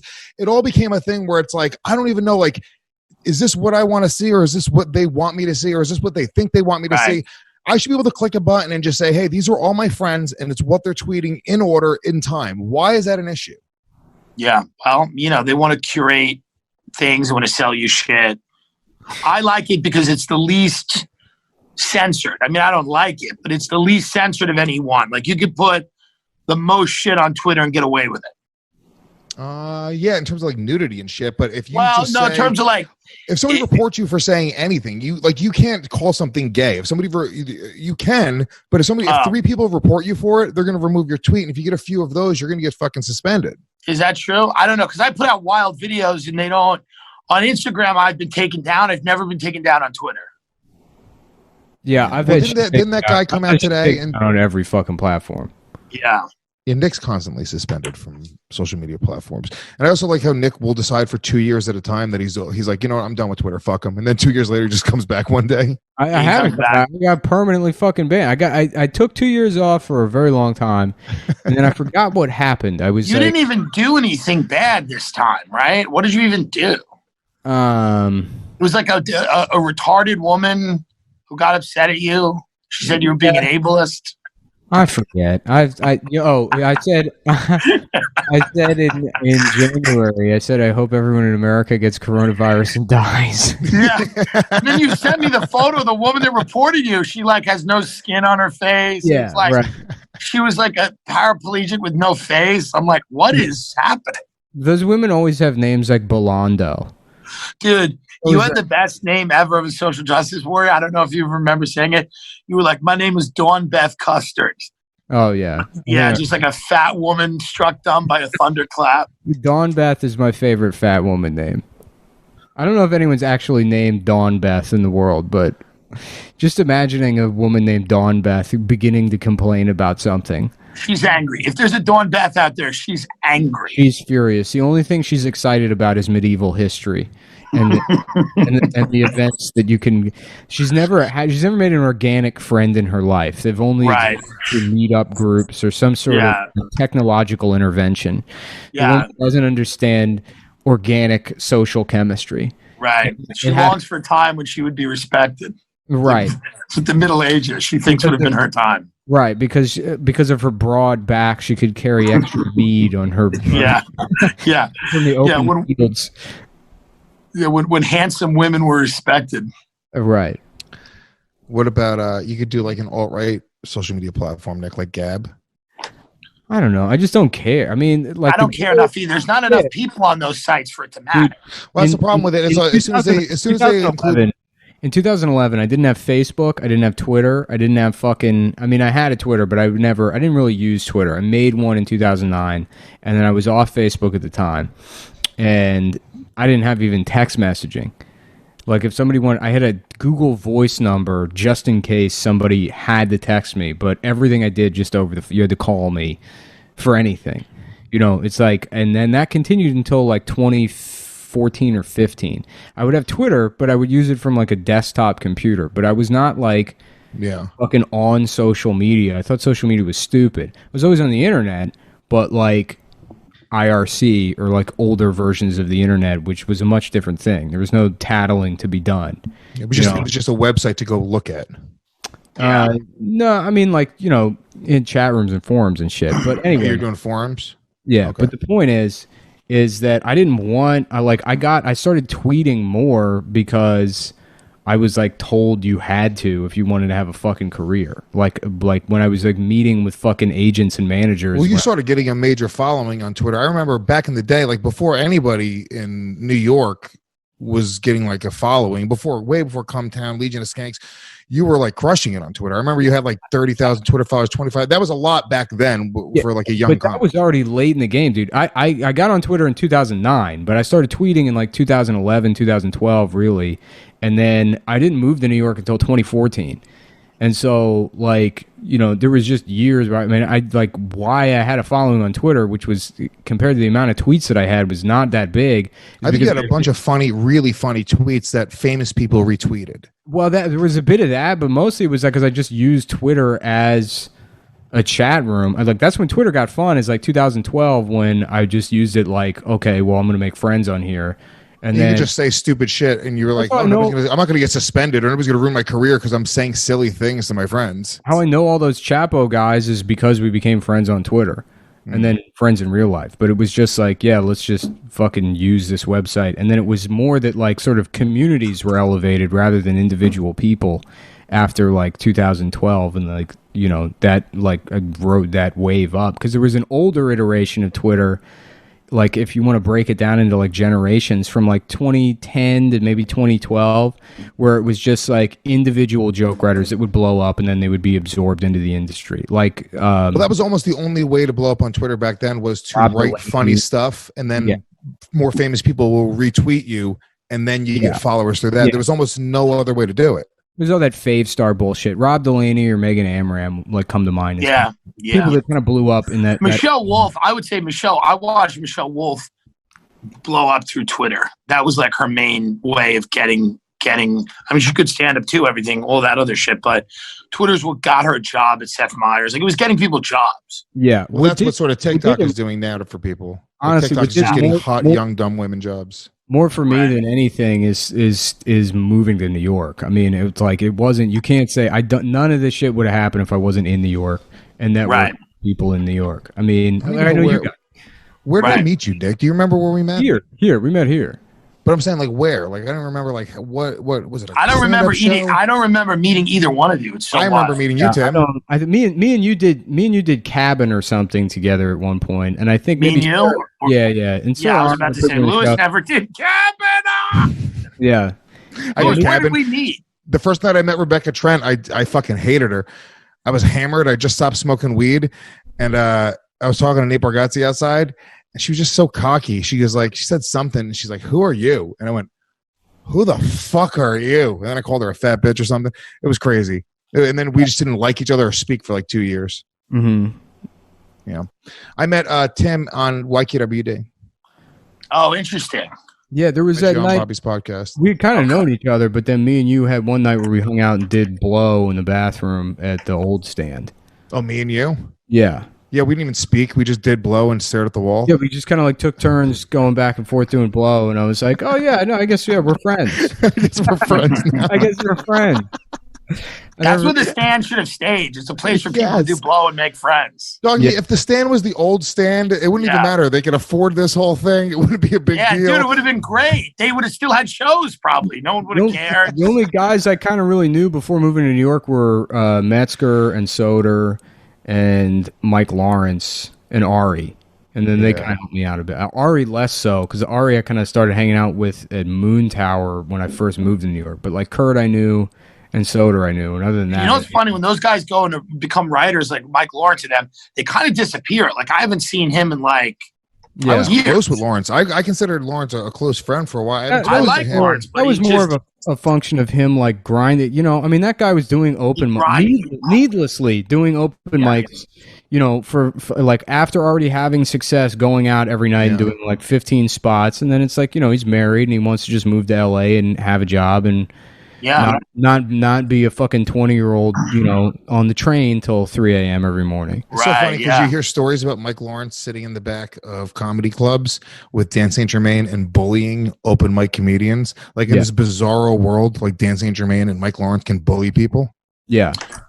Well, they were having success. I mean, they were like some of the only people back then that were popping off, right? Because everything was going to like Beards and New Balance sneakers and stuff like that. Yeah. And they're both funny guys, but they were like, I guess they were the people that and I mean, now let's be honest, and I like them both, but like that type of comedy is kind of irrelevant now. That was the last year of white guys where they just they fucking went too far with the kind of white guys they sold to people, and then they thought they shifted a little bit. They're like, no, we're not white guys, we got beards. And then Indian people were like, what the hell is this?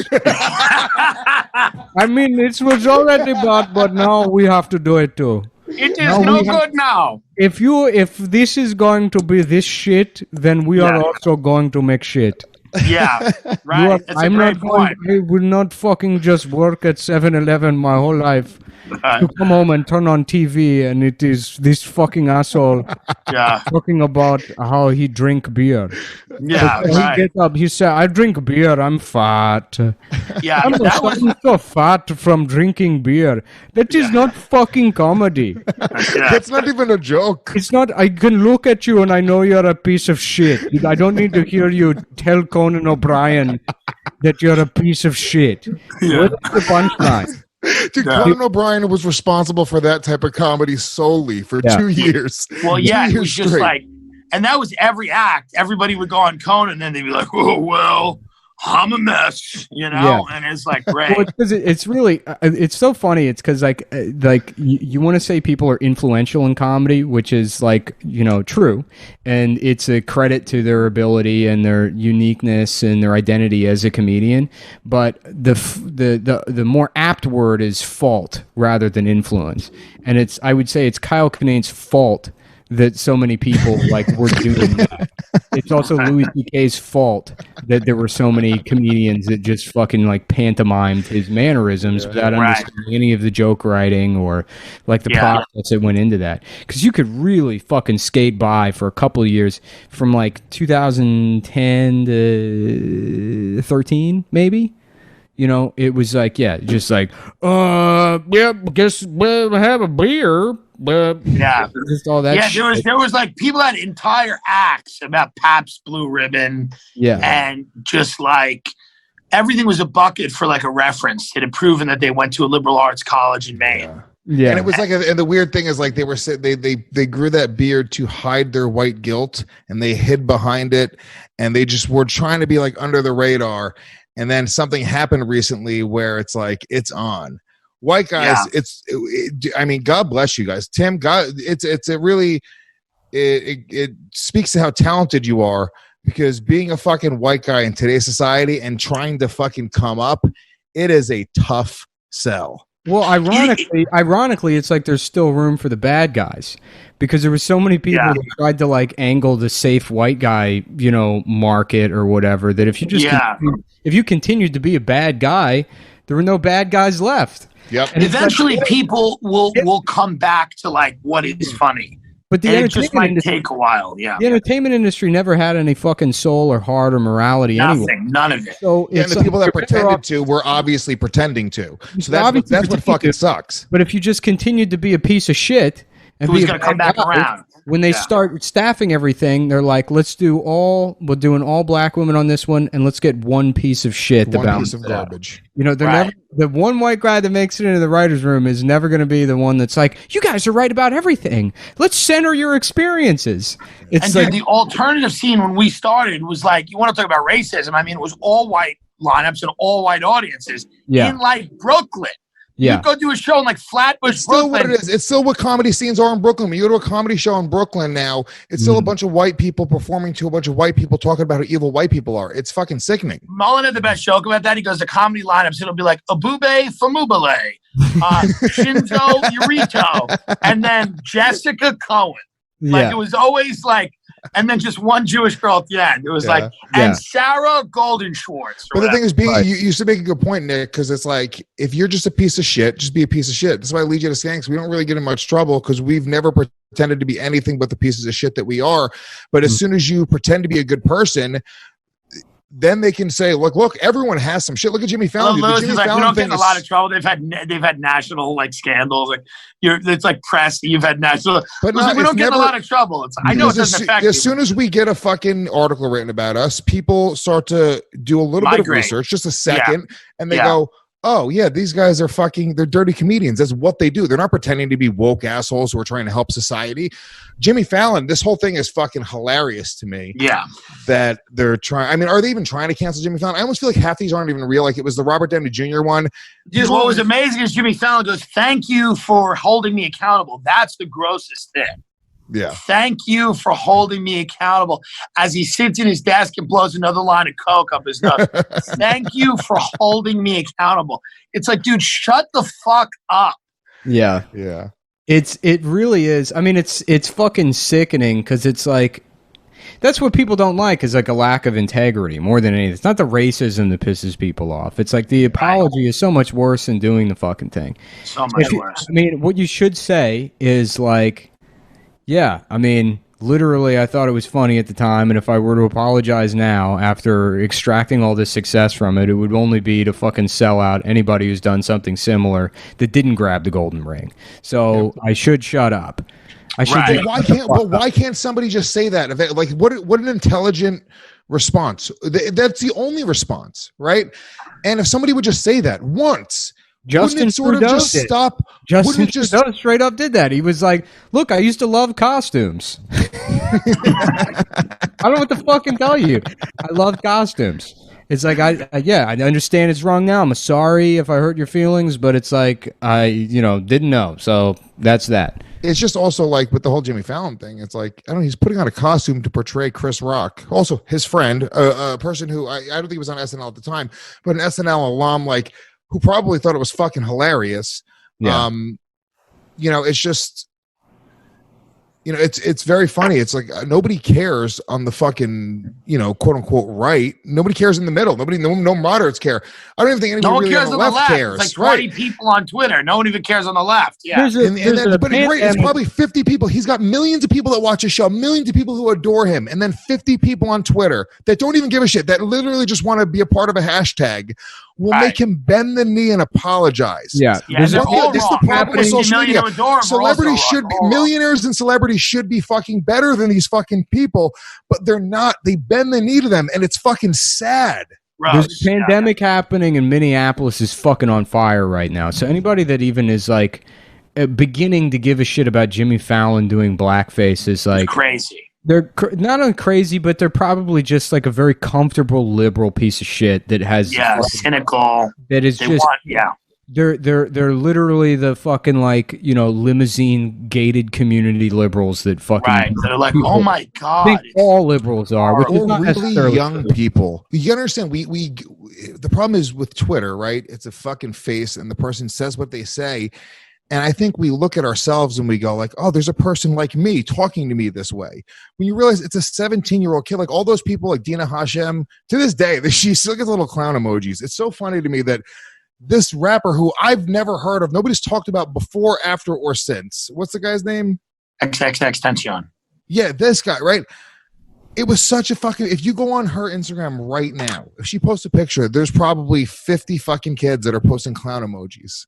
Yeah. To this day. And it's like, and by the way, I don't even know why that bothers me, but it does. If somebody posts a clown emoji, I'm going like, yeah, fuck you, dude. That's such I don't know what it is. It's such a funny thing because I would never even think that people would give a shit. I would think they like me. Yeah. At first, I was like, oh, they like my comedy, like the clown emoji. Yeah. But again, here's the thing. She didn't deserve this at all. I don't know her at all. I think she's a really strong joke writer. Part of the benefit that three of us have is like, we've never pretended to be good. We've never pretended comedy was a vehicle for anything other than like goofing off. So if you get mad at us, you're an idiot.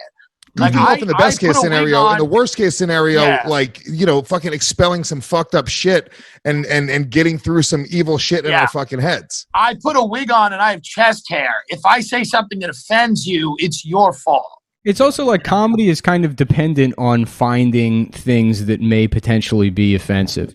And Correct. It's like, that's what makes comedy work. And you could say like, oh, what about like nice comedy? That shit sucks. And it's like I'm in a conversation with my friend of mine. So that Amy Cooper thing happened, right? Who's that? Oh yeah, the woman. Yeah. Fucking woman that called the cops on this guy. The black guy. Yeah. There's a black guy threatening me or whatever. Yeah. And so it came up on the show, and I'm like talk about how like, okay, well that guy's also just a tattletale loser, and it's funny.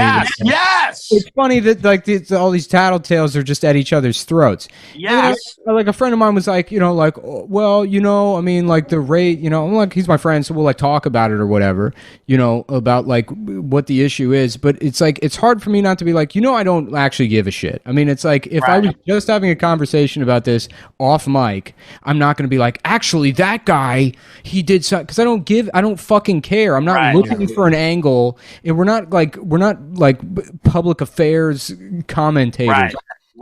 It's like you're like, if you're trying to find something funny, you got to find a different angle. Why does that guy care if his dog's off a leash? I guess it's just that he doesn't want to get hit. That is the point that I'm gonna make. It's like people are like, oh, well, your dog was eating rare birds, and it's like, I don't buy that. I'm sorry. Well, we don't, and also, who cares? Like, imagine walking around Central Park going, are the rare birds being eaten, and who's doing it? And let's find that out. Also, what type of black guy knows which birds are rare and which birds are not rare? He's gay. Let's say that. He is gay. That's not a real black guy, okay? This is not. He's the king of Twitter. Trans is number one. Black and trans is number one. Black and gay is number two. Yeah, that chick, Amy Cooper, like, here's the thing, right? So, yeah, she sucked. She sucked. And I think subconsciously, look, what she's doing in a weird way is she's saying, hey, just so you know, black people get killed for fucking with white people in this country. I'm going to call the cops on you now. You should get the fuck out of my face. She's using racism as sort of a weapon. I don't think her end result was to try to get this guy shot. I don't think that was it. But it was. It was. You think she was trying to get the guy shot? Yes, that is. She said he was trying to kill her. That is a rich, malicious piece of shit white lady. Yeah, I agree. I think she's a piece of shit. Would not lose a wink of sleep if the police showed up and assaulted that guy. I don't think I think what she was trying to do is I think she was trying to get him away from her.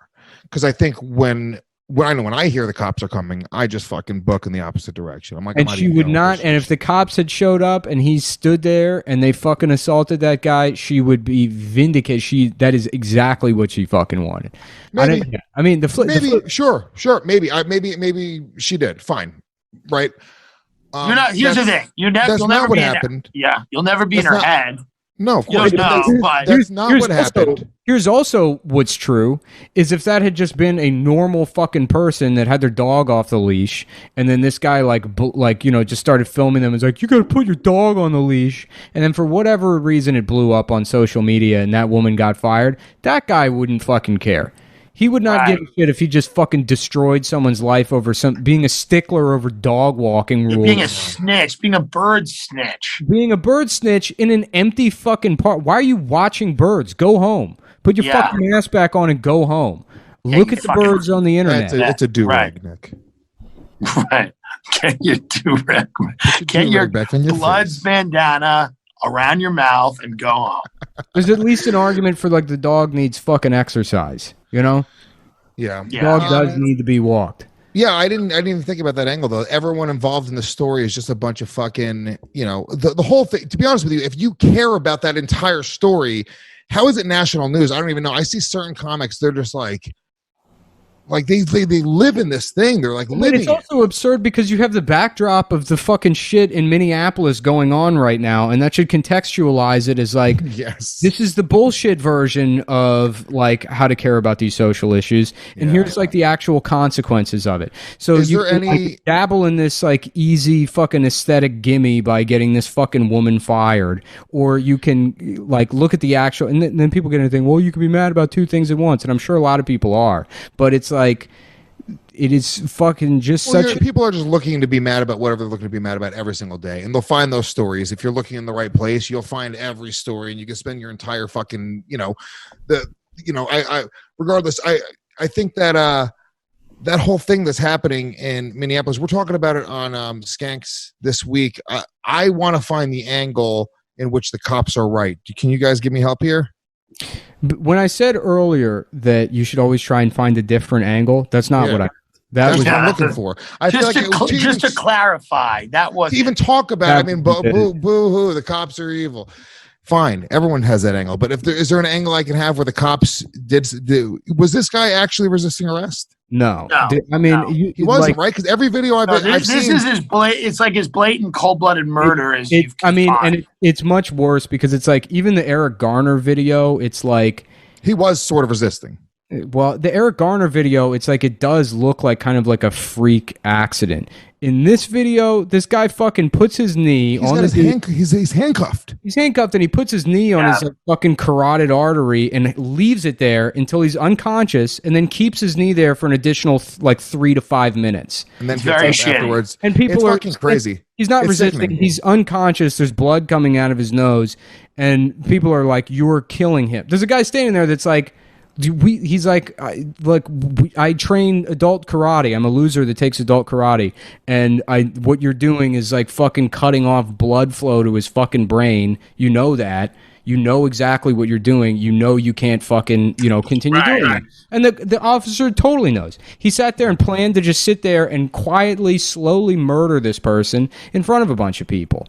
And there is really, if you watch that video and you can still make fucking exceptions for the police in your head, I mean, it's like, I always say this. You're a fucking I always look for like, all right, what happened before the video camera started rolling?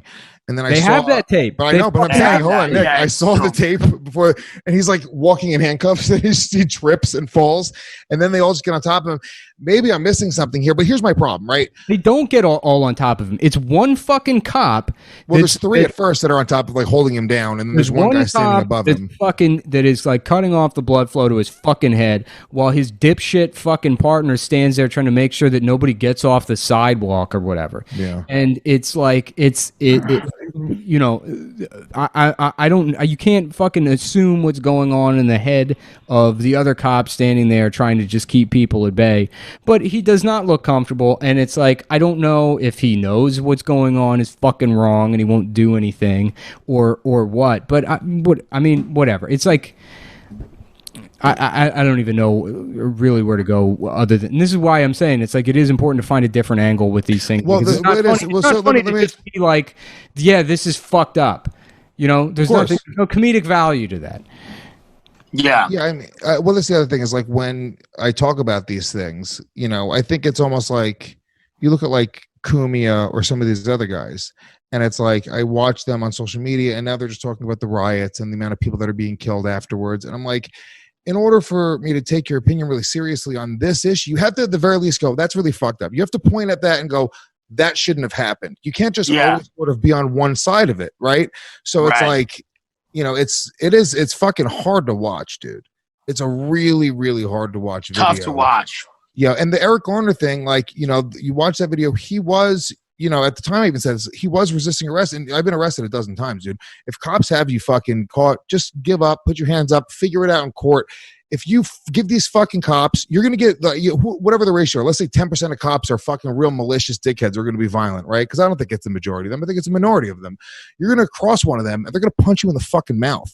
They're going to put their fucking elbow into your throat. They're going to hurt you, and don't give them that opportunity. And it sucks. I'm not saying it's right. 1 second. I'll be right. Yeah, man, we need to fucking, I I'm not a political comic. I see this happening a lot too. So comics, especially a lot of my black comic friends, they're like, yeah, if you're not talking about this, you're part of the fucking problem. And I'm going, it's like, I don't know. I'm not a political guy. I'm not a social, justice guy. So for me, just to out of nowhere start talking about one issue on social media when I don't talk about any of these issues on social media, I get caught up once in a while, but it's things that are very personally affecting me. So, you know, peaceful parenting stuff like that. But I've been arrested. I'm on the other side of the law. I'm a Puerto Rican guy who's been arrested a dozen times. I've never, don't get it skewed. I'm just saying you need to fucking, I don't know, the whole, that scenario is just kind of fucked up and sad, and watching that happen, sucks. And yeah, there probably isn't much funny about it. I don't know. Damn, Nick. Damn, how are you so fucking jacked right now? It's making me furious. I think if we look through the guy's tweets, we might be able to find something that justifies his murder. I mean, that's the only thing I could think of, is that we could go and find something he did or said on Facebook that was inappropriate. What was his crime? He was trying to pass. I don't even know, dude. I don't even know. Responding to a forgery in progress. What the fuck does that even? Yeah, what does that even mean? He was just making his own. He was handing out fucking autographed pictures of Bill Murray outside of a fucking bar. Yeah, forgery in progress. He was selling Skankfest tickets. Yeah. Well, if that was the case, I'm not saying it was justified, but yeah. Well, there you go. You were looking for the. Yeah, but I want to see. I want to see the coronavirus numbers after these protests. We'll see. We'll see. Who knows? Yeah, I mean that is something to like. I mean, it is just fucking obnoxious, but yeah, it's like the liberals will never say that because they would say it about any other fucking issue. Any other. And this is what's so fucking annoying because they are. You can. I mean, you're being a piece of shit to do it, but there is a way to conflate the two issues and make a point, a valid point. Well, is it stay inside or not? Exactly. Because the virus isn't going to be like, oh, well, we're not going to infect people for a while because this is about justice. It's like, that's not the way fucking things. So exactly, white liberal people will go like, oh, the people in Florida, how dare they go on the beach and try to get some sun? But they won't say anything about people going out and in massive, massive numbers, rioting, protesting, being really violent. That's the side of it that it's like, it is kind of interesting to watch. I just watch like liberals, like their heads are going to explode. They don't know what to do. No, they won't. Because it'll present itself as some fucking cognitive dissonance where they won't. They're like, oh, no, you're just concern trolling or whatever. They won't even fucking do the math in their head that. Yes, it has nothing. And because the point I'm making isn't that they shouldn't be protesting. They should absolutely be fucking protesting. They should be rioting. They should go fucking kill that cop. I mean, haha, just kidding. Knock, knock, who's there? The guy that's going to kill that cop. Just joking. Trump signed the order. We're all good. But, I mean, it's like, but also, too, at the same time, if you're convinced that this kind of fucking gathering is going to cause an issue with the virus, you should be also publicly hemming and hawing about like, oh, well, now they're going to kill a bunch of people. They can't take a back seat and protest otherwise because it's going to kill a bunch of people. But, I mean, and of course, nobody wants to, the right does the same fucking thing in terms of like not acknowledging when their point is fucking hypocritical. But it's like, yeah, it's absolutely across the fucking board. If you want to say that nobody should be fucking demonstrating at all and you want to like disparage all these people just because they have stupid bumper stickers on their pickup trucks and they lost their fucking jobs and they're going to the State House saying like, we want our fucking jobs back. You should be doing it now in this situation as well. Yeah. Right. I agree. Yeah, it's also a very privileged type of person that tells everyone to stay home. It's just like, if you can do that, that's great. If you have the ability to just simply stay home and it's not going to destroy your family and it's not going to destroy your, you're not going to have to fucking give up your home for it. That's great. But I think a lot of other people are looking for some sort of solutions, and a way to actually get back out there and make some cash. Yeah. It's a crazy fucking world, dude. I feel like we just need another celebrity compilation right now. If we can get another... I think I think that, like, the looting and the rioting gets worse. There's 30 million people that have been unemployed for the last 3 months. The police are way too militarized. this is going to be a death loop that feeds each other until society starts to unravel. Yeah, I think you're not completely wrong about there's being a correlation between the boredom and the fucking, right now those people that are looting are having the best time they've had in months. Well, here's the reality. Those people got no money and they are out of work and they're unemployed. They need things and they're going to go out and take them. It's like, even barring the police brutality. Yeah, forget that. Yeah. You should be looting Target. Yeah. Looting's appropriate no matter what. I mean, the government put you out of work, gave you $1,200 if you even got it, then told you to fuck off. It's like looting is going to be a real common word used in the next year. Right. Yeah. Well, that's the other thing too. Is all of these fucking like the people on the right, furious about Target losing 5 pairs of Hanes underwear, livid about it, about the injustice of the fucking looting. Would absolutely not give a shit if people were fucking taking those things because they lost their work and they needed 100% needed fucking like new mud flaps for their truck. They wouldn't care. Right. And they won't. When it gets to that point, they fucking. I just think that people, I think it's counterproductive to loot. It's counterproductive to burn your city. It's counterproductive to fucking hurt your own people. You got fucking. That's not your own people. It's fucking Target and AutoZone. But no. It's own people. It is. It's bullshit criticism of the fucking. Who's getting killed? Do you think it's the executives from Target and AutoZone that are the ones that are killed? There's 7 or 8 people that have died in these riots so far. It's all young black people that are getting fucking shot to death. It is a negative. It is a counterproductive result. Killing people is not smart. Okay, well then how does it fucking end then? Because it doesn't. I think that there's but it's not going to end by killing people. I just don't agree with fucking looting and burning down a city because some shit. Yeah, it's really. I'm saying it's an injustice. That guy was just one of the ways, Louis, to get that cop should be fucking put in jail. I think he should be arrested and put in jail. One of the ways to get people to pay attention, right? Destroying property is one of the ways to get people to pay attention. I'm against killing innocent people. Obviously, everybody is. That's stupid. That's counterproductive. But burning down a store that's a major that's one of the only times people will fucking listen. It's not like a planned demolition where they go, okay, well, let's burn down the store and we're going to get people to listen and it's not that. What it is in the process of hurting a lot of people and destroying a lot of property and mom and pop shops and personal property, cars, homes. A 5-year-old girl was shot. I mean, come on. Yes, fine. They burned down a fucking Target in the process. Wait a minute. A 5-year-old girl was shot in the rioting? I believe so, yeah. How? Fucking, I don't know, weak chest muscles. No, I'm just wondering how that even happened. Listen, that's tragic and horrible. But there were people walking around with AK-47s because the beaches weren't open and their jobs weren't open. I mean, it's like I'm just saying they were screaming in the faces of police with guns. If they had been black, it would have been a very different scenario. If a group of armed black people had gone into the fucking that happens all the time. There are groups of armed black there weren't because there were groups of armed black people, and then that's when they made fucking guns illegal. Right.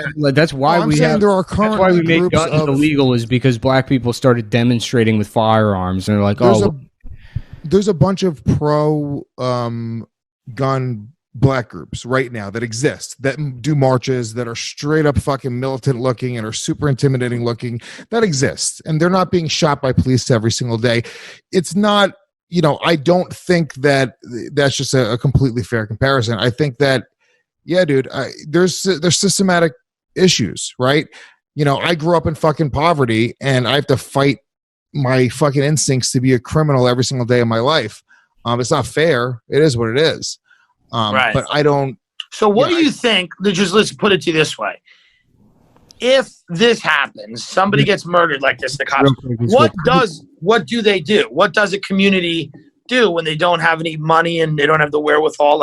I think peaceful protesting, in my opinion, is the best way to get shit done. Has any peaceful I know that it's worked or whatever, but so what kind of peaceful protest do you imagine? I don't know. I mean, I don't have the answer either, but do you think it's killing people and destroying? I never said it's property? killing people, but when people loot stores and commit acts of quote unquote, whatever, like destruction of property, I think that's when rich people start to care. They don't care about I think rich people think that those people. I think rich protest. people think that those people are acting like animals and that they should be put down. I don't think rich people are going, you know what? Yes. We've been looking at this all wrong. No. They're going, No, those are they don't. fucking They go like escaped this. zoo They go, animals and they need to "Where be is shot. Fleet Why are we using rubber bullets? Let's use real bullets. That's what they're saying. When the police kill somebody like that, that's the system operating the way it was designed to work. And Right, part of that right. system accounts for quote unquote peaceful protesting. That's where you're allowed to do it. But there's been plenty of peaceful protesting. We're in the middle of a fucking pandemic. There's all this shit going on. Police officers need to be on their P's and fucking Q's. If you're gonna on video murder somebody, there's no way that fucking cop doesn't know what the exact consequences are going to be of a like a serious instance of police. And was this guy like this guy forgery in progress? This wasn't a murderer. He didn't assault somebody. Right, he I didn't do agree. anything. But right. I don't think this is why I don't think the cop was trying to murder this guy on camera. The cop knew he was being videotaped. Here's what I think the cop Whether he's did. trying to murder the guy or He wasn't not. trying to murder him. He was If being a you piece of put- shit. He was if being you a put fucking your- piece yeah. of shit.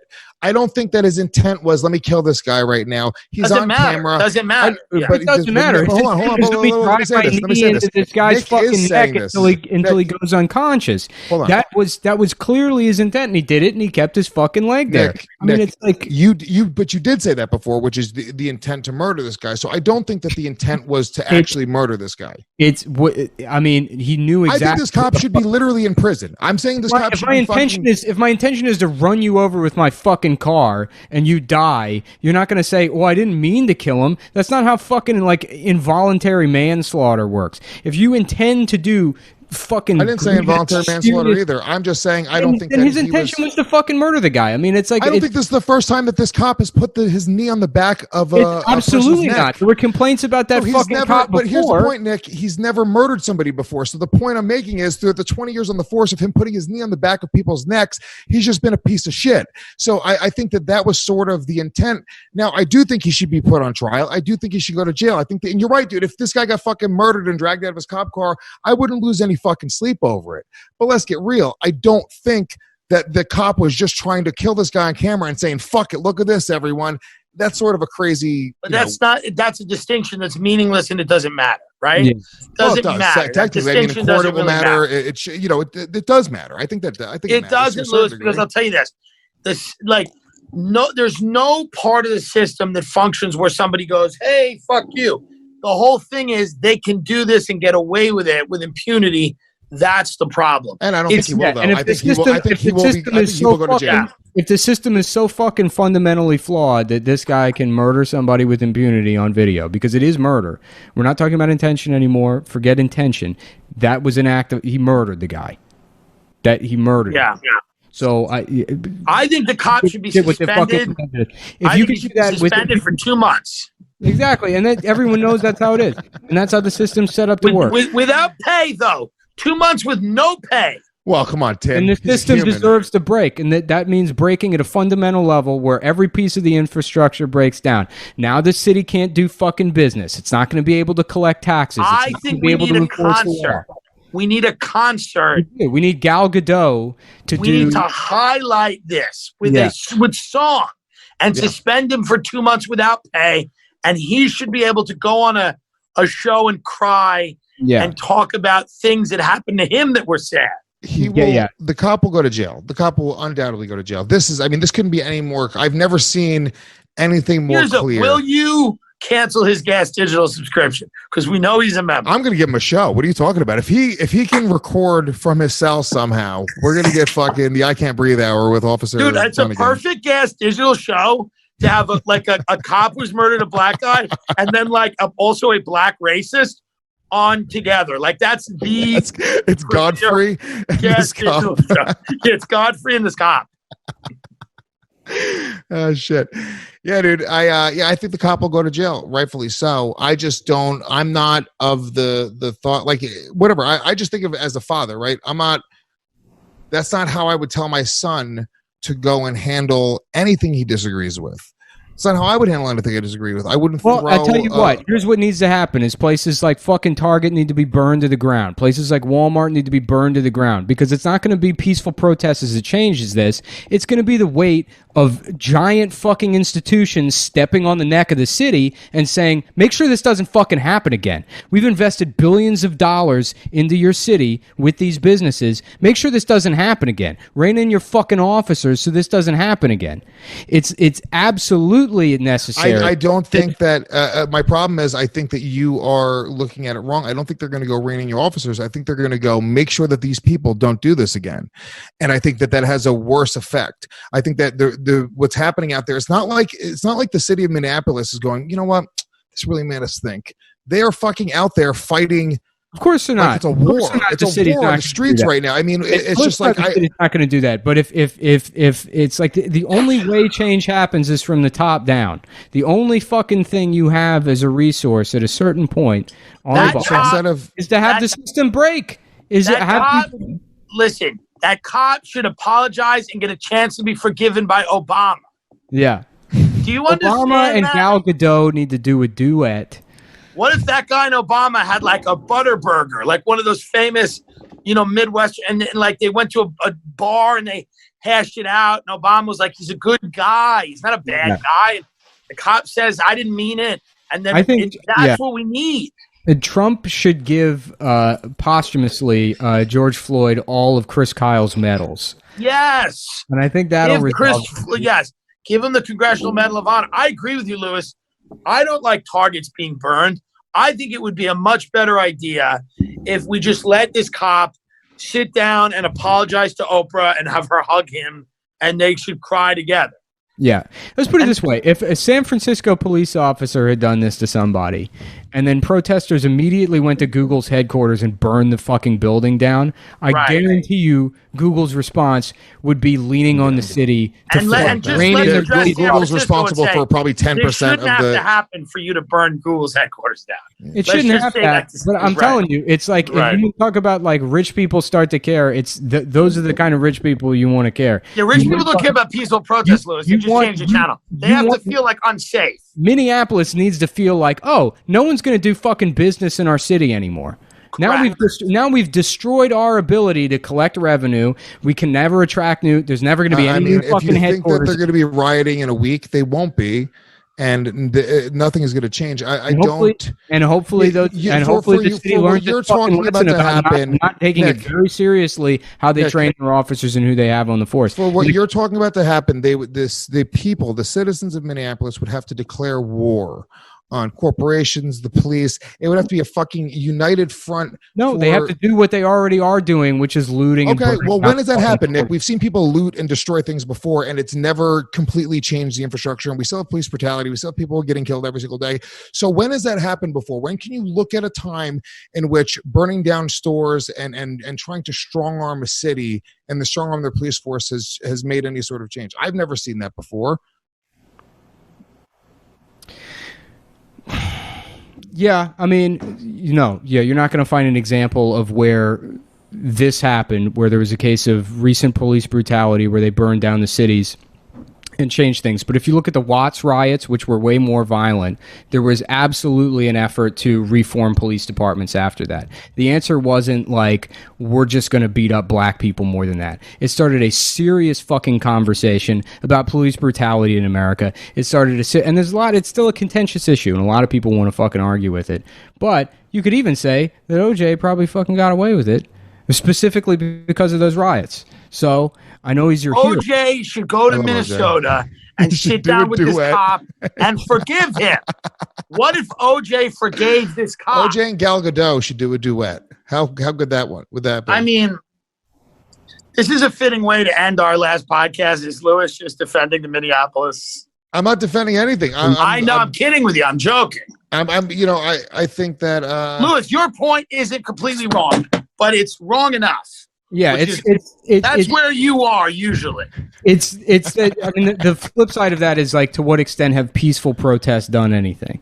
Right, but I don't think peaceful. I think there's a new form of peaceful protest, which is, and we've been talking about it the whole show. cancel culture, the internet, having a voice. There's a way to do things, and people are getting shit done. Whereas that side of it does fucking suck.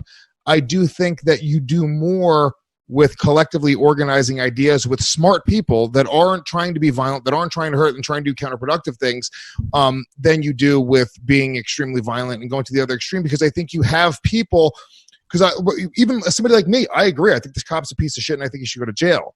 But then you have these massive protests, and it's like, I don't know, I wouldn't send my kid out and to be a part of that. I'm like, no, stay home. You're going to get hurt. You're going to get killed by one of them or by the cops or whoever.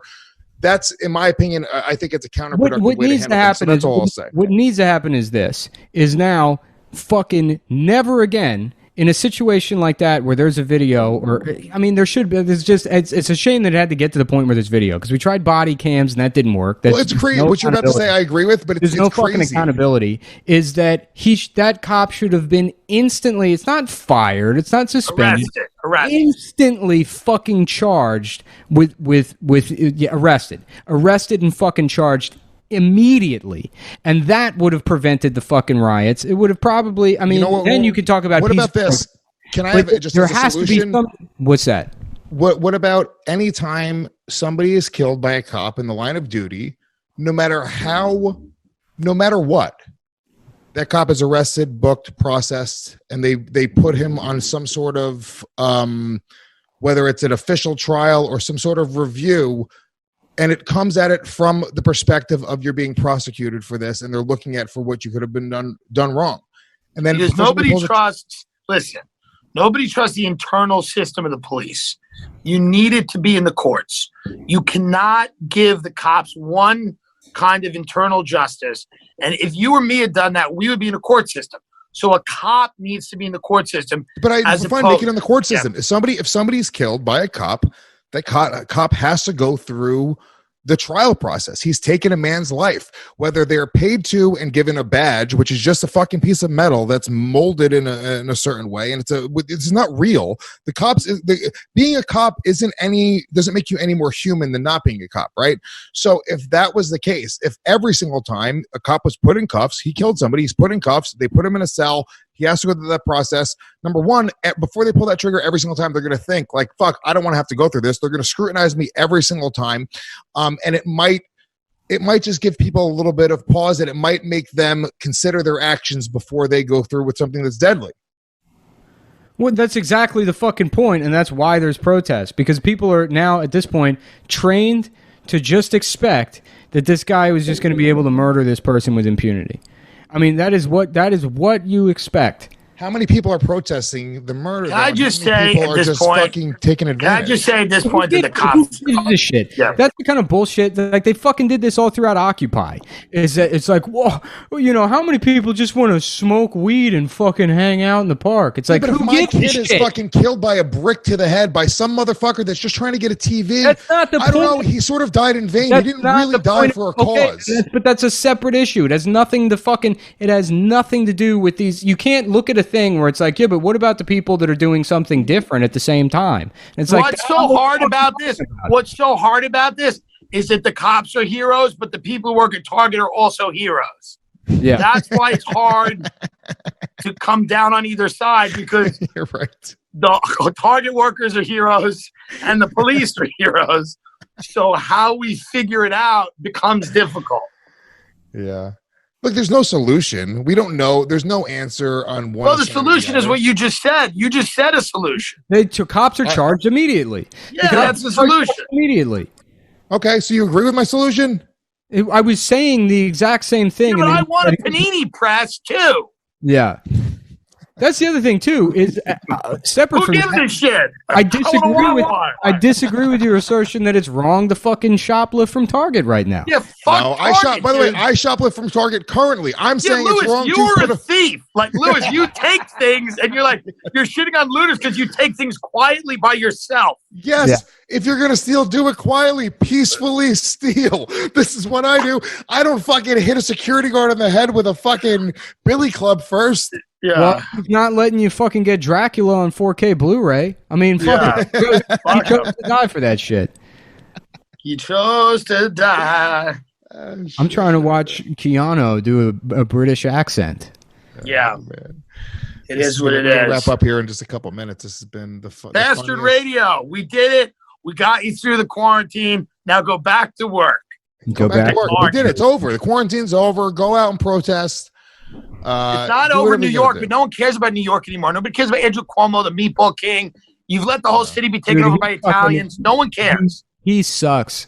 He fucking sucks. I'm so glad people got over him. Whatever delusion was happening. Can you imagine his little nighttime calls with Chrissy, where they're wearing their matching pajamas? Chris Cuomo, who clearly did not have coronavirus, who pretended to have coronavirus. He's like, I don't tell mom, but I think I'm going to be president. I think they're going to make me president over this. Don't say anything. I'm going to. Chris Cuomo's like, I had coronavirus, but I beat it by stretching. So I'm like, okay, you're either lying or this is fake, but something's wrong. Yeah. Here's what we can do. Here's the idea, and this is a really good idea. And you guys have been shooting down my ideas for the past month or the past 2 months. Every time I come up with one. What was your great idea? Is we should have sold this podcast for $1. Yeah. You had an idea once where you said we should have done Basterd Radio, sold it for $1, and then hacked up $70K. That was a good idea. I don't know what happened to that. So listen, we can start What happened to the deal you were working on? I mean, I guess the podcast is over, but the podcast is over. So now there's no deal anymore. Did OnlyFans come back? Did they counter you with a good number? Well, I might be working with OnlyFans still, but Basterd Radio is not. Oh, you cut us out of it. You cut us out of the deal. You cut us out. No, Tim cut us out of the deal. OnlyFans wanted to pay us to do the fucking show and do some exclusive content, and the number that Tim came back with was so high that they literally laughed at me. They laughed. You told me it was the number you came up with. No, I said the number that Tim came up with. You got to give yourself a value, Lewis. Why are we going to all do an extra podcast a week for $10K a month? It's like retarded. Tim said 150K. It was 150K a month. He's talking about like Rogan. Rogan just got $100 million. I mean, it's like, give me real fucking money. You're not wrong. By the way, Tim, you're not wrong. And the reality is the reason you're successful, the reason we're all successful is because you have to be willing to walk away. Me and Nick were willing to do it for way less. And it probably was a bad deal. What I said is, you guys figure it out. I don't give a shit. That is true. Just tell me when to show up, and if there's a check, we'll cash it. No, Nick actually had the most realistic perspective. He was like, dude, we're doing this for free. So whatever. If there's a check, there's a check. If there's not, there's not. No, yeah. I mean, yeah, the show's over. If they don't want to pay real money, then fuck them.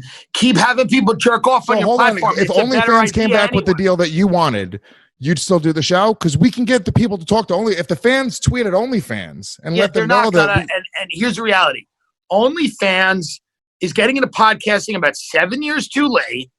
I apologize. Have people jerking off on their stomachs, or have fat women playing with their ass. Whatever it is, stay there. Do that. Well, I'm going to Spotify. Are you trying to? For money, I will. They're not going to give me no money. Yeah. And you got to figure you are worth at least 1/200th of what Joe Rogan's worth, and you would take that deal. I told Joe as soon as he got the deal, I said, to be honest with you, I think I'm entitled to a little bit. Yeah. I texted him and I said, I'll have a lawyer contact you. But who's the deal from? He already has a show. Spotify's licensing his show. Oh, really? So Spotify's paying $100 million exclusive. You won't be able to get it anywhere. It's more than $100. It's more. Yeah. It's you won't be able to get it anywhere but Spotify come 2021. So the video version, the audio version, and I'm assuming if you're on non-Spotify Premium, you'll have their pre-recorded ads. So you'll have like a Geico commercial before the podcast starts or whatever it is. Yeah. Or breaks in between, like however their advertising works. That's insane. Do you remember Joe Rogan's podcast 10 years ago? What it was? No, I don't. He was sitting in his room, right? Yeah. I don't remember it, but. Well, the format was like him and like Ari Shaffir just like hanging out, being like, I tried a new type of weed. Yeah. It's like Red Band, fucking Fleshlight podcast. Yeah. Was that? It's crazy. Sorry, you can't cut me out. Oh, I apologize. No, I was making. Fleshlight was the sponsor in the beginning. Fleshlight. They were their first. They were their first sponsor. Yeah, good for Joe, man. He really is. Paving the fucking way, dude. I mean, like that type of money, even now, like if you watch regular television, you can't go 10 minutes without you hear like, oh, well, yeah, go to NBC.com and download our latest podcast. And it's like even fucking TV and radio and all these other mediums, they are taking notice how strong podcasting has become. Yeah. That's what I was saying. I'm downloading Weibo whenever I can get that shit to work. It won't let me make an account, but I'm going China. I'm going Chinese social media, and I'm gonna figure out what the Chinese thing is. Dude. I'm gonna figure it out in fucking 5 years when, like, you know, every comic that I've had 4 conversations with, they get my number from somebody, and they're like, "How do you speak Chinese?" Yeah. Tell me how this whole Chinese people thing works. Yeah. I'm with it. I support you in that. Well, listen, gents, we've had a good run. I'm hoping can I come to New York? Can I fly to New York? Is it allowed? What am I allowed to do? They never shut down flights. The flights have been fucking going. They never shut down the subways, Nick. Nothing was shut down, dude. The whole idea that we've been quarantined is a lie. I'm not coming. I'm still not going to go to New York. I think you two gentlemen should come here. It's much nicer here. You know, I'm coming. Nick, Tim. I'm coming to California.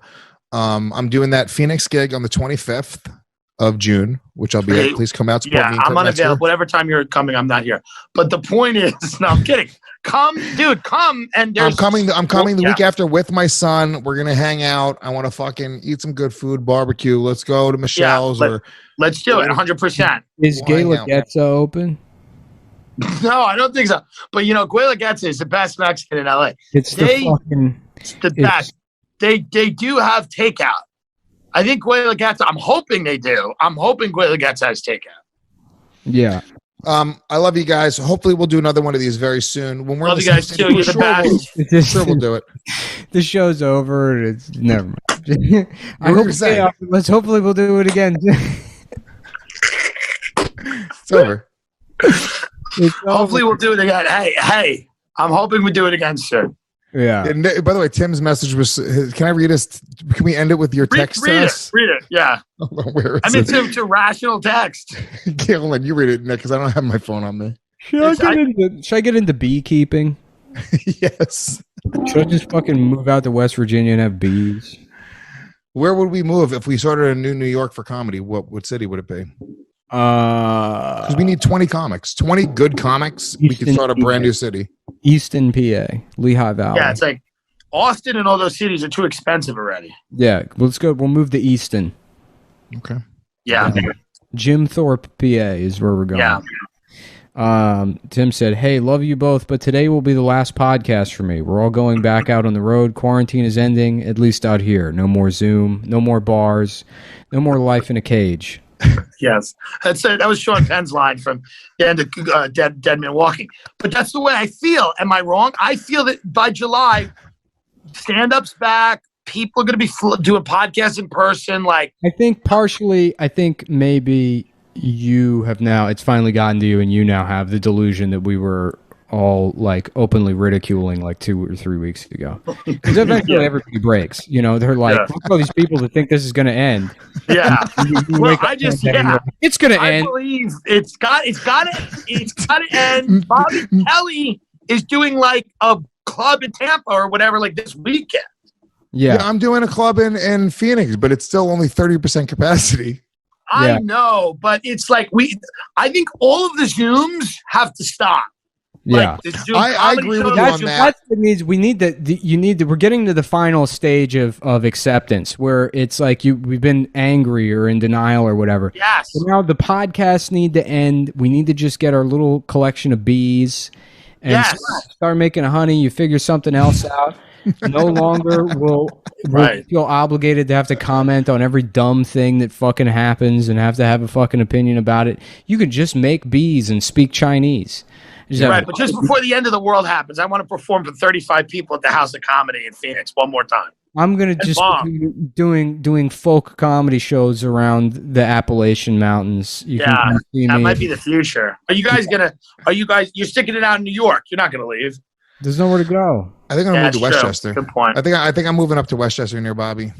That's nice. I convinced my son's mother that it's just time to go. This whole thing made it very obvious. It's like time to go. You're getting older. You're getting older. If this happens again, dude, fucking 4 or 5 months of not being able to really. No, dude, you got to get away, dude. It's not fun anymore. When you're 22 and you're doing all the shows and mics and you're in New York City, 25, I was 30, whatever. it's not even about age. It's about how long you've been doing it. It's fun in the beginning. And then after a while, you're like, yeah, I just did this. I can't do the same thing. Well, I want to buy somewhat soon. Like, I'm not completely ready yet, but definitely in the next couple of years, I want to buy a home. I'm going to fucking buy an apartment. I'm going to buy walls that somebody else owns the other side of the wall. That's crazy. Oh, yeah. Yeah, I wouldn't buy an apartment. If I could I might get a house in Flushing. That might be the move for me. Yeah. We'll see. I want a backyard. I want a garage. I want to build a podcast studio and a fucking little den. Do all Dude, that. here's the other thing I think. Do that in Queens. Yeah. Queens, well, I consider Queens as well. But the problem with Queens is it's still the city. It's still hard to find a house. You can find apartments. It's different. You can find it. There's good shit. There's good houses in Queens. You got to be deep. No. To the point where you don't get any public transportation, so the benefit of living in Queens is sort of lost. You can live in Flushing. You can find a nice house in Flushing, backyard. Yeah, but you want to get out of the city. If you get out of the city, get out of the city. Go. Yeah. I would say go further than where Bobby lived. Like go to where Virgin are. I still want to be able to get down to the city, do spots. I'm not fucking. There's not going to be any club. Do spots where? There's no clubs. It's all over. Yeah. This is the spot. You just did it. We just did a spot. You just guys, thanks for coming to a comedy show. By the way, dude, people would charge for this and call it a comedy show. Dude, the reality is you're not going to want to go and do a spot for $25 and drive an hour. Once you leave New York City, you're going to go the road. Then I'm a road dog. That's right. It. But I mean, whatever it is, dude, the spots is ending for all of us anyway, as it should. Like we're not going to be at 1 a.m, like being like, let me do. We could go to another city though. We could go to Houston, right? Let's say we all move to Houston because Austin's too fucking expensive. You pick a city like Houston, which is like still a little ghetto, still coming up, right? But still fucking cool. And we can fucking open 2 or 3 comedy clubs pretty fucking easily. 20 of us move down there. 20 of us. All it takes is 20 of us. Okay. Then all of a sudden another 5 guys move in every month, another 10 guys. Within 3 or 4 years, we've built the new New York, new LA. There's 10 comedy clubs. There's spots. We got it. It sounds very rational. Let me know. Yeah. When you go down to everyone just got to make a decision. It's not that crazy. If everyone just said, cool, Houston, let's make a fucking decision. I'll tell you why it is crazy. Here's the only reason why it's crazy. The comedy community isn't the goal. That's why. Like working is the goal nightly. So instead of traveling, going to Tim, you're going to know this when you have a kid one day or you have a family, or you don't want to fucking get on the road. A lot of great comics don't want to fucking have to go on the road every night. So New York is great. LA is great because you can get up 2 or 3 times a night. Yeah. Even in LA, if you're a good comic, you get up 2 or 3 times a night and you can work new shit out regularly. You need that. Doing it on the road. By the way, I like working material on the road in an hour way more than I like doing 10, 15-minute spots. There's a lot of great comics that do that, and there's a lot of great comics who get up every now and then, but will go out and do long sets and build their material there, or they have like a nightly room where they go once a week club and they just work new shit. The most I progressed in comedy was when I was on the road. I was doing 2 weekends a month, and I fucking almost never went on stage like when I was home.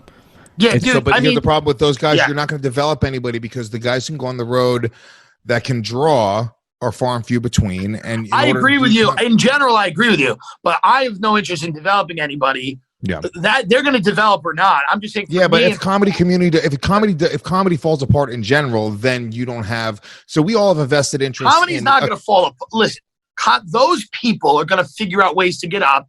There's going to be things for them to do. It's not going to fall apart. I just mean things are changing. Social media, the deals that comedy clubs are giving people are absurd. You're selling $1,200, 1,200 tickets. You're grossing $20,000. You're getting a guarantee of $2,500 and then a nightly bonus of $500. It's crazy. That's absurd. Yeah. That should go away. You want to know the next iteration, Tim? You want to know some crazy shit? Because this is what Skankfest is doing. We're looking at jurisdictions in which we can get a temporary liquor license. So we could take not only the ticket sales, but the ball. Yeah. I thought you were going to be like, you know what Skankfest is doing for comics? Stock options. You're being paid in stock options. So, but I'm just saying, if you want to fucking go on the road, let's say you set up a tour. Let's say you set up a 12-city tour, but in each city you get a temporary beer and liquor license, and you work with a distributor there. By the way, talking to Nick about Nick was the one who made me see how fucked all of us, like the whole system was fucked, Because Nick and those guys, they do a tour. They like put it together themselves. Yeah. And they walk away with money. Right. I know. Our tour? Yeah. Oh yeah, yeah. We have a producer, but yeah, I mean, like we pay the producer, but yeah, I mean, it's the amount of money. The first time I started doing door deals, it's like if you have the draw, I mean, because I was like, I spent 10 years as like a feature, and the pay sucks, and you barely make money. It's like it's on a good night, it's $100 a show. Most of the time, it's between $50 and $75 a show. You're doing 5-6 shows a weekend, so a weekend you'll make $300-400 on average. Featuring, you make about $700, and then you got to get yourself to the club, and then you got to put yourself up. Usually, you can comic. That's what feature pay was when I was a feature, and I remember I would like get into it with fucking managers of clubs. I'm like, I don't get it. It's like the tickets cost $20 a piece. It's like, I mean, the math doesn't really add up. It's like is your rent fucking out of control? Is like, right. I'm like, what is it? Why is it that the comedians have not only don't get paid anything, but the pay has gone down since the early 90s. And it's because the next guy's willing to do it for cheaper, and that's on us. It's because there's no protection for the labor whatsoever. And so, it's like I remember like realizing when I was like 22 that I make less than because I would always make a point of like graciously tipping the wait staff in the fucking green room because I'm like, oh, these guys aren't making the kind of money I am. And then you realize it's like they're probably making more. They're making more money. Those hot waitresses are making substantially more money than you. Way more money than you. And fucking and anyways, but yeah, like so I was always mad about the fucking industry and like the money or whatever. But I was livid when I finally had a fucking draw and I realized how much money you could actually make. The first time I did like fucking like a regular weekend and walking in and the initial offer is $10,000 for the full weekend, and it's like well, if they're offering me this, like what are they bringing in? And then I go out and do a one-nighter myself and I walk away with fucking $8,000, and it's like, oh, this is insane. Well, can I tell you what it is? We in our foundation, these formative years of being a comic, we get beaten down so much, and we do it for free. We love it. So we spend the first 2 or 3 years in these like the infant stages doing it for free, and we're like, oh, we're just so then you go to this next level where you're like, well, I got to pay $20. And I remember the first time you get that $20, it seems like the biggest fucking deal, and you're so appreciative, and you're like, wow. I remember thinking when I first started, I was like, if I can make as much money as a teacher makes, like $30,000 a year, $40,000 a year, I remember being like, that's fucking cool. Like, well, that was the goal, because when I started, that was the goal. And when I started, there was still that kind of that world of like, middle class comedian, a guy without any credits that just works all the fucking clubs. Mm-hmm. And there was a lot of those guys. You go to any fucking comedy club, the wall was filled with like those guys. Brad Staffmuller, a fucking headshot from 1987, and then like you'd see a much leathery version of that guy stroll into the club, and people are like, Brad, he lives in like Brad kills. He like lives in Texarkana. He can do 4.5 hours of murder, and he's had like 5 liver transplants. He knows every local reference to a T. And then they're the coolest guys. They fucking, they're super nice to you for like doing a guest spot or whatever. They're banned from the other club across town because they fucked a waitress. Yeah, and that's what comedy used to be. It was fucking, it was great. But yeah, there was no fucking money in it. Those guys, they all make 40, 50 grand a year, and they have no health insurance. But that was awesome. When I first started, 40, 50 grand a year was like, that was the absolute dream. It was so crazy, and everything just sort of gets pushed back, and it's never good enough. And it's like I remember my agent said to me, she goes, this was before she got released. She said to me, she goes, this is the year we prove you can sell tickets. So none of the deals are different. I'm like, wait, what? She goes, well, you're building equity as a comic. And I'm like, what are you saying? Like your words That's like don't a make bullshit any sense. made up thing that they say to try to fuck you. Yeah, she goes, you're building equity and you're building a brand. I'm like, you're saying nonsense words. Like if I'm going to sell tickets, I need to earn money now. Not I prove it and then next year I earn money. I mean, it's like insane. Yeah. Building equity. Building equity. You're literally doing the opposite of that. Right. There's a bunch of clubs where like the deal is like the first weekend you come out, it's like, well, they give you half what they would normally give you the first weekend you come out. But then as long as you do well, the next weekend, it's like, how does that make sense at all? How is my agent setting this up? How are you not protecting me from this? Yeah. You know what you should do? They work for the clubs as well as you. When I realized that, I was like, oh, okay. They're not working for you. They're working for them, and they're dealing with you and the club. Yeah. Well. All right. Anyway, I want to go have nachos. Go. Yeah, I'm gonna eat a burger. We all deserve it. Yeah. Thank you, everyone, for listening to this show, making it the biggest. We did it. It was big. We hey. 3 episodes of Basterd Radio. And by the way, if you want the rest of Basterd Radio, because we've recorded 100 episodes, it's on OnlyFans. Yeah. If you go to OnlyFans.com/Basterd Radio. We've done 100 quarantine episodes. They're all on OnlyFans. Lewis negotiated a $15 million deal. Yeah. Lewis negotiated an OnlyFans deal. None of us have heard anything about it. Right, yeah. He's so excited. He was going to, right before you texted him, he was like, I don't know how to break the news to these guys.